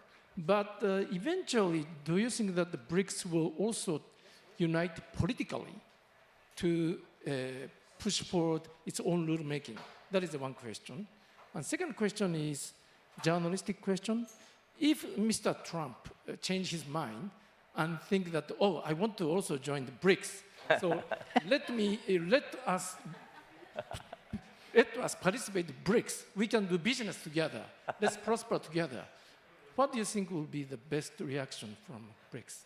Okay, good. Very quick question. Kosasa, do you want to? Yeah. But we need to be on time, so quick question, answer, please. As I say, the purpose for BRICS, I guess, based on their need for their quick growth, also, in some sense, express their unhappiness to existing international institutions because they don't feel they are be treated equally. I guess, on the other hand, that's maybe the weakness of BRICS because they don't have a very solid base on, just like G7 on the ideology. That's maybe is a weakness. Yeah. For your second question, I don't think it will happen. Good. Next question. Yes.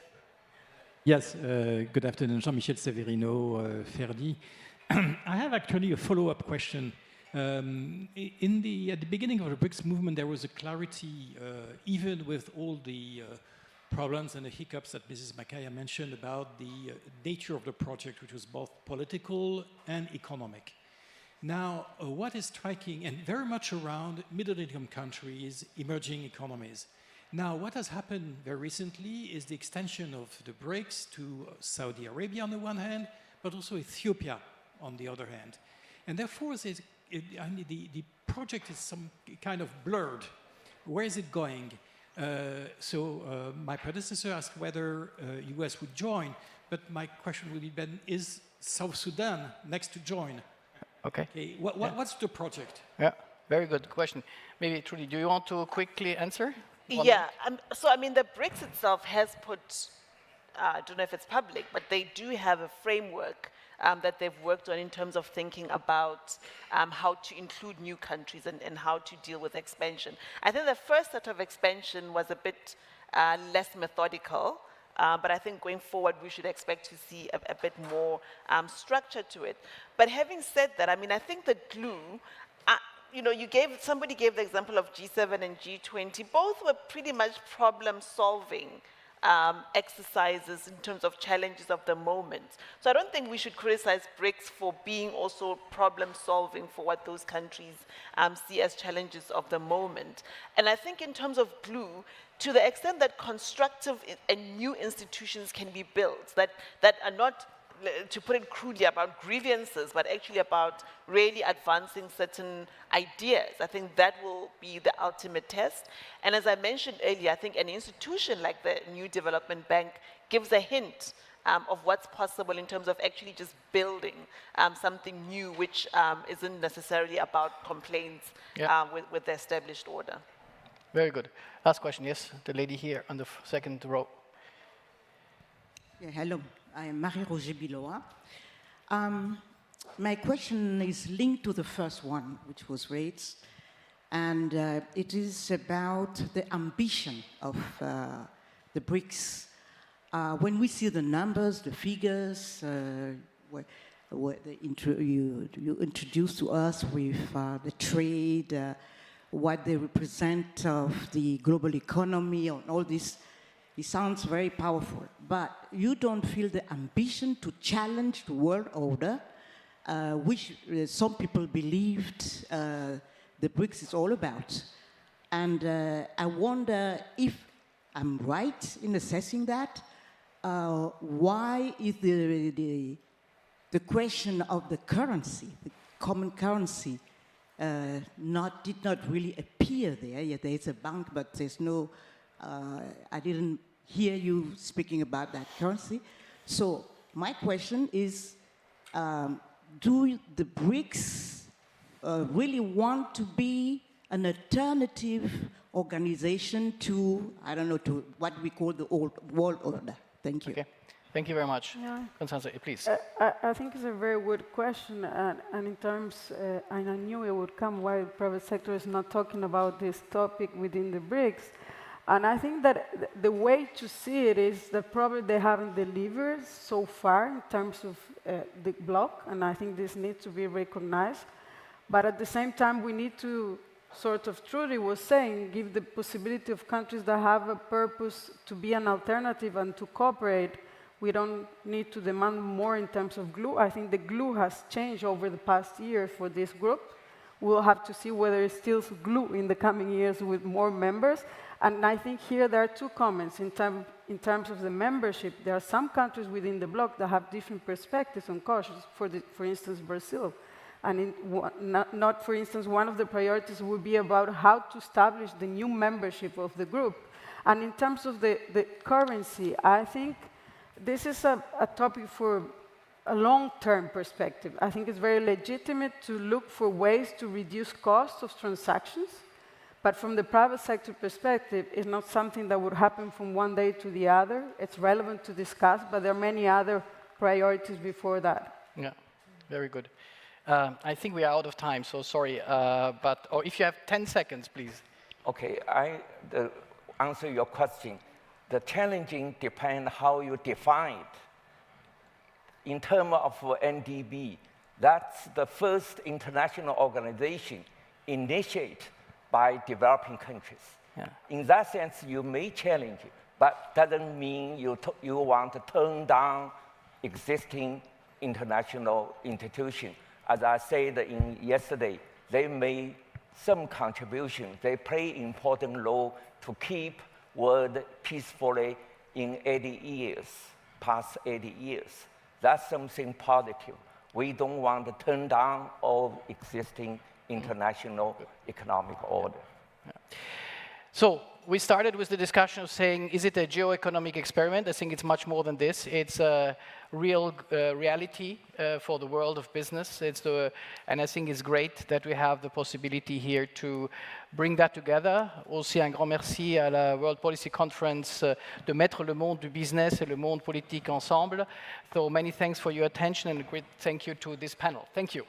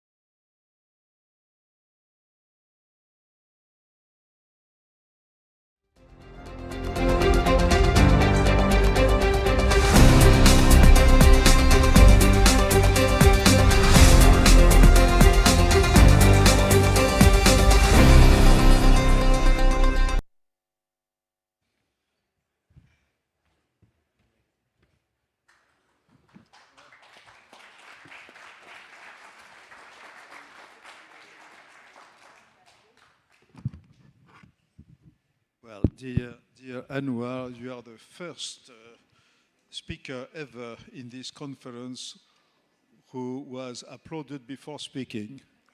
And I'm sure that it will be the same after. I think this is the fourth time that we have this dialogue. I thank you very much for that, and I thank you also once more because, as all our friends know, the fact that we have held this conference here in Abu Dhabi in the last 4 years is due to you. Thank you very much.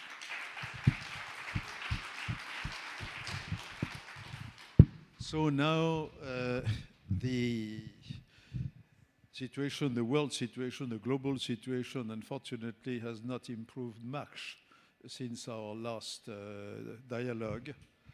But I am happy to see that you smile, which shows, ladies and gentlemen, that there is still hope. I suggest that we start, of course, with the situation in this region. The collapse of Bashar al-Assad took many of us by surprise. It happened even though we knew that the general context had weakened his own position, of course.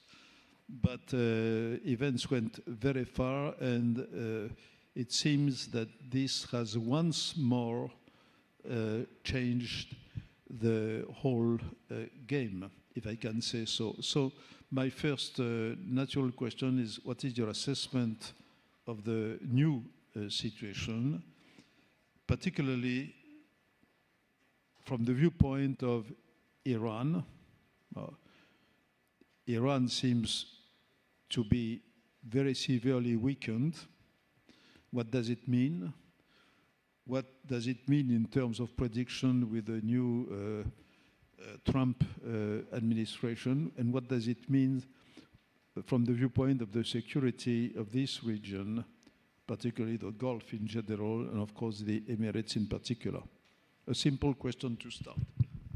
Thank you very much.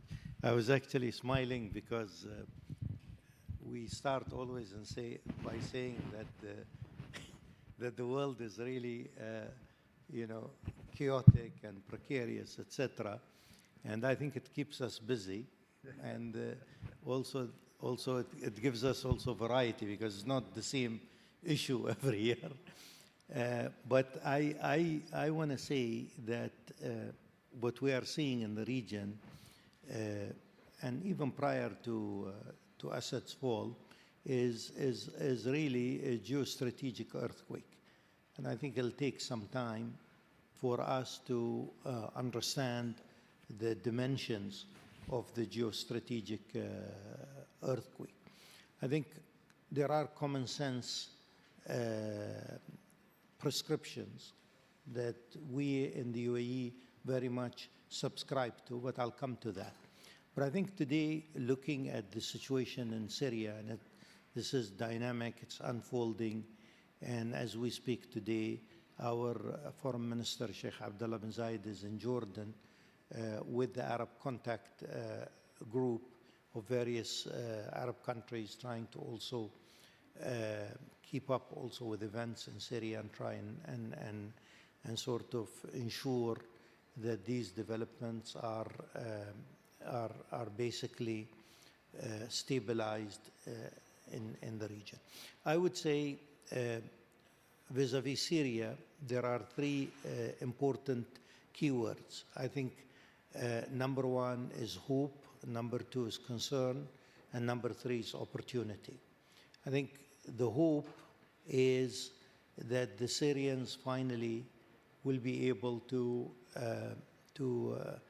build a system that can encompass all of them and able to move forward because the Syrians are a very talented people, as we have seen with huge success stories everywhere in the world.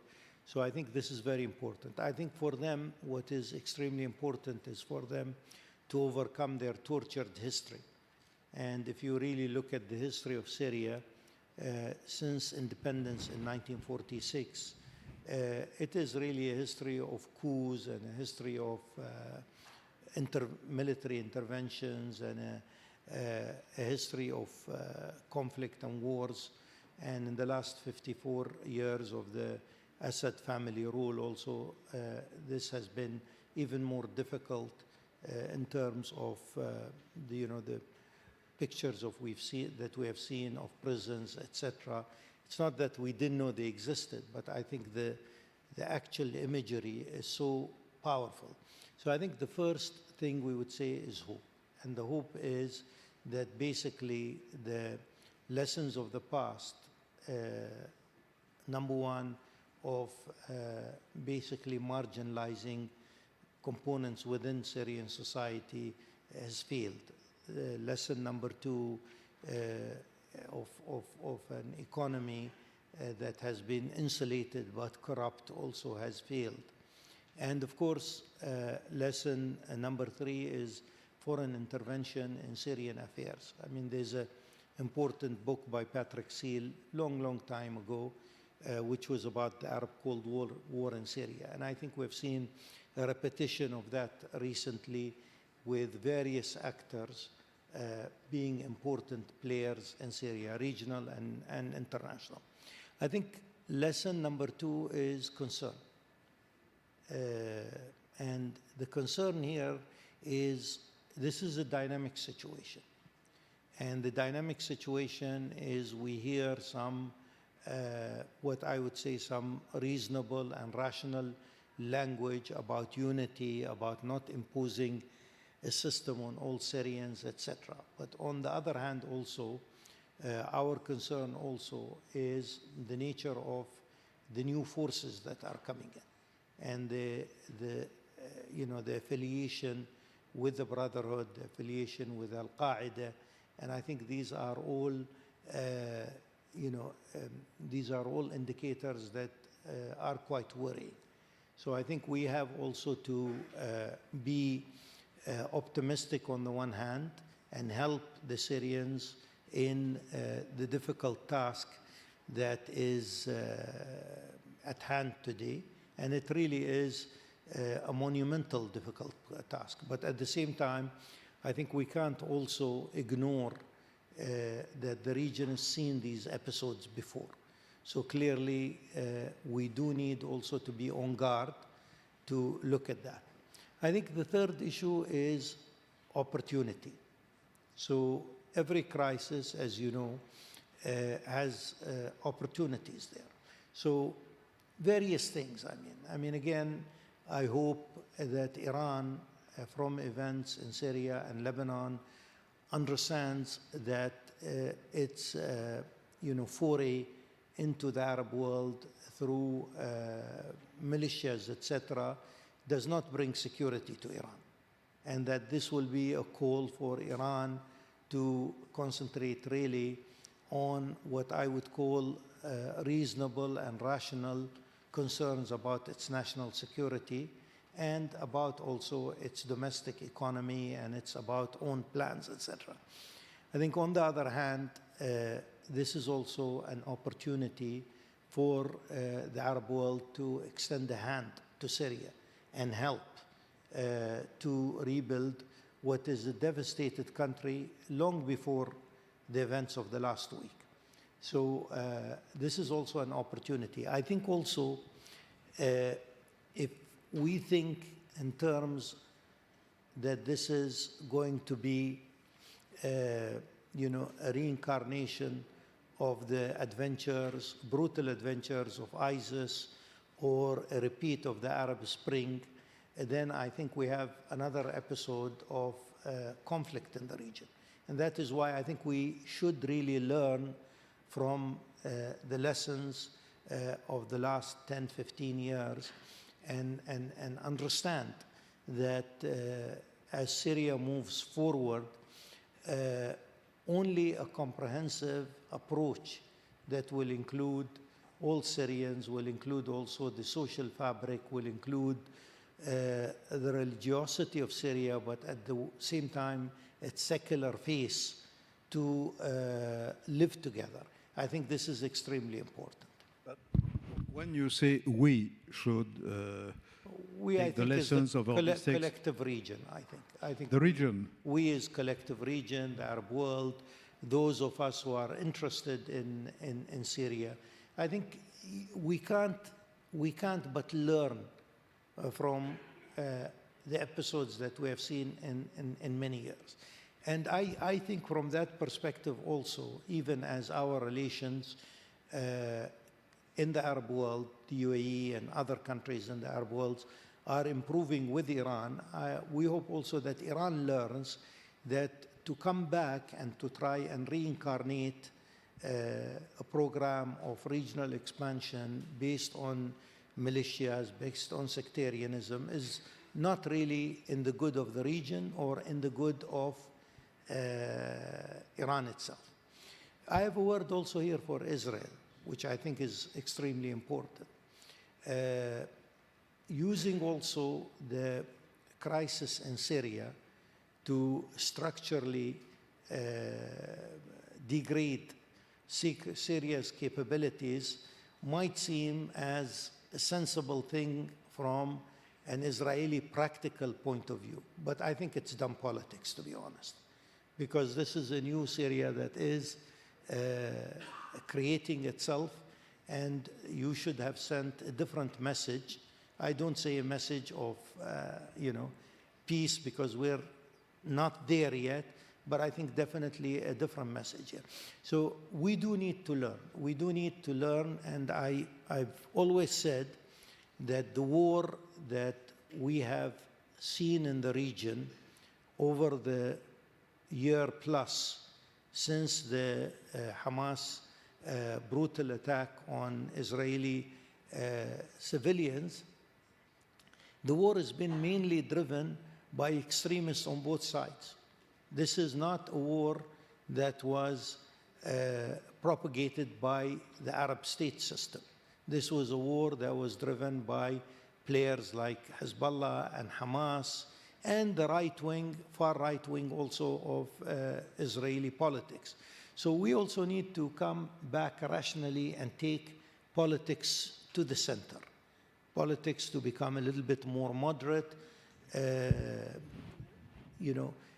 leave and stay away from these big ideological projects, because it is these ideological projects are the ones that took the region like a car crashing at 200 kilometers into a wall. You like cars? Well, yeah. Well, can we concentrate a little bit further on Iran? Yeah. Because Iran, of course, is at the center of the game from all the aspects of the question. What would you drive you to believe that they would move toward a centrist position? I think the first thing I want to say is, what is the current state of Iran's relations with many of the Gulf countries, including the UAE? And I would say that it is perhaps in the best state for many, many years. In the past many years, we have seen a rapprochement between Iran and between various Gulf states, and this is, in my opinion, a very positive thing. In my opinion, this is something that Iran is also eager to maintain and keep. At the same time, as I said, the events in Syria are fast moving, but you can clearly see, looking at the Iranian press and the Iranian political scene, that there are actually different conclusions. And in my opinion, reading that, I would say that everybody's conclusion to the developments that we're seeing today is moderation, de-escalation, realism in politics, and concentration on internal economic development and what makes people's lives actually improve, what improves their lives. So the idea basically is, as we look at these events and assess them, I am sure that assessment is also in the Iranian side, in the Israeli side, and so on and so forth.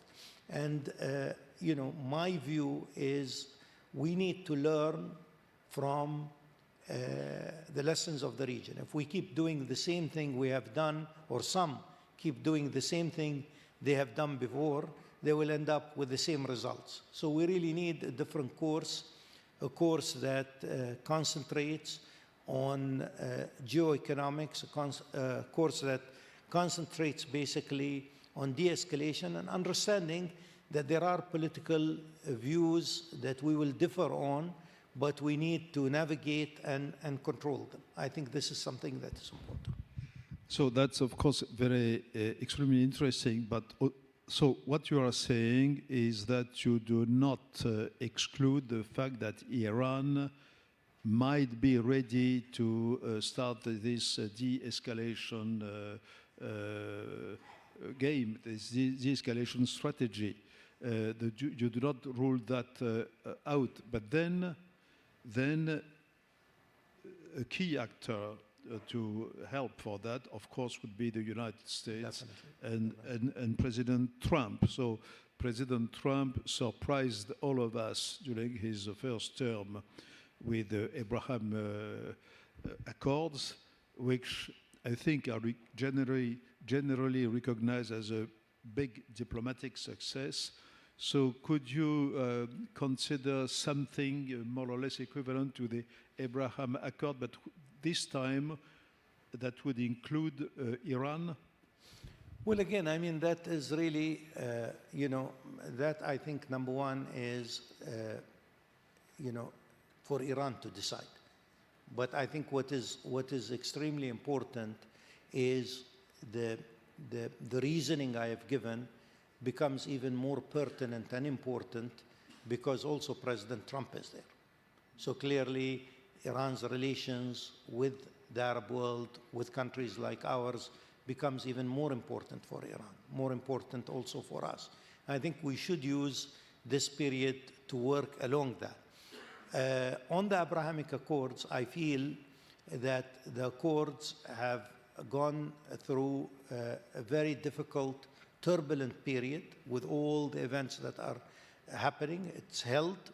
And in my opinion also that with the coming also of President Trump, the Accords will you know, continue being what I would call a platform for greater cooperation in the region, you know, economic, etc., like many of the projects like the EMIC project, etc., that we have seen. So clearly, we don't really know what the new American policy will be. We have glimpses of it based on, you know, based on President Trump's first term and based on different statements, etc. But again, vis-a-vis the region, I think as we see and as we seek more American leadership in the region, I think we also in the region have a responsibility to work at not repeating past mistakes, to work at trying to sort of understand that the region is very difficult for one ideological view to be superior. So we have to accept that the region has to reach an equilibrium, and that equilibrium, as I said, is about common sense, about in Syria, as I said, understanding very clearly that you do need an approach that is all-encompassing. In Gaza, making sure that you know, you cannot negate the idea that you do need a Palestinian state, and we have to work very, you know, I know that in today's conditions it's very difficult, but I think this is how we have to revive the idea basically of an independent Palestinian state. In Lebanon, also creating, you know, recreating through the efforts of the Lebanese, of course, because nobody can engineer this again, but recreating again the prospects of a nation state controlling its border, controlling weapons in its border, and controlling its own, let's say, economic and social destiny. I think that's very important. Well, all this is, of course, very coherent, optimistic in a sense that under the chapter Hope, but I would like to play the role of the devil's advocate for a second, because one can never build a strategy without taking at least some more negative scenarios. I'm thinking now of a recent conversation here a few weeks ago. Many things a lot will also depend on Israel, of course. And in Israel, the prime minister is still Mr. Netanyahu. And Mr. Netanyahu is going to face also big choices. He may believe that the time has come for big wins. No, for instance, I understand that he said recently that the Golan Heights should now be permanently occupied. That means almost annexed by Israel. They speak also of annexation of the West Bank. It's something that one hears very often. And he might be tempted by solving in court the Iranian nuclear issue, maybe with the support of the United States. So, and Trump, after all, might also be tempted to choose that option.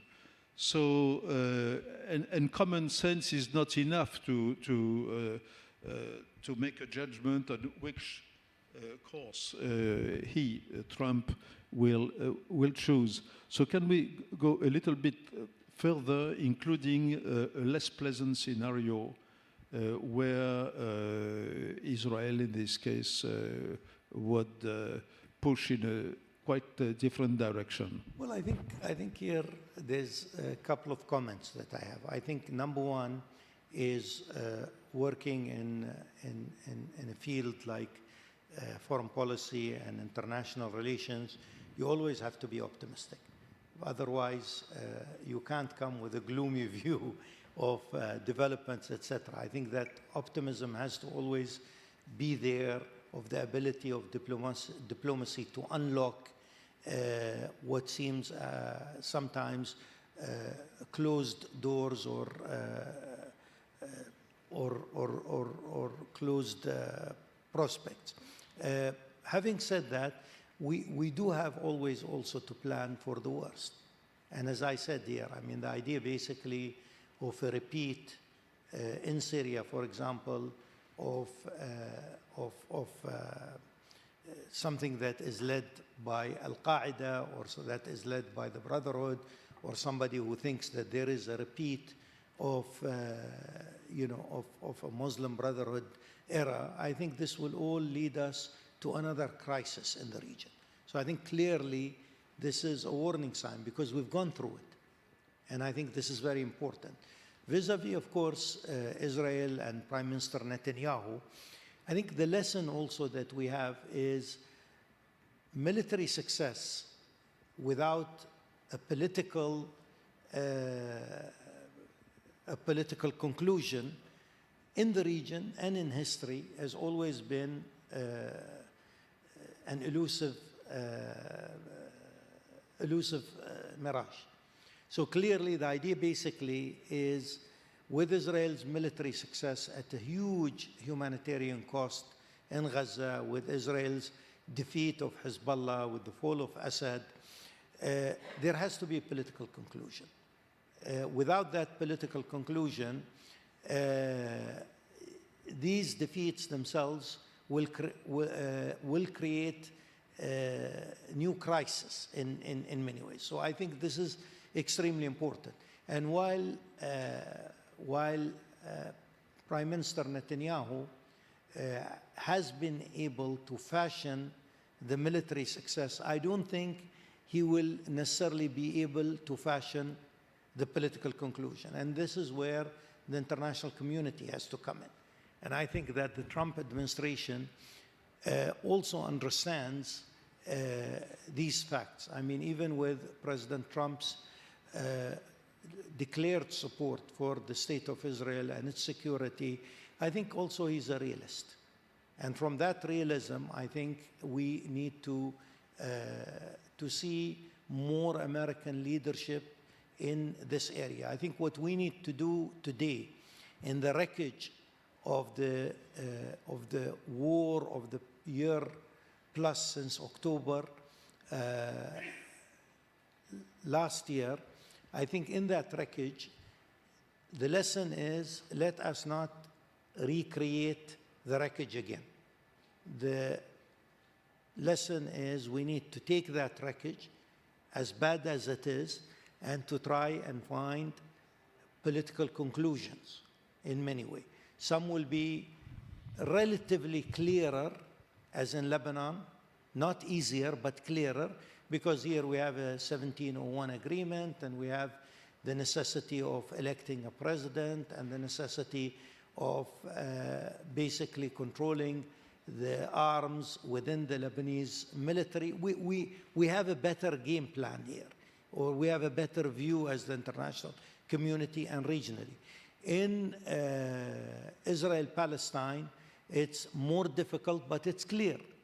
And the clarity here is you do need two states. In Syria, again, very difficult, dynamic events that are going on, but you need a system that would, number one, preserve Syria as one country, will encompass all of Syria's components, and will be a just system that can actually create opportunity. I'm not saying it's easier, but let us not go back and repeat the same lessons, because we'll end up with the same results. Well, I propose to conclude by going back to Syria, where we started. I like, of course, your optimism, but it's not a naive optimism. I understand very well that it is a constructive optimism. So let us assume what you are saying is that the region, of course, itself should be the actor number one, and that the others should help, in various ways. The US, of course, in a prominent way, but perhaps also the Europeans. I mean, you can help. Definitely. To moving into that direction. So let us assume, to conclude, that we are actually moving in that direction, which would be a great success in itself, a huge success. Do you think that that would help solving the problems in Lebanon?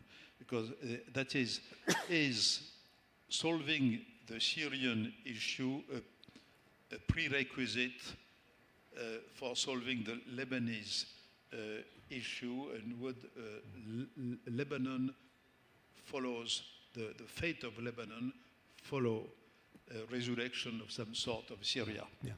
No, I think the optimism really reflects our approach in the UAE. So on one hand, we have to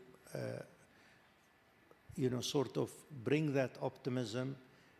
We have to include Iran and Turkey into also the sort of discussion that takes place.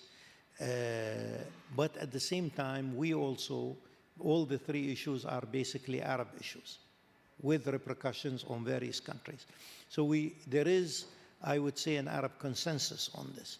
So I think the optimism is more about avoiding the pessimism that is lurking right there behind, which as we saw, the complications of these issues. But then again, if you don't have the will of the Lebanese, it'll be very difficult for you to do anything in Lebanon, for example. I think all the Arab world today, the international community, France, the United States, everybody is in agreement that Lebanon now has turned the page. Now the issue, of course, the will of the Lebanese is extremely important. Syria, I think, is a bit too early, but we are sending, as I said, through our discussion, these signals that it has to be encompassing everybody. It has to build a system that everybody is comfortable with. It has to break away from Syria's traditional tortured history, as I mentioned. This has to be something new. But if we want to really repeat things that we have done before, I think we will have a crisis there. And again, in the case of Israel, Israel today is emerging with important military successes. But is Israel capable, working with others, in turning these into political successes on the Palestinian front and on the front of two countries that are next to them? So I think these are the things that we need to do. The optimism really is more of a roadmap. But at the same time, I think we also have to be aware that there are many sinister forces today that still live in a sort of ideological bubble and want to recreate their dream, which is, over the years has failed not once, but has failed many, many times. Well, Anwar, you represent humanly what I would call enlightened wisdom. And, but, you know, it's not only enlightened wisdom because you're also a man of responsibility. You are an intellectual, but you are also a man of action. Thank you. And I think that enlightened wisdom, when it is combined with action, is the best one could expect from statesmen. So thank you very much. Thank you very much. Thank you.